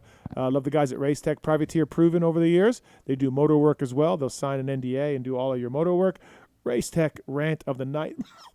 Excuse me. Kellen, what do you got? Okay, so my rant, not moto related at all. Okay. Just something personal in my life that's you gave me a grinding my preview. gears. You gave me a preview of this in the press box. Yeah. No, seriously, solicitors, like, what the fuck, honestly? Because we have a sign on our door that says we have a baby inside. Please do not ring the doorbell, no solicitors, etc. It's hanging on our doorbell. Wouldn't you know it? Ding dong. Every day of the week, it seems like at this point, we have a new solicitor come by and, hey, we want to sell you solar. Hey, we want to cut your trees. Da, da, da, da. So much so that my wife is She's done with it. So now when someone rings the doorbell and she opens the door, what? And they go like, okay, you know, can we do some work for you? And she's like, yeah, you want to work? Come in here and put the baby back to sleep. Like, she's just so over it. So now we have like 3 now soliciting signs, no soliciting signs out on the yard trying to get people to stop. It's crazy that you see the that. sign and they still do it. Like, yeah, because, okay, so here's why it's my rant. My first job that I ever had that like I made money was for a landscape business, handed out flyers like door to door. Okay. I wouldn't go like knock on the door and do a sales pitch. Yeah. I would just be like, here it is if you guys want it. And if someone was outside, I would quickly go up to them and say like, hey, here's this landscape company. But the signs that said no solicitors, no problem, man. I turned around and walked away. Like not a big deal. And it just, to me, I never feel like someone that comes to the door is going to sell me on something. If I want information on getting my trees cut or solar or something, I'll invest the time to look into it myself. Literally never bought anything like that. Yes. Yeah. So, like, I get it. Everyone has a job that they're told to do, and these people are told, like, hey, you're going to be a sales guy, and you need to go door to door and sell this or whatever. Stop wasting your time, man. Go do something else. Like, you're not going to sell me, and there's a ton of people I know that would not sell. I think you would sell to old people who don't know what they're doing. But that's shitty because they don't know what they're doing. Yeah, but the people don't care. But if you see a sign, stop it. Exactly. This goes into movie theater behavior, which I've ranted on before. You are not allowed to use your phones or talk during a movie theater. People don't give a fuck anymore. No, People don't care. Society sucks. Yeah. They don't care about no soliciting sign. They don't care you're not supposed to talk in a movie theater. They just do what the fuck they want. That's what we do in this world now. Yeah. No, we do what the fuck we want. It's maddening too because it's like, and so my wife this weekend, someone knocked on our door on Saturday while I was at the race, and this person, she opens the door and gives the whole spiel again, like, "Want to come put the baby back to sleep" or something like that. And then this guy blamed her for waking the baby up. Oh wow! Like, well, if you weren't so loud or whatever. And I'm like, what a dickhead! Yeah. Like, gone, get out of here. Nah, listen, man, I'm with you. It's unbelievable. So fuck you, you're fired. Yeah. Yeah. Solicitors. Yeah. Race Tech Rant. Unbelievable, especially with a sign. Yeah. Yeah. All right, my Race Tech Rant. Again, racetech.com, privateer proven. Tell me listen to Pulp, get a discount from those guys. My Race Tech Rant is pretty simple. I think I've used this one before, but so right now in the crosshairs of the social media people is Christian Craig. Like he is having a tough time. 3 races in, 4? 3? Birmingham, 4. Seattle. That was 4. 4 races in. Foxborough shouldn't even count. But anyways, 4 races in, he's having a tough time. I get it. He's better than what he's been showing. I get it. He's a friend of mine. I also get that. I don't care. I like to think if you listen to the show or watch the show that you know that I call it like I see it, friendship or not. It's what I do. Right now, Christian Craig is in my DMs, crosshairs of the people in the DM saying, give his factory bike away. Take his ride away. Give it to fucking insert privateer here. You know, Moran's, Jerry, whoever. It's like, fuck, man. Faulkner's also in the crosshairs. He's been really bad. But, like, these guys are proven winners or top 5 guys or whatever, and they're going through a rough time. I get it. But the give the bike to another rider thing just fucking pisses me off. Like, what do you think's going to happen, man? Christian Craig got that bike and that money because he beat your guy 100 times. No, 98 times out of 100. Christian, in the last 100 times they lined up, Christian Craig beat your guy that you now want to give the bike to. So, yes, he's going through a tough time. It's 4 races. Stop the whatever the last factory guy is, whoever that is. Yeah.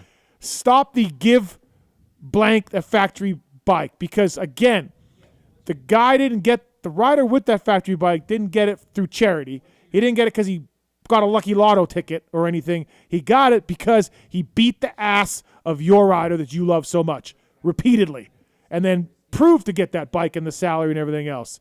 So maybe back it down a little bit on the give the factory bike away thing. That it happens all the time. It's every single year. You know this, Kellen. And it's all insert generic privateer name here. And he should take the last factory guy's bike. Yeah. Whoever that is. And like, what's funny about that to me is it's like, okay, if you want X rider to be on a factory bike, yeah, there's like some empty factory bikes out there that you could maybe be mad about that the teams aren't filling in. Like, for example, why was the Cowie truck there this weekend? They're going to all the races. But why? Yeah, I don't know. Just this. Like, so there's 2 bikes sitting on that trailer.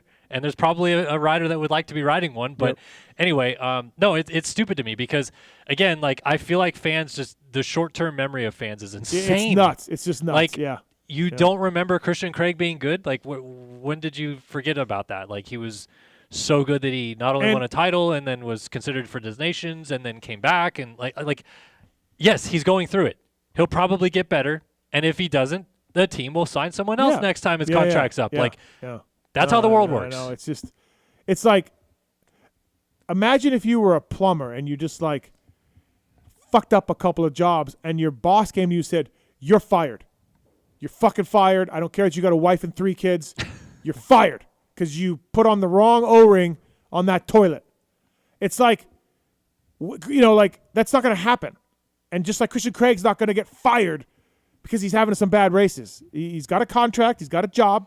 Just like the plumber's got a job, and, they'll figure it out down the road. The natural selection will go. But right now, my DMs are like, fire Christian Craig. Give the bike to whoever. But like, and like it always happens. It's just like stop. Even with that though, who are we missing out on having a good ride right now? Yeah, Christian's still beating all the privateer guys. I mean, unless you count Joey, as a privateer, which I guess you kind of can. Yeah, but he's got a salaried ride. And then Dean went backwards this weekend, got 17th, and I get it's his first race in the arm pump and stuff, but he got beat by Christian Craig. Yeah, so. Dean's 2 races from getting the crosshairs. Yeah, Christian, if you're listening, you got 2 races, and then you are off the hook, and it's fucking Dean Wilson. He's going to be Grandpa Earl. Put him in a home. Yeah, put him in a home. So, that's my race tech rant. It's a good one. I just tired of it. Just over it. I'm not seeing your DMs. I fucking hate Instagram. I get all these kooks DMing me, and then if it shows you that you read it. Yeah. Stop that. Yeah. Don't show it that I read it. Does it show you read it if it's still in your request? Because you can go in and look at a request and then just delete it. I think. Well, I think these people I accept it and then that's it. Well, don't accept it. Just go to your requests. Yeah, I know. See it, so. I know. God damn it. MTX brake pads, road bikes, mountain bike pads. Love these guys. Available in 2 compounds. Make your mountain bike brakes better, more power, better modulation while remaining dead silent. The code is PulpMX to save. MTXbraking.com. And if you're in Australia, Lead Out Sports, leadoutsports.au is the distributor for MTX Braking. Love these brake pads. They work great and fantastic. I think I'll be using them tomorrow morning when I'm out on the bike. Jeff has a race tech rant. What's up, Jeff? I wanted to kind of change the subject a little bit, but on the press conference for this last race in Philly, I know you're not usually there and whatnot, but the 250 class, like Deegan and Cole just roll in there, basically after the conference is 5 minutes in on the 250 side or something. Deegan's got his hat all jacked up and wearing like a flannel shirt and then playing on his phone half the time. Like, how do we raise the game on their interaction with media and what's happening with that? I know we tried the scrum, but then half of you guys on the media side aren't in the press conference, and it seems like kind of a joke. And just trying to figure out a way to raise the game there. Yeah, that's funny. We just had a caller 30 minutes ago about Deegan in the press conference. Did you hear that? Oh man, I'm sorry, I did not. No, I it's just funny. started tuning in. Your race tech rant. I told you people were pissed, Steve. Yeah, no, somebody just called in, and I don't know anything about this, and Kellen just had to fill me in on it. But I don't know. Look, Feld wants the press conferences. They don't give a shit about the media. They don't care about us. They just want it filmed. The teams want it too. Yeah, teams, Feld, right. They want it to put it up on the video and to have their riders talk about the race, and they just want a more professional look, which I understand, but then they really don't try to make it professional, like we just talked about with Deegan on his phone, or the time that they do it, how they do it. Like, it doesn't really work out for us beat riders that are there. You get one question, and then that's it. So like for me, if I'm going to get one question to Eli Tomac, I'll just go into pits and ask Joey Savatgy 10 questions and Shane McElrath 10 questions. You know what I mean? It's just not worth it for us to go there, because we can also watch it later. Exactly. So it's not worth it to us. But yeah, I mean, can they be better? 100% for sure, Jeff. But the Deegan on the phone thing, I mean, whatever. Like, I don't care so much that's what he's going to do, Yeah, and I wasn't being critical of you guys not being there. It was more like, why even bother with this press conference? It offers nothing. Where like your post race review podcast and the ones that Vital does and stuff too. Yeah, you get far more from that than you get from any of the damn press conferences. It's just like seems like a waste of time, and the riders don't seem to give a shit either. No, yeah, absolutely. But I mean, honestly, like we talked about earlier, like the post race stuff, like like Cooper Webb doesn't feel like he needs to talk to us after the race because he does the press conference, right? So, and Chase Sexton doesn't give everyone interviews. He gives Lewis and I interviews, but other guys he's a little more tense with, and some guys don't do anything at all. So those guys don't give a shit about the post-race interviews either, Jeff. Like, we have tried to talk to Feld, I don't know, Kellen, 300 times about trying to help us out with either a corral or mandatory scrums or whatever, and they don't want to help. And so these riders and teams don't give a shit about what we do after the race either. We sent them all of our numbers, and I would bet it's a really good reach. I don't know what Vital has or Swap or Racer very X good. or me. We sent them our numbers and said, show these to the teams. These are what the fans are into. The how was your weekend, the Pulpcasts, the vital stuff, and it was a very impressive numbers, I'm guessing. And that didn't help either, Jeff. They don't give a shit. Yeah. So, like, the teams don't give a shit, and Feld doesn't give a shit, so we're fucked. Yeah, what kind of goes along with the gambling thing, too, right, is like they're still not disclosing injuries, and then they just don't care. Like, yeah, we're just not going to tell you. Yeah, they just, exactly. They just don't care. I mean, it's sad. Like, I don't know. Like, again, Kellen brought up a great point. F1, MotoGP, NASCAR, mandatory post-race interview sessions. Even if they did the press conference, you still got to do the scrum, man. Yeah. Sorry. Yeah, and like, to me, I've had riders, and these are my friends, tell me, I don't want to answer the same thing 4 times. And I'm like, dude, you make $500,000 a year. I'm sorry, man. You're going to have to wait. Yeah. You're going to have to wait 15 minutes and repeat the same thing 4 times. I'm really sorry about that. Sorry for the hardship. I'll pass on the Pilgrims. You're basically doing the same thing the Pilgrims did when they landed in Plymouth. Like they're acting like it's such a hard, they're acting like it's such a hard thing. And it's, in my opinion, and I'm incredibly biased because I'm in the media, I don't see it. Yeah. You're making a lot of money.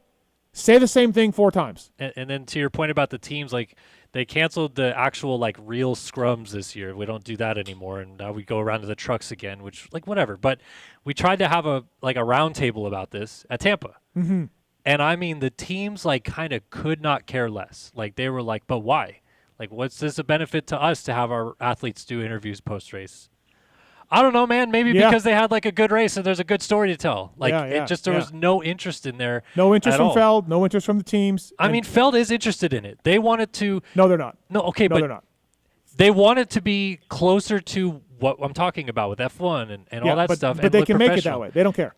Yes, but I'm saying they want it, but they're not maybe trying as hard as they could or should to do it. Yeah. And it just forces us to go back to the same thing we've been doing for 25 years about like, we'll just go to the truck and hopefully they're there and hopefully they'll say yes, and you have to stand around and wait, and if they say no, then you're fucked. Like it's over and over again. So Yep. Jeff, now you're getting us venting on this, but Man. it's tough. Like it is a touchy subject, and some of these guys are my friends, and I understand what they're saying, but to me, every rider in the main event should be forced to do a post-race interviews with us once a month, no matter how they do. Like, hey, you're going to get Eli Tomac after Tampa. He will sit there for 30 minutes or whatever time and do as many interviews as it takes. But we should have a check-in once a month. Like last year, and again, I like Barsha. I was telling the Feld guys, Barsha, as far as I know, Barsha did no interviews for 2 to 3 months after the race. He wasn't having a good year. He was grabbing his gear and leaving. And no media, to my knowledge, I could be wrong, talked to Barsha for 2 to 3 months. That's unacceptable to me. You're making a ton of money. You're a representative for Gas. Yes, it's going shitty, but you should have to talk to the media. Yeah, I agree. I can't believe that teams put up with it as much as they're paying these guys and trying to sell bikes and gear and other components and everything too. There's a media guy that sent a DM to a press person from an OEM and said, I would like to talk to this rider, and they replied, haha, good luck. This is a PR person. This is a PR person said, haha, good luck. So, wow. So like, is it any different in the outdoors though? Because it doesn't seem to be any better. Can Coombs help with this somehow? Well, the outdoors does have a scrum still. Yeah, the outdoors is better, surprisingly, because it's not late at night, and I think the guys aren't necessarily catching flights. Or the rig in which we do the scrum is usually about as middle of the pits as you can get. It's where the AMA truck is, so all the riders go there anyway to get their transponders taken off the bike or look at the results or anything like that. So, yeah, we tend to have those guys a bit more often, but you still do get guys that just are like, nope, I'm good. Like, I'm just going back to my motorhome or I'm going to catch a flight, whatever. Yeah, it's a sensitive topic. Again, I'm incredibly biased, right? Like, I'm in the media, but I think it's brutal. I think it's brutal that these guys are getting paid $500,000 or more, and they can't spend 20 minutes talking to the media after the race. It's incredible to me, but teams don't care, like Kellen said. Mm-hmm. So, all right, Jeff. All right. Yeah. Well, thanks for the chat. No problem. Thanks, buddy. See ya. All right. We got Kellen Brauer here. Got the motorsport.com tweet at Tallon segment coming up. Spencer's on 3. What's up, Spencer? Hey, I just got a question. I hear all the top riders going to Vail to get surgeries when they are injured. What's the whole deal with Vail? I mean, it seems like such an odd place to go. No, the Olympic Center is out there. There are a lot of Olympic athletes are out there. That's very prestigious. Some very prestigious doctors up there for athletes. Okay. So yeah, a lot of guys go to Vail. It's a good place to recover and all of that. Yeah, there was the same doctor worked on Coop, Tomac. Benny? His name is slipping my mind right now, but yes. Benny, too? Yeah. Anyway, 3 guys in a row. Benny, I think it was Benny, Coop, and Eli, all in one day last year. Did 3 of the top racers, so, yeah. Wow. Yeah. Okay, interesting. And then one more quick one. Yeah. What do you think, and it's hard to find, and I know Stedman? AC has touched on this previously and stuff like that, but like Jet or Eli or Chase, like with their gear sponsor, the manufacturer paying them, whatever other brand deals they have, what do you think, I'm guessing it's Jet is the highest paid rider, but what do you think one of those guys is making collectively in 1 year? Gear or everything? Like everything included, the manufacturer paying them gear, any other. Stedman is the clinic. The Jet and Sexton and those dudes are $3 to $4 million. Okay. Yeah, somewhere around including there. Everything. Yeah, everything in, and then you get bonuses on top of that and everything else. But yeah, it's probably about where those guys are. Randy Viola, isn't that him? Yeah, Viola. Yeah, that is it. Yeah. All right, thanks, man. Appreciate it. Thank you. Thanks. All right, no problem.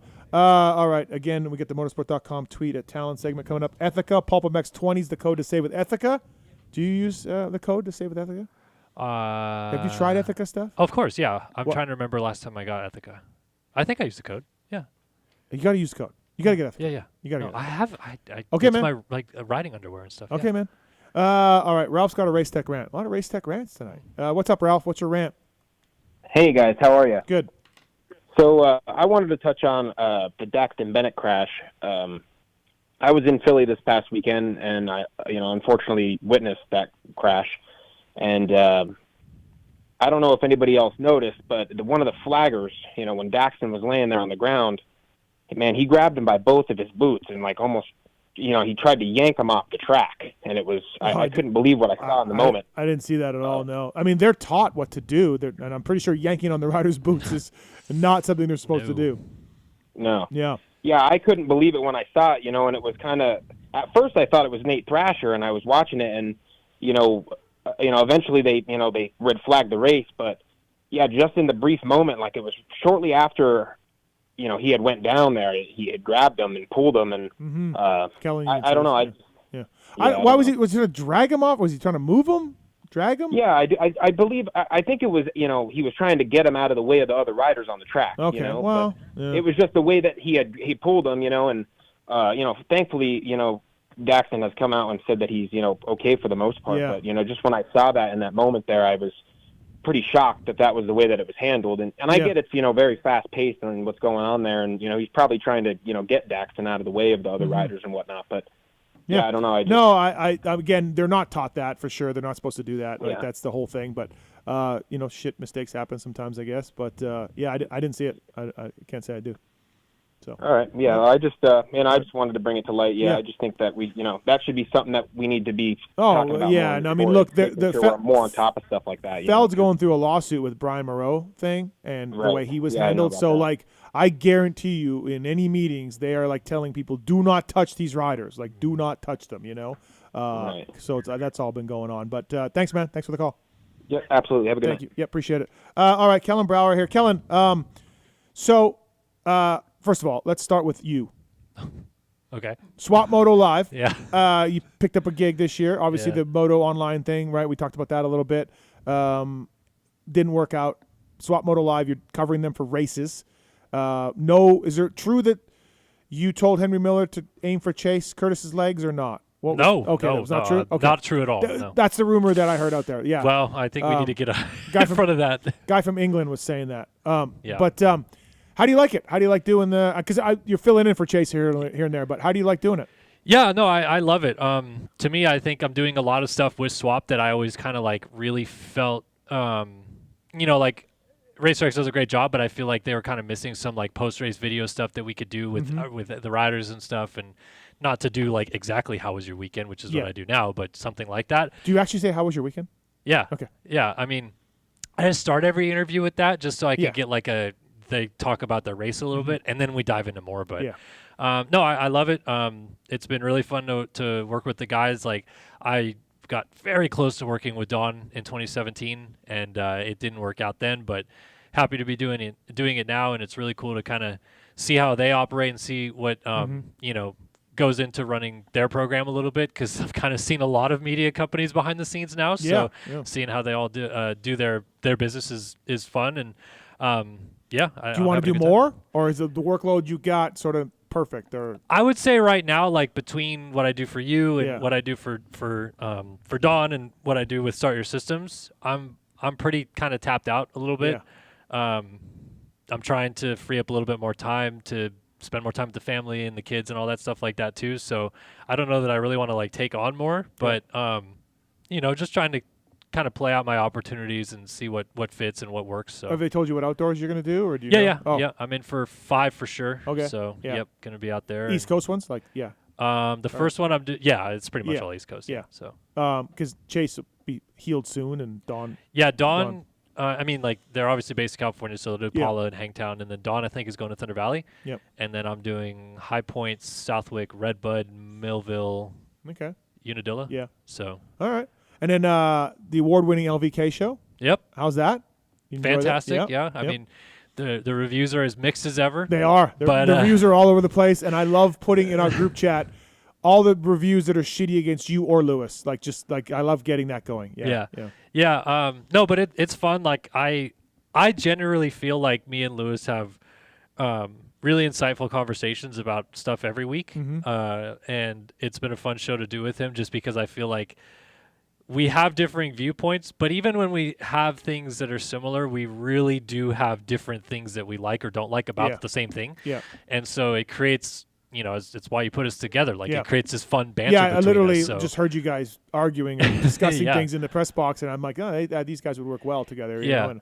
And so for the people that are always like, oh, these guys hate each other, it's like, no, that's literally how we are in the press box. Like just kind of joking with each other and subtle, you know, like digs and all this stuff like that. And it's all in fun. Like we're trying to just like have a good time. Like we, you know, our weekends are long too, even though it's an easier job than racing and stuff like that. We do go to the races with these guys, and to try to find ways to have fun banter and stuff like that in the press box is a good way to, like, you know, break up the monotonous of it and do the show with them. It's fun. So I'm not releasing it yet, but I'm going to do something down the road where you are going to get sort of access to me at a Supercross. The money's going to go to a good cause, and I'm going to work with Feld guys, and I'm going to have a little donation thing, and you're going to get to sit with me in the press box. And, and you're going to get to go around with me around the pits. Like, that's going to be the thing. Because I've had people ask me a lot of this over the years, right? So stay tuned for that. But when I do bring these people, these winners, up into the press box, we got to tone it down. Yeah, like, we can't bring up what we did in Philly last year. No, we can't bring up. Can't bring that up. I mean, even this weekend, the story that Anstey told us, we probably can't let that get out. You know. I mean, he told us a lot of stories. Would you like me to go through the Ansteyisms that we had in the press you have? box? Yeah, you were making notes. I mean, I wrote some of them down if you want me to read them. No, that's fine. But yeah, Anstey was up in the press box. But anyway, so. Yeah, because we have a lot of fun up there. Yeah. We cover a lot of topics. Honestly, whatever the VIP is that you bring on this thing, they're going to get all their money's worth and more just to sit near 7 Deuce Deuce. Right. There's a lot of energy in the press box with Deuce Deuce this year. Yeah, I love that guy. I like how right before, it was one of the heat races, and you're telling him how, like, LCQ thing's coming up, and, like, Kellen's going to call it, and he was, like, asking, I want to call it too or something. Yeah. And then he starts narrating the race while sitting next to you, and you're like, "Are you trying out? Are you auditioning? What's going on? Yeah, what is this?" But that's just him. Like every week, he's just yelling about, "Oh, look at this, all that." So yeah, it's funny. And so people who don't know too, you took over Roto's gig with the Pulp Show. You've been putting the clips up on YouTube, putting the clips on Instagram, and all that. So you're doing that. You're working for Pulp Fantasy, a little bit of Pulp Fantasy work as well. So Kiefer and you've been filming some stuff with Kiefer, right? LeBig. For Le Big. And he translates that. You just do the interview. I just do the interview. Why can't take some he do photos the? and stuff Why like can't that. he do the interview? He could, but like he would rather spend his time like doing other stuff in the pits and getting other work, and so he hired me to go around and we did these interviews this year. For those of you that are maybe French speaking and want to go to lebigusa.com, lebigusa.com. We did these interviews with like more behind the scenes people. Yep. So interviewed a couple truck drivers, interviewed Doug Cabrera, who's part of the fellow TV Mhm. crew. Who else did we do? We did Jen Aiello, who runs KTM Juniors. Yep. Yeah, we did a bunch. Yeah. So it was kind of fun to go back and peel the curtain back a little bit. So paychecks from basically 15, 17 different people. Yeah, Is my that- taxes is that next where- year are gonna Is that be where you're working at? so yeah. fun. Yeah, they're gonna be a lot of fun. Yeah. But no, it's cool. Like so, but just dream job on a whiteboard, week to week, like what you're doing at Swap, week to week. My dream job? Yeah, for enough money and all that. Like just I be a outlet guy, like be somebody, some outlet, be their guy. Yeah, I would certainly love to do that. My dream job really was always broadcasting. Yeah. But I kind of, to me, I'm kind of like already putting that at the back burner, like get in line kind of thing. Yeah.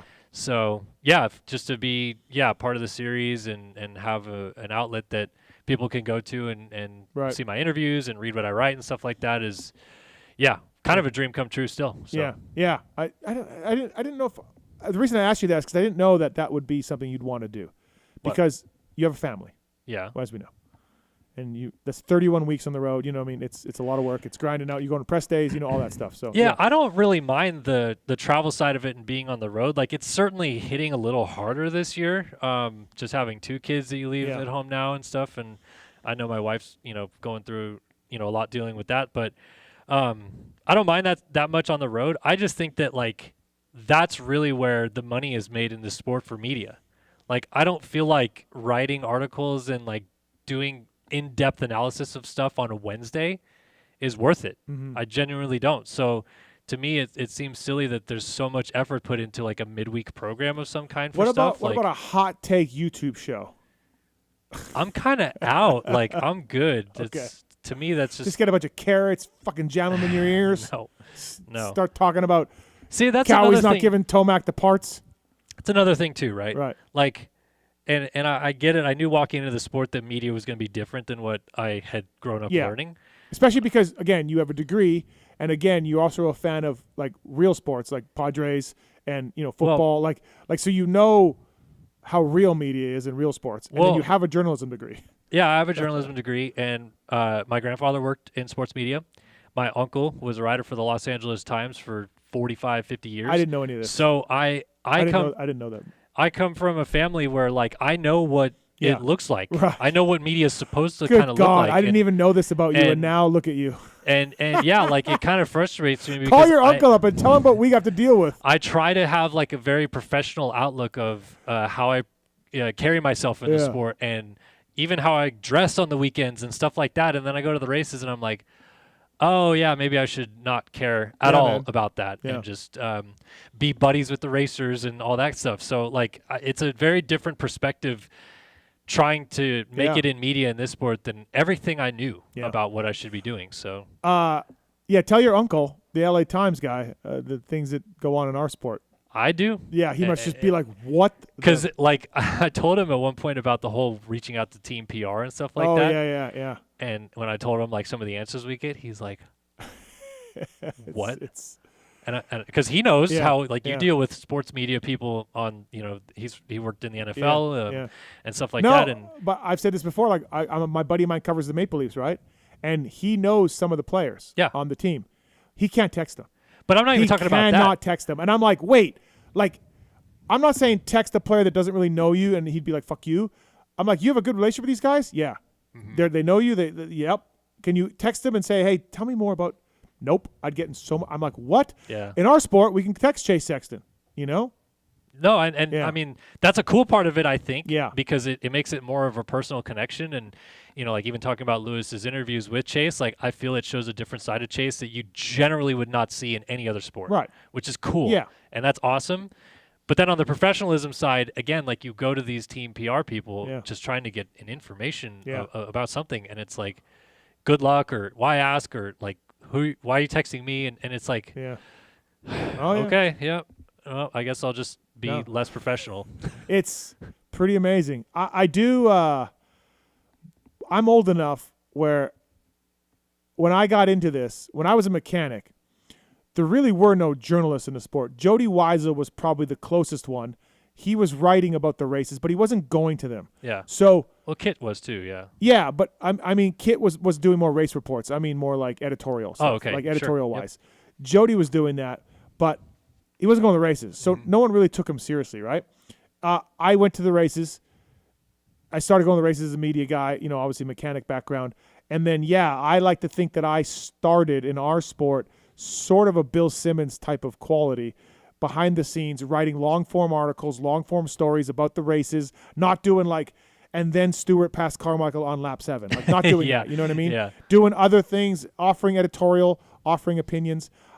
Before that, in my opinion, it really wasn't done other than Jody, who didn't have much credibility because he didn't know the riders. He just watched them from afar and took his shots, where I kind of knew the teams and riders from my mechanic work.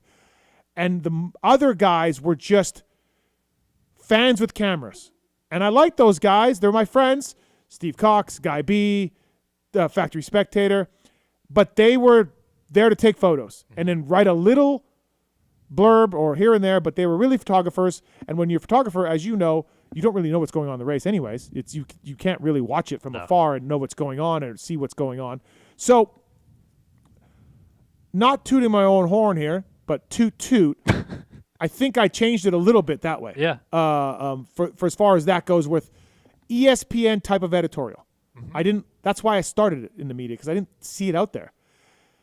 And then, from there, obviously it's just gone on to now, and more video is more prevalent than ever, and people are making a living doing that, and everything else, and the written word has disappeared. The magazine stuff is dwindling. All of that is gone, and I'm sure that makes your uncles upset and all that, and your dad and your uncle or whatever. But, but honestly, media has changed, and it's even on the mainstream side, like Brian Windhorst, Stephen A. Smith. I don't traffic in those kinds of hot takes. I don't really like that stuff. Windhorst not so much, but Stephen A. Smith, for example. Skip Bayless. I don't like that stuff, but that's what people want. That's what people like, and it's sad that it's gotten that way. But personal relationships help a ton. Knowing these guys, having the Lewis Chase relationship, or me with my various guys over the years, right? Phil and Osborne and AC and all these other guys. That's what people like. So to try to be professional, what you talked about, and maintain an arm's length distance with these guys and report on them in an unobjective way, nobody cares. Nobody cares, and nobody really wants that either. Right, nobody wants either. that. Yeah, nobody cares. It's really a weird state of media. Yeah. What I wish I was more of as a journalist, but it's hard because of all the different hats I kind of juggle. Yeah. I wish I was more of on the baseball side, like the Jeff Passan and Evan Drellich type, where it's they do extensive research about a topic. Yeah. Or something like that, and then produce 16 pages of written content about it. Yeah. And people pay for that, and it's interesting, and it's in-depth analysis of the sport. Nobody wants that in moto. Well, good luck trying to get answers too, right? For some of that stuff. Yeah. I think you could. Yeah. I think you could, but even if that story was written, people would care a little bit. Yeah, I mean, just for example, the torpedo bat, right? That just came out. Passan went to the factory, I think. Did I read that? Exactly. Things like that, yeah. And also, Passan and Rosenthal, and he's to name a couple of baseball insiders, Elliot Friedman in hockey, they don't really know the athletes that much. They stay away. And they know the agents very well. Yeah. They know the team PR people very well, and that's how they gather scoops and stuff like that. But in our sport, how we know scoops, how we know where a rider might go, you know the rider. You do not really get much of that behind the scenes. You definitely don't really get it from the agents as much. I get a lot of it. I mean, okay, you do, but I don't feel like the agents use us as media they're not near as enough. much as how the professional sports do it, which is to the advantage of their athlete to get information and scoops out there. Yeah, no, our guys doesn't happen. Our guys aren't that smart. But sell out, bitch. I know. That's what. That's what makes it difficult because, again, so much of everything that I learned about how media operates and what it should look like is it's about as backwards as it gets in this sport. Yep. And But on the flip side, you can make jokes with the rider and have a good old time. Yeah. and they're not going to put on their professional hat. They'll say whatever. I mean, look at Rod Bell's interview last week, right? That's the flip side, is our guys are so real. And you're not going to get, that kind of personality interaction on a mainstream sport athlete. You're just not necessarily, but this is where, like, again, new media and new age media is changing. Like, as you said, you were the original with, like, the podcasting and the Bill Simmons type of approach. But I think that your genre is also what has spawned off more of these, like, what I would call, like, fan shows and stuff like that. And so the one I always talk about is this in baseball, this one called John Boy Media. Yeah. And they're just, like, fans who started talking about the sport. And now they interview the New York Yankees manager every week and do, like, funny, like, skits and riff-raff and stuff like that. Right. So different than mainstream media, and people love that. Right. Well, I think this show was like that. But that's what I'm saying. Like, that's what people are wanting more of. And the traditional media that, for whatever reason, people, like, are yearning for sometimes in moto. They're like, there's no real media in the sport. Well, I mean, then look at our friend Lewis who got that scoop about Murdo. I mean, just look at that's real journalism right there. But I'm obviously kidding. His friend just went here. And then everybody said, great journalism, Lewis. But to the point of, like, real media, if you try to do real media, nothing happens. People don't read it. They don't want it. Yeah. And so then you have to do this alternate universe type of media. Yeah, man. And then people complain that there's no real media. It's like, there's no solution. Like, you're totally right, but it follows the riders. You say something on the podium about what happened, and it's just riders give us excuses, and then the rider says nothing, and the parents say the riders don't say anything. And when the rider does say something, another group yells in, they're nothing but excuses from that rider. Yeah, but that's... And he's like, I'm just telling you what happened. But that stuff happens in all forms of, like, motorsports racing and stuff like that. But as we talk about with F1 all the time, like, the F1 engineers and all that stuff are constantly providing news and information about, like, oh, we have an upgrade coming here, or this is what we're doing here. And so then even if the driver says, like, oh, the rear end of the car is just so twitchy and it's a piece of crap right now, then you can go to the engineers and the engineers will be like, yeah, absolutely, we have new upgrades coming. And if you do that in this sport, like, they're going to be like, I don't know if we're going to touch on that. Right, we don't want to talk about our shock. They sell the bikes. I get it, but that's what makes it difficult to, like, compare to any other sport. I mean, we've laughed totally about our sport, covering our sport, because you'll just get the wrong answer, or someone will just lie to you. Yep. And you're like, oh, cool, right on. And you try to take that answer on, like, okay, well, they told me something, so I'm going to go ahead and run with that as the story. Yeah. And then you find out later it's completely wrong and different, and then people are like, way to go, getting the wrong scoop, idiot journalist, dumbass. Okay, all right, I guess I'll take the L on that. This has been Media Hour. MotorcycleIndustryJobs.com, job of the week, district manager, full-time job. Look, Kellen, you want to get on media? You can move to Pennsylvania. After this weekend, I think I'm out. Full-time job at Kawasaki. Your territory would be Pennsylvania, Maryland, and West Virginia. Not a bad territory. Very cold. Yeah. The position develops and maintains a dealer network to sell Kawai's line of vehicles by assuring fair and complete Kawasaki product representation in the assigned area. This is a district manager for Kawasaki. This thing probably pays pretty good. Does it say?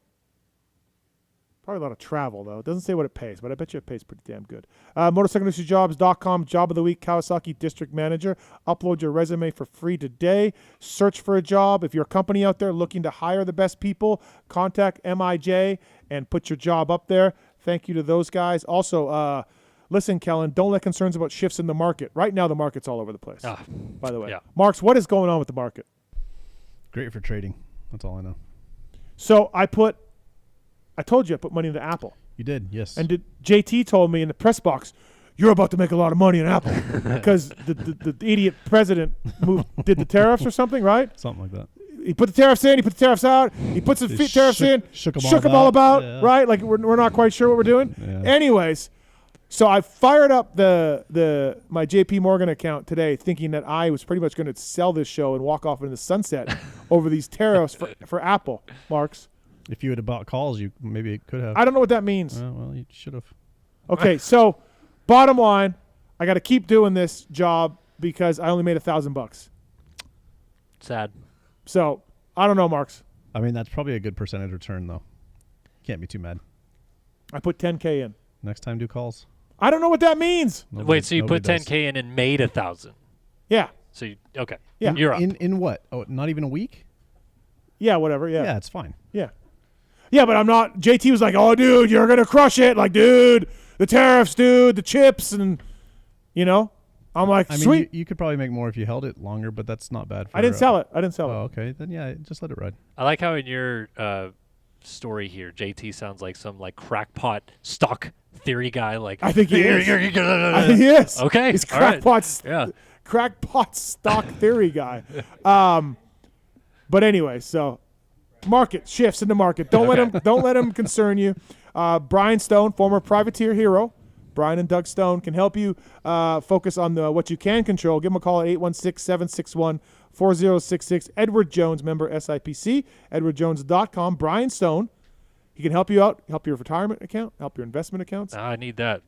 816-761-4066. Check it out. Brian Stone, everybody. Calls next time. What? Calls next time. I don't know what that means, man. Just be a degenerate gambler like me. Okay. Yeah. So also, since JT didn't make it on tonight, Fly Racing, use the code PulpMX when you're checking out at flyracing.com. I just got a set of Coop's gear on the mannequin last week. It looks fantastic. That is the kinetic stuff. And use the code PulpMX when you check out at flyracing.com direct, and you can save with those guys. Thank you to the folks at Fly Racing. The Formula helmet's amazing. And Kellen, you would know that, but you don't wear Fly Racing. You've chosen not to, which angers JT. But I apologize, but sometimes I got to pay the bills. Yeah. Brian's on one. He works for Apple. Oh. Brian, do I sell or hold? You always hold Apple unless you are really, I would just hold it, It's at 202 right now, I think, right? Yeah, but it goes, these tariffs are just crazy. So I looked kind of crazy time before I bought it because, it tanked. Before I bought it, I believe it was 230 at one point in the last little while. Yeah, it was up to 259. It was? Okay. Recently? Yep. In the last year or something? Yeah, in the last month and a half. Oh, okay. So maybe I got it wrong then. Maybe it was 260. So we're at 202. Yeah. I bought at I bought at 160. I bought at 160 or something. Yeah. Okay. Yeah, I'm gonna hold good. it. Yeah. Marks, I'm gonna hold sure. it. Yeah. Brian says so. Hold it. I would hold. Another thing too. I ran into Troy Lee at Sea Otter. So Sea Otter's a big. Yeah, I know Sea Otter. Yeah. Yeah. Oh, okay. Yeah. So I was talking to Troy Lee, and I was talking about the Ducati thing, and we started talking, and anyways, kind of he rode off on his bike, and he just mentioned Tomac. So is there any more rumors on that? I mean, I don't know if he would really want to go there. Yeah, bike's kind of new and all that. What's your thought? Yeah, definitely. Like from what we hear on the streets is Tomac and Yamaha can't agree to a contract right now. Yamaha's saying, "Hey man, we thought you were going to retire, and we paid Coop a bunch of money, and we got Deegs." So I understand Yamaha's position here, right? I understand it. Tomac's really hard on a motorcycle. Does he want to go to a brand new motorcycle and develop this thing and then maybe have issues? I don't know, man. But if he wants to race, Triumph and Ducati might be his spots, right, Kellen? Where else is he going to go? I mean, back to Cowie if Chase doesn't go? No way. That's what I mean. Yeah, he likes cable clutches, though. Okay. He's got a problem. He's got to ride an RM or Yamaha. Pipes? All right. Yeah. Thanks, guys. Thanks, Brian. Appreciate it. Thank you. Yeah. Well, Brian says hold, Mark, so he didn't say anything about calls or nothing. I also said to hold. You did. You said calls. Well, I said if you should have done calls, but now I said to hold. We can play it back if you want. When do I sell? At 260? No, higher. I'm still not going to make my money back. What? I'm still not going to get rich, to quit my job. No, not sad. No, sad. One day. All right. Motorsport.com, tweet a Tallon segment. No, that's my mom. It's the motorsport.com tweets at Tallon segment. Motorsport.com, go there, kickstart your riding season, and knowledgeable gearheads there. Fast returns free on apparel. First returns free on apparel. In case something doesn't fit, motorsport.com, go through the banner to help us out. I just ordered some parts for Blue Crew. I probably could have gotten them for free, but instead, I just supported motorsport.com and Yamaha and ordered some parts through motorsport.com. It was great to do that and really, really easy. They got a Stark VAR going on for their customer appreciation sweepstakes as well. Motorsport.com. Make your next ride your best ride. Motorsport. All right. These are questions submitted to @PulpMX Show on Twitter, and the guy in the corner reads them. All right. First one, Cody Shields 92. Steve, did any of your factory bikes have a continuous rear brake issue? No, they didn't. Yeah, Barsha said he's had a few of them now. Yeah. He was not happy. I don't understand because, like, if I had a rider with a rear brake issue, I would replace everything. And then I would assume they did. Yeah, no, me too. I don't know. I don't know what he could be doing. Yeah, really, really random for sure. From Brop Crew, was McGrath riding for Chaparral Yamaha closer to Hep Suzuki Club MX for team support and setup, or support, or was it closer to Geico Honda or the current Star Racing team? No, Geico Honda, because like Kenny's got a works transmission and he's got a few works parts from Suzuki, but they're not a full works bike, factory bike. Let's say factory bike, and Jeremy had the same bike as Kevin Windham and John Dowd and everybody else that rode Yamaha back then. So that was as current of a factory bike as Yamaha had, just had different stickers on it. So just like Kevin Windham's bike at times was the same as Davey Millsap's bike, that's the analogy. But that program was put together like kind of late going into 98 a little bit, right? Like Jeremy going there? No, I don't think so. So, but he had that bike from the day he got on a Yamaha. It was basically a factory Yamaha? Yeah, pretty much. Did you listen to that podcast I did with Dave Damron? I don't think so. You should listen to it. He's the owner of Chaparral. He's got no fucks given. So, like, he tells the whole story. It's fantastic. It's a really great podcast. That was like October that he got on that Yamaha for that year? Yeah, whatever it was. Yeah. Interesting. But Dave's story about getting Keith at Yamaha to approve it and get Jeremy, it's a whole thing. So, great podcast. Grumpy Moto Guy for Steven Marks. Yeah. Is Pulp Fantasy ending after this year? I saw something on X from Travis about that. What'd you say, Marks? I think I said enjoy it, everybody, because we're folding up shop. Yeah, that game sucks. It does. I'm 1 point ahead of JT now. I blew it this weekend. Fucking Jerry blew it, and then fucking the Mosman blew it for me. So I hope you win our last Supercross year. Yep. Thank you. It's not. I just got to clarify. It's not a thing. We just would say that joke every time we all suck. That's a lot, yeah. It's like Steve every year saying, this is my last year. No, I haven't said that for a few years. Well, since you bought this house. Yeah. Since I bought the house and the mortgage on this thing, I got to keep going. He can't say that he's going to retire before Evan Ferry now. I'm going to be Grandpa Earl.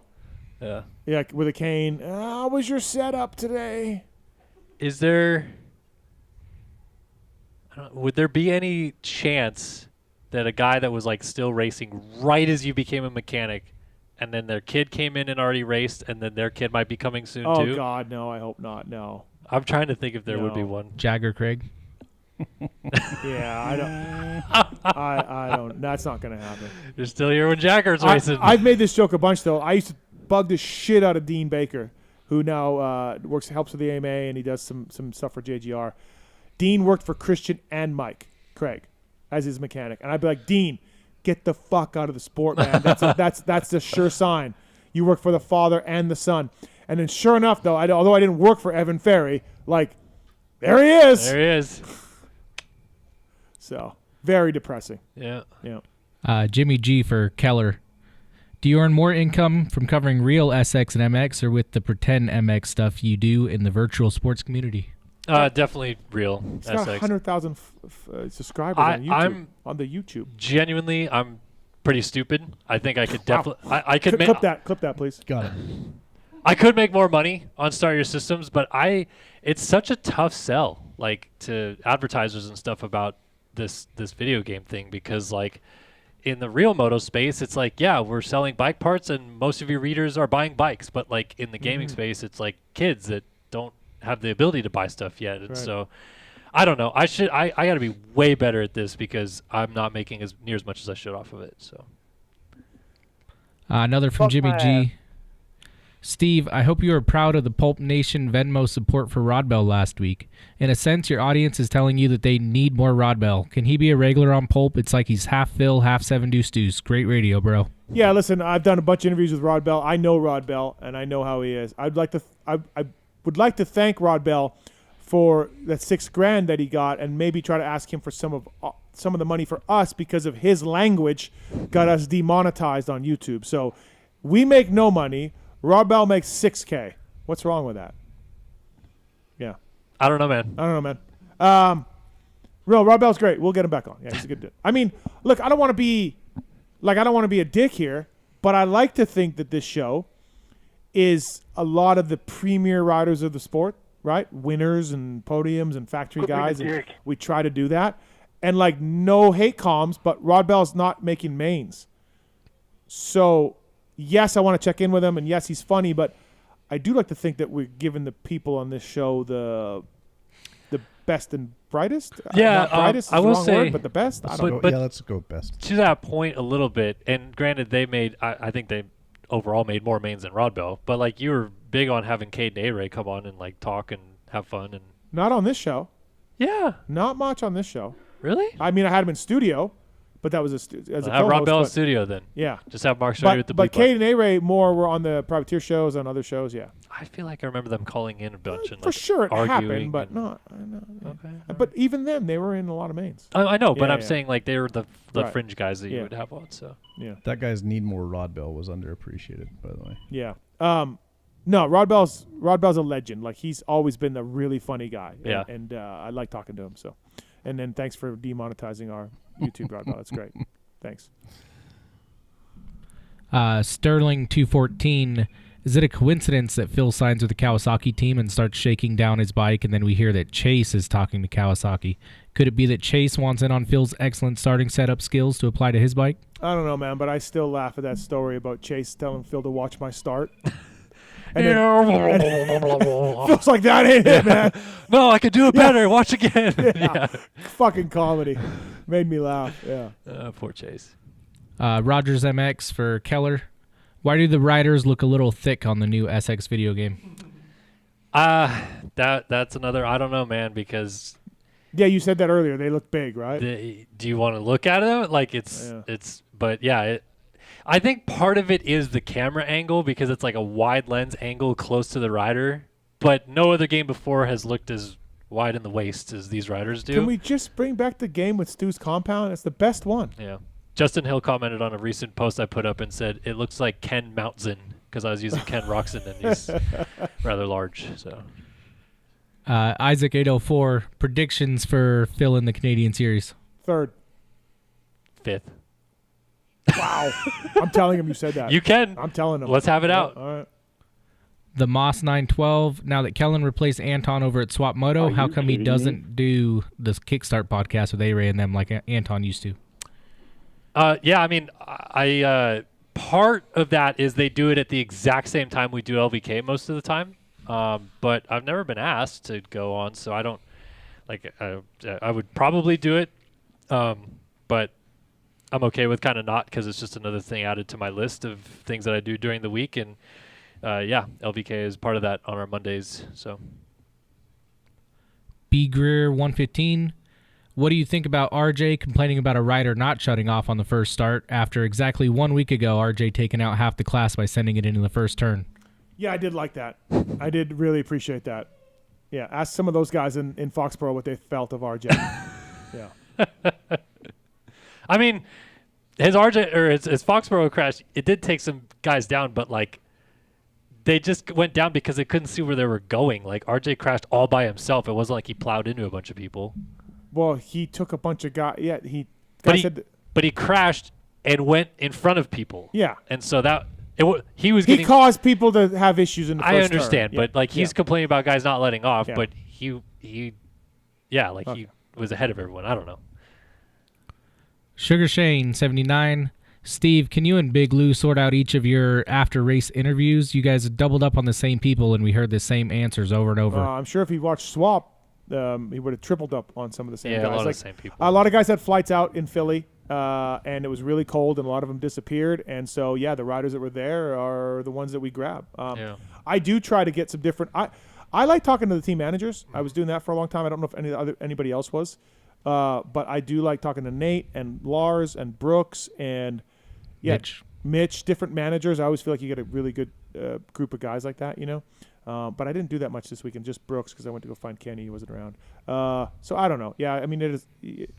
Look, we're just trying to get whoever we can. To be picky would be. Well, and there's always, like you said, there's always the same guys out, and like it's so bad to the point. Like we all know that we're trying to get as many guys as we can. So like I'll be going one way and Lutz will be going another way, and we're both like, who'd you get? And then he's like, I just got that. And so then we're like, okay, well, we know to go to those spots too. So there's just not – it's literally the 7 to 10 guys that are out that we get. I'm real good at getting beta and quad lock guys. Got them on lock. Yeah. Quad lock. Quad lock. Personally speaking, like sometimes I really enjoy going to interview guys that like were 8 to 15. Yeah. Because I don't mind. Yeah. Well, but I mean like – I know people love to hear the front of the pack stories and what's going on, but like those are guys that they never get any TV time. And so sometimes we, even during the race, like in the press box, don't watch what's going on back there either. Mm-hmm. So then to go hear what happened and like, oh, dude, he took you out and that happened. And it's like, you're like learning the race over again a little bit. I really think that I've made a good fan base of people of those type of guys that I talk to. Yeah. You know, because there are great stories back there. 100%. Yep. Pulpin Callers, past or present, name one MXGP rider you would have loved to see come race the full time in the U.S. Everett's. Yeah, Everett's was top 10 Supercrosses for those 4 or 5 times that he came over. Outdoors, he's great. So, Stefan Everett's. Everett's is a good one. I think for me, I would have liked to see Gauthier Paulin stay here. He did one season of 250 West in 2010, 11? Something like that. And never came back. And I think his Supercross skills were not bad when he was here. Mm-hmm. He's French, so it's kind of comes with it. But I think he would have been really good if he stayed here and got on a team with Star or PC or something like that. Mm-hmm. It'd have been cool to see him have like a more full career here. Greg's Big Mouth. Can we get a new Jim Hawley podcast? We need more amazing sound bites. Yeah, I mean, honestly, I don't think they get a blowjob before the main event. Seriously, like, you should do a re-raceables with Jimmy. That's just like, hey, Jimmy, let's do your whole 84 season, man. Like, let's just go race by race and hear the stories and, like, what happened at, this round and this round and what was going on with your bike and who did you hang out with? And, like, it would be amazing. Yeah. How about, like, and you'd have to be a really avid listener of my stuff, and I don't know if you are, Kellen, or anybody else, but I think it's goddamn hilarious that no matter – I just did a podcast with Tom Webb, and I asked people about Jim Hawley.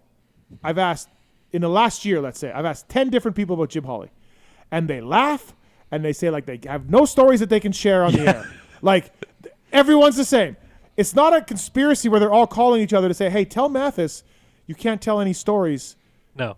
They all just can't tell the stories. I mean, I was not there to live it, but now I have like hung out with Jimmy a little bit, and he'll like tell me things and show me stuff, and I'm like, I can't tell those stories either. Yeah. So like even I am sucked great. into the no, I can't talk about it kind of situation. Yeah. Like Tom Webb, I'm just like, you got any? And he just laughs, and then he used to go down my podcast, and then even McGrath said it, Dubach said it. It's but hilarious. That's what I mean, but because they don't want to tell the stories, but Jimmy somehow doesn't care and will tell the stories. So you just need to have him on, just spilling all the beans that no one will talk about. Yeah, it's fantastic. That guy's right though. We need more Jim Hawley. August Sanders 57. Kellen, please give us an in-depth, top-to-bottom explanation of this week's MX Sim drama. Oh, what happened? We don't have time to get into it. Oh boy, we really don't. What happened? Rough, just as rough as you can. Okay, so there's a championship fight going on in the 450 class. I don't want to talk about this on the show. PEDs? No. Okay. One of the guys that is battling for the championship didn't make it out of the LCQ. Okay. 8th in the LCQ. He started begging people in the main event not to race. What? And they let him in. Stop it. Yep. This is J-Law's GoFundMe all over. Believe Why me. would these guys do that? Why would they let him in? No comment, man. Honestly, was he offering to pay them? You think? No, I don't think it was that. I it's just gaming. Catch the fever. Hey, man, I don't think you guys should race. I didn't make it. I'll let you do motos with me. Yeah. Like this is the society we're in that we were talking about earlier. Yeah. Like, hey, man, toughen up. You didn't make it, but nope, you're not going to toughen up. You're going to ask others not to race. Yeah. I did not bite my tongue on Wednesday last week, but I'm going to bite my tongue now. Why on this broadcast? You mean? Or yeah, no, I had a rant. Wow. And ultimately, he got the race. Yep. Yeah. He got third. Kellen sounds very. He's disgusted. Yeah, he is. He doesn't want to talk about it. Yeah. I wonder if it's same or worse with me, the J-Law GoFundMe. I don't know. No. You know they found his bike, I guess. Yeah, I know. And then he was promising to pay people back for And the did money. he? I don't know. Yeah. I stopped following the saga. I saw a post that said new bike should be getting here like this week. So he's getting the new bike anyway. But he got his old bike. Yep. Okay. Yeah. But I thought he was going to give the money back. I might have read it wrong, but it looked like he's a new bike showing up this week. Yep. Good job, everybody. Honestly, if we're worried about overpopulation in the world, like we are, right? They're using resources and easy way to clear out a lot of people. Can we get all the people who donated to J-Law's GoFundMe? Can we get them all to stand over there, please? Okay, now we're going to take you guys out in the ocean, and we're just going to drop you off in the ocean. Because if you gave this guy money, you should we don't need you sucking up oxygen and taking up our resources. So it's a really easy way to cull the population. Can you imagine giving J-Law $1 fucking to go buy a bike? $1. If you did, please call in right now. Kellen's holding back right now. Because you did give him $1? $1? No, I didn't give him $1. No. You gave him $2. If someone is listening that donated, please call in. I'm kidding about the island I want to take you to in the South Pacific. There is no island. There is no island. Just the South exactly. Pacific. All right, next question. Calf Dog. Steve, have you ever watched one of Kellen's Start Your Systems videos? No. Why would I do that? God, no. I'm not trying to be an asshole, but I barely game as it is. I'm not watching. Lewis and I make fun of it though because the guys will put Instagrams up and somehow we'll see them where they're thanking their sponsors and they're not racing or I don't know what it was. The guy was hurt. He was hoping to come back soon. What? I don't know. Lewis would have to tell it. We were laughing about it. I don't know what that would be. Yeah, Lewis, you do know, but you just don't want to say. No, I don't. What are you talking about? I don't know. I don't remember. But we were laughing. No. The guy was acting like he was a real racer, like in his post, like thanking the sponsors and then saying how he's been working hard and coming through big time, Okay. All right. No, I don't. All right. Next question. LAX defense coach, does Sewer's success on the Ducati make it slightly inviting for Roxon or Tomac to consider? Success on the Ducati? It's getting better. Okay. Success?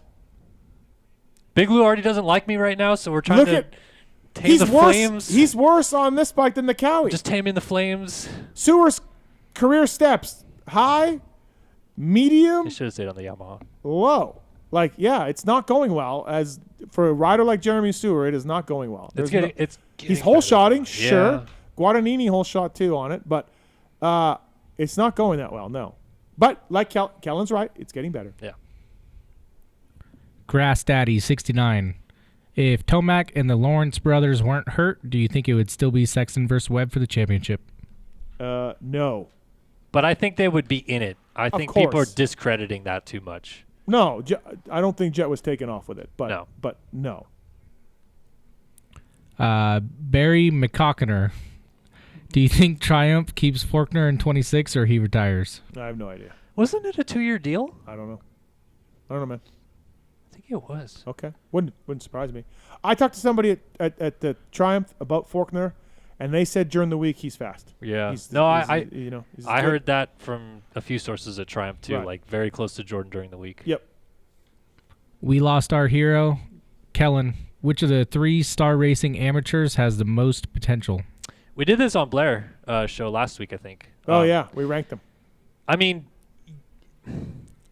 Blair was very high on Caden Dudney, and I tend to agree with him, but I need to see it in Supercross. I've not seen even a flash of it yet, and then he got hurt at Daytona, so we haven't seen him in SMX Next since. But I hear great things about Carson Wood, but Caden Manier's not even here right now, so you can't really rank him. Mm-hmm. So. All right. Let's see. From Blair Park, what's your stance on finger guns and should they be holstered? No, I don't care. Did you see? So, I didn't even mean to ask this question, but somehow we got on the topic, me and Cole Davies post-race interview that I did with him, about his win celebrations. Okay. So in Seattle, he did this. Oh, yeah. Yeah, I saw in the that. heat race. Yeah. And now he says he's dabbing when he wins races. So that's what he did over the finish line jump in Philly. Okay. And he says he's going to come up with a new one each time he wins, which like super confident already and stuff like that. But so we might be past finger guns now. We might be back into a whole different echelon of race victory celebrations. James did the sprinkler. He did the boogie worm thing or whatever. So like that, those you can do all that. No, Bring that can. back. Yeah. All right, last one. PulpMX Fantasy Support Group. Kellen, I know it's an older game, but is Track Day R any good? What the hell is he talking about? There's a game called Track Day R that's like a, it's like some indie studio made it, and it's like mostly around street bike racing, but they have some supermoto and motocross in it. And PC game again, so it's more like simulation or supposed to be. What Track Day R is really good for, which I don't personally like at all, is what's called bike life, which is doing wheelies in streets and stuff like that. So there's a lot of really popular Instagram and TikTok pages that use it to do that. But for like a motocross game, it's pretty meh. Like there's no way to describe it other than it's just really weird. Can we get Excite Bike back? Excite Bike was good. Yeah, if you Track editor, yeah, so good. Are you talking about Excite Bike 64? I didn't really remember that one very much. Is that any good? Well, that had the track editor in it, so no, the original one did too. Oh, yeah. Kids. All right. Motorsport.com. Beep boop. That's horrible. Use the code to save with motorsport.com. All right, Kellen, Savatgy, Wilbur, Phil, Darren, Lawrence. Best interview tonight. I'll go Dazzy. All right. I think Dazzy too. Marks? Wilbur. All right. Tallon? I like Phil. All right. Andrew? Phil. All right. Will did not seem like he wanted to talk much about the star thing. Like I feel like he was kind of short about it. Oh, I thought he was fine. I'll tell you what. Will's changed in the last few years with being a dad, and like he's not as much fun on this show. I think he's tired a lot. I don't think he brings the same energy every time. Well, maybe he'll have more free time in Florida. Yeah, maybe. But some of his older interviews, I think, on this show were better than recently, and I think it's just because he's tired at night and he doesn't have the same energy. Yeah, I don't know. Dude, he gets up at like 3. Does he really? I don't know. It's early. Yeah. You see his Strava? No. Dude, but he's grinding at like 4. Yeah, and he's in the fucking ice bath. It's right. unbelievable. Yeah. Are you doing those yet? No, I did them twice, and that was it. And why was it bad? It fucking sucked, dude. Well, I know it fucking sucks. cold, man. They told you the point of it is like, yeah, it's supposed to shock the system, right? Yeah, it's fucking cold, man. Okay. You get used to the shrinkage. It's okay. Oh, okay. Thank you. Appreciate that. What'd you send me, Tallon? J-Law's post, South Mississippi Motorsports, 2 days ago. I'm expecting a delivery real soon. Good to be back. Yeah. Good job, guys. Good job, everyone. No callers. He got the bike. Yeah, he got the bike. That's what we really need. Based on some of the comments in YouTube chat, some people are lying, not calling right now. Oh, they're saying they gave money? No. I'm saying there's people in there that I know gave money based on the way they talk.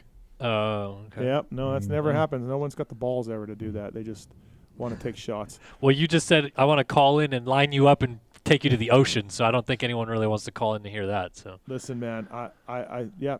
Look, we got a problem with overpopulation. It's easy to solve this. It's easy to solve this. Okay. First thing that comes to your mind, Kellen. You ready? We're back with this again? Yep. Okay. Motorsport.com. Whole shot. Fly Racing. Cooper Webb. Decal Works. Graphics. X Brand Goggles. Tear-offs. Race Tech. Rant. Renthal. Grip. Michelin. Randy. Acherbys. Lone Wolf. Firepower. I still think of Firepower Honda. Okay, you can. Like it just it's still there. It's like when BTO changed to I know, Rocky Mountain. Everyone kept we were calling like it 3 BTO. years past that, Yeah. still calling it BTO KTM. Yeah. Maxima USA. SC1. Pro Filter. Airflow. Cardo Systems. Chatting. OGO Power Sports. Bags. Renegade Race Fuels. Winners pour it in. Is that what it is? Pour it in to win. Pour it in to win. That's what it is. Yeah. Atlas Neck Brace. My current neck brace right now still. All right. Don't forget, they got a new boot, too. $199. It's an entry-level boot. They do a good job with it. AtlasBrace.com. Code PulpMX to save. Guts Racing. Seats. Andy. Good guy. Yeah. I like him. Works Connection. Pro Launch, right? Yeah. MotorcycleIndustryJobs.com. Kawasaki. Oh, what was it tonight? Kawasaki District Manager. District Manager. That was I was just saying dealer manager. WUSA. Wheels. Get Data. Dan Truman. Everyone says Dan Truman. Fox Factory Vehicles. Social. Wiseco Piston. Power. MTX Braking. Shane McElrath can call them. Troll Training. Wil Hahn gone. Ethica. Comfort. Luxon. Clamps. Factory Chassis Parts. Yeah, Comfort again for some reason. All right. Yeah. Hey, man. Thanks for coming in. Yeah, thanks for having me, Good Steve. job. You did a good job tonight. Really good on the top 10 450 points thing. I thought Gamer Corner was a fucking hit. Okay. So I might bring Gamer Corner back next week with Daniel Blair. Sure, and there's Randy. rave reviews online. Yeah. Randy, Daniel Blair, buckle up. We're going to do Gamer Corner. Gamer Corner with them. Yep. Yeah. Gamer Corner. Okay, so Gamer. actually, I wanted to ask you with Randy. Yeah. You had a over/under on how long it would take for me to mention Max Voland. Yeah. I give it under 5 minutes. Randy brings up Life Swap next week. He can't. Every time he brings it up, it's going to be postponed a week. He knows the rules. 5 minutes under. So, yeah, thanks, man. Thank you for all the hard work on PulpMX. Thank you. On the fantasy side, on the show side. Yep, it's great. Also, thank you for bearing with us. We run a loose program. Marks and myself and Swizz. Loose program. Yeah, well, what's wrong with it, though? No, I'm just saying, just thanks for bearing with us. Yeah. You know, you've brought into the family. You're probably looking around being like, oh. No. But, yeah. Honestly, yeah. it's fine. You don't have to lie. No, thank you though. Yeah. Thank you. But yeah, thanks for coming in. Appreciate it. Good job. Start your systems, Swap Moto, all of it. Kellen Brauer Kiefer, here. LeBig, Paul. Yep. Gamer Corner. Beep boop. Beep boop. Gamer Corner. So thanks for your hard work. Pookie, Moser, Swizzcore, thank you. Appreciate that. Marks, thanks, buddy. Appreciate it. You're welcome. Tallon. What's up? Great work tonight. Thank you, Steve. Great I work love tonight. the enthusiasm. Fantastic, buddy. Thank you. Do you want to do my thank you again? No, man. Double down. No. You can do it one more time if you Great want. job, Tallon. Thank you, Steve. I appreciate you. Thanks, Marks. All right, everybody. We'll be back next week with Doc Wobbs and Daniel Blair and Randy Richardson to talk about New York Supercross and lots to get into, of course. And so thanks for watching. Thanks for listening. For Kellen Brauer, I'm Steve Matthes. See you next week. There's something I want to get off my chest, and it's about that summer when you went away to community college. I got an offer to do Playgirl magazine, and I did it. I did a full spread for Playgirl magazine. I mean spread, man. I pulled my butt apart and stuff, and I was totally nude, and it was weird. I mean, you probably didn't hear about it because I went under the name of Mike Honcho, but I just wanted you to know that. If you could hear me, if it got into your brain somehow, that I spread my butt cheeks as Mike Honcho.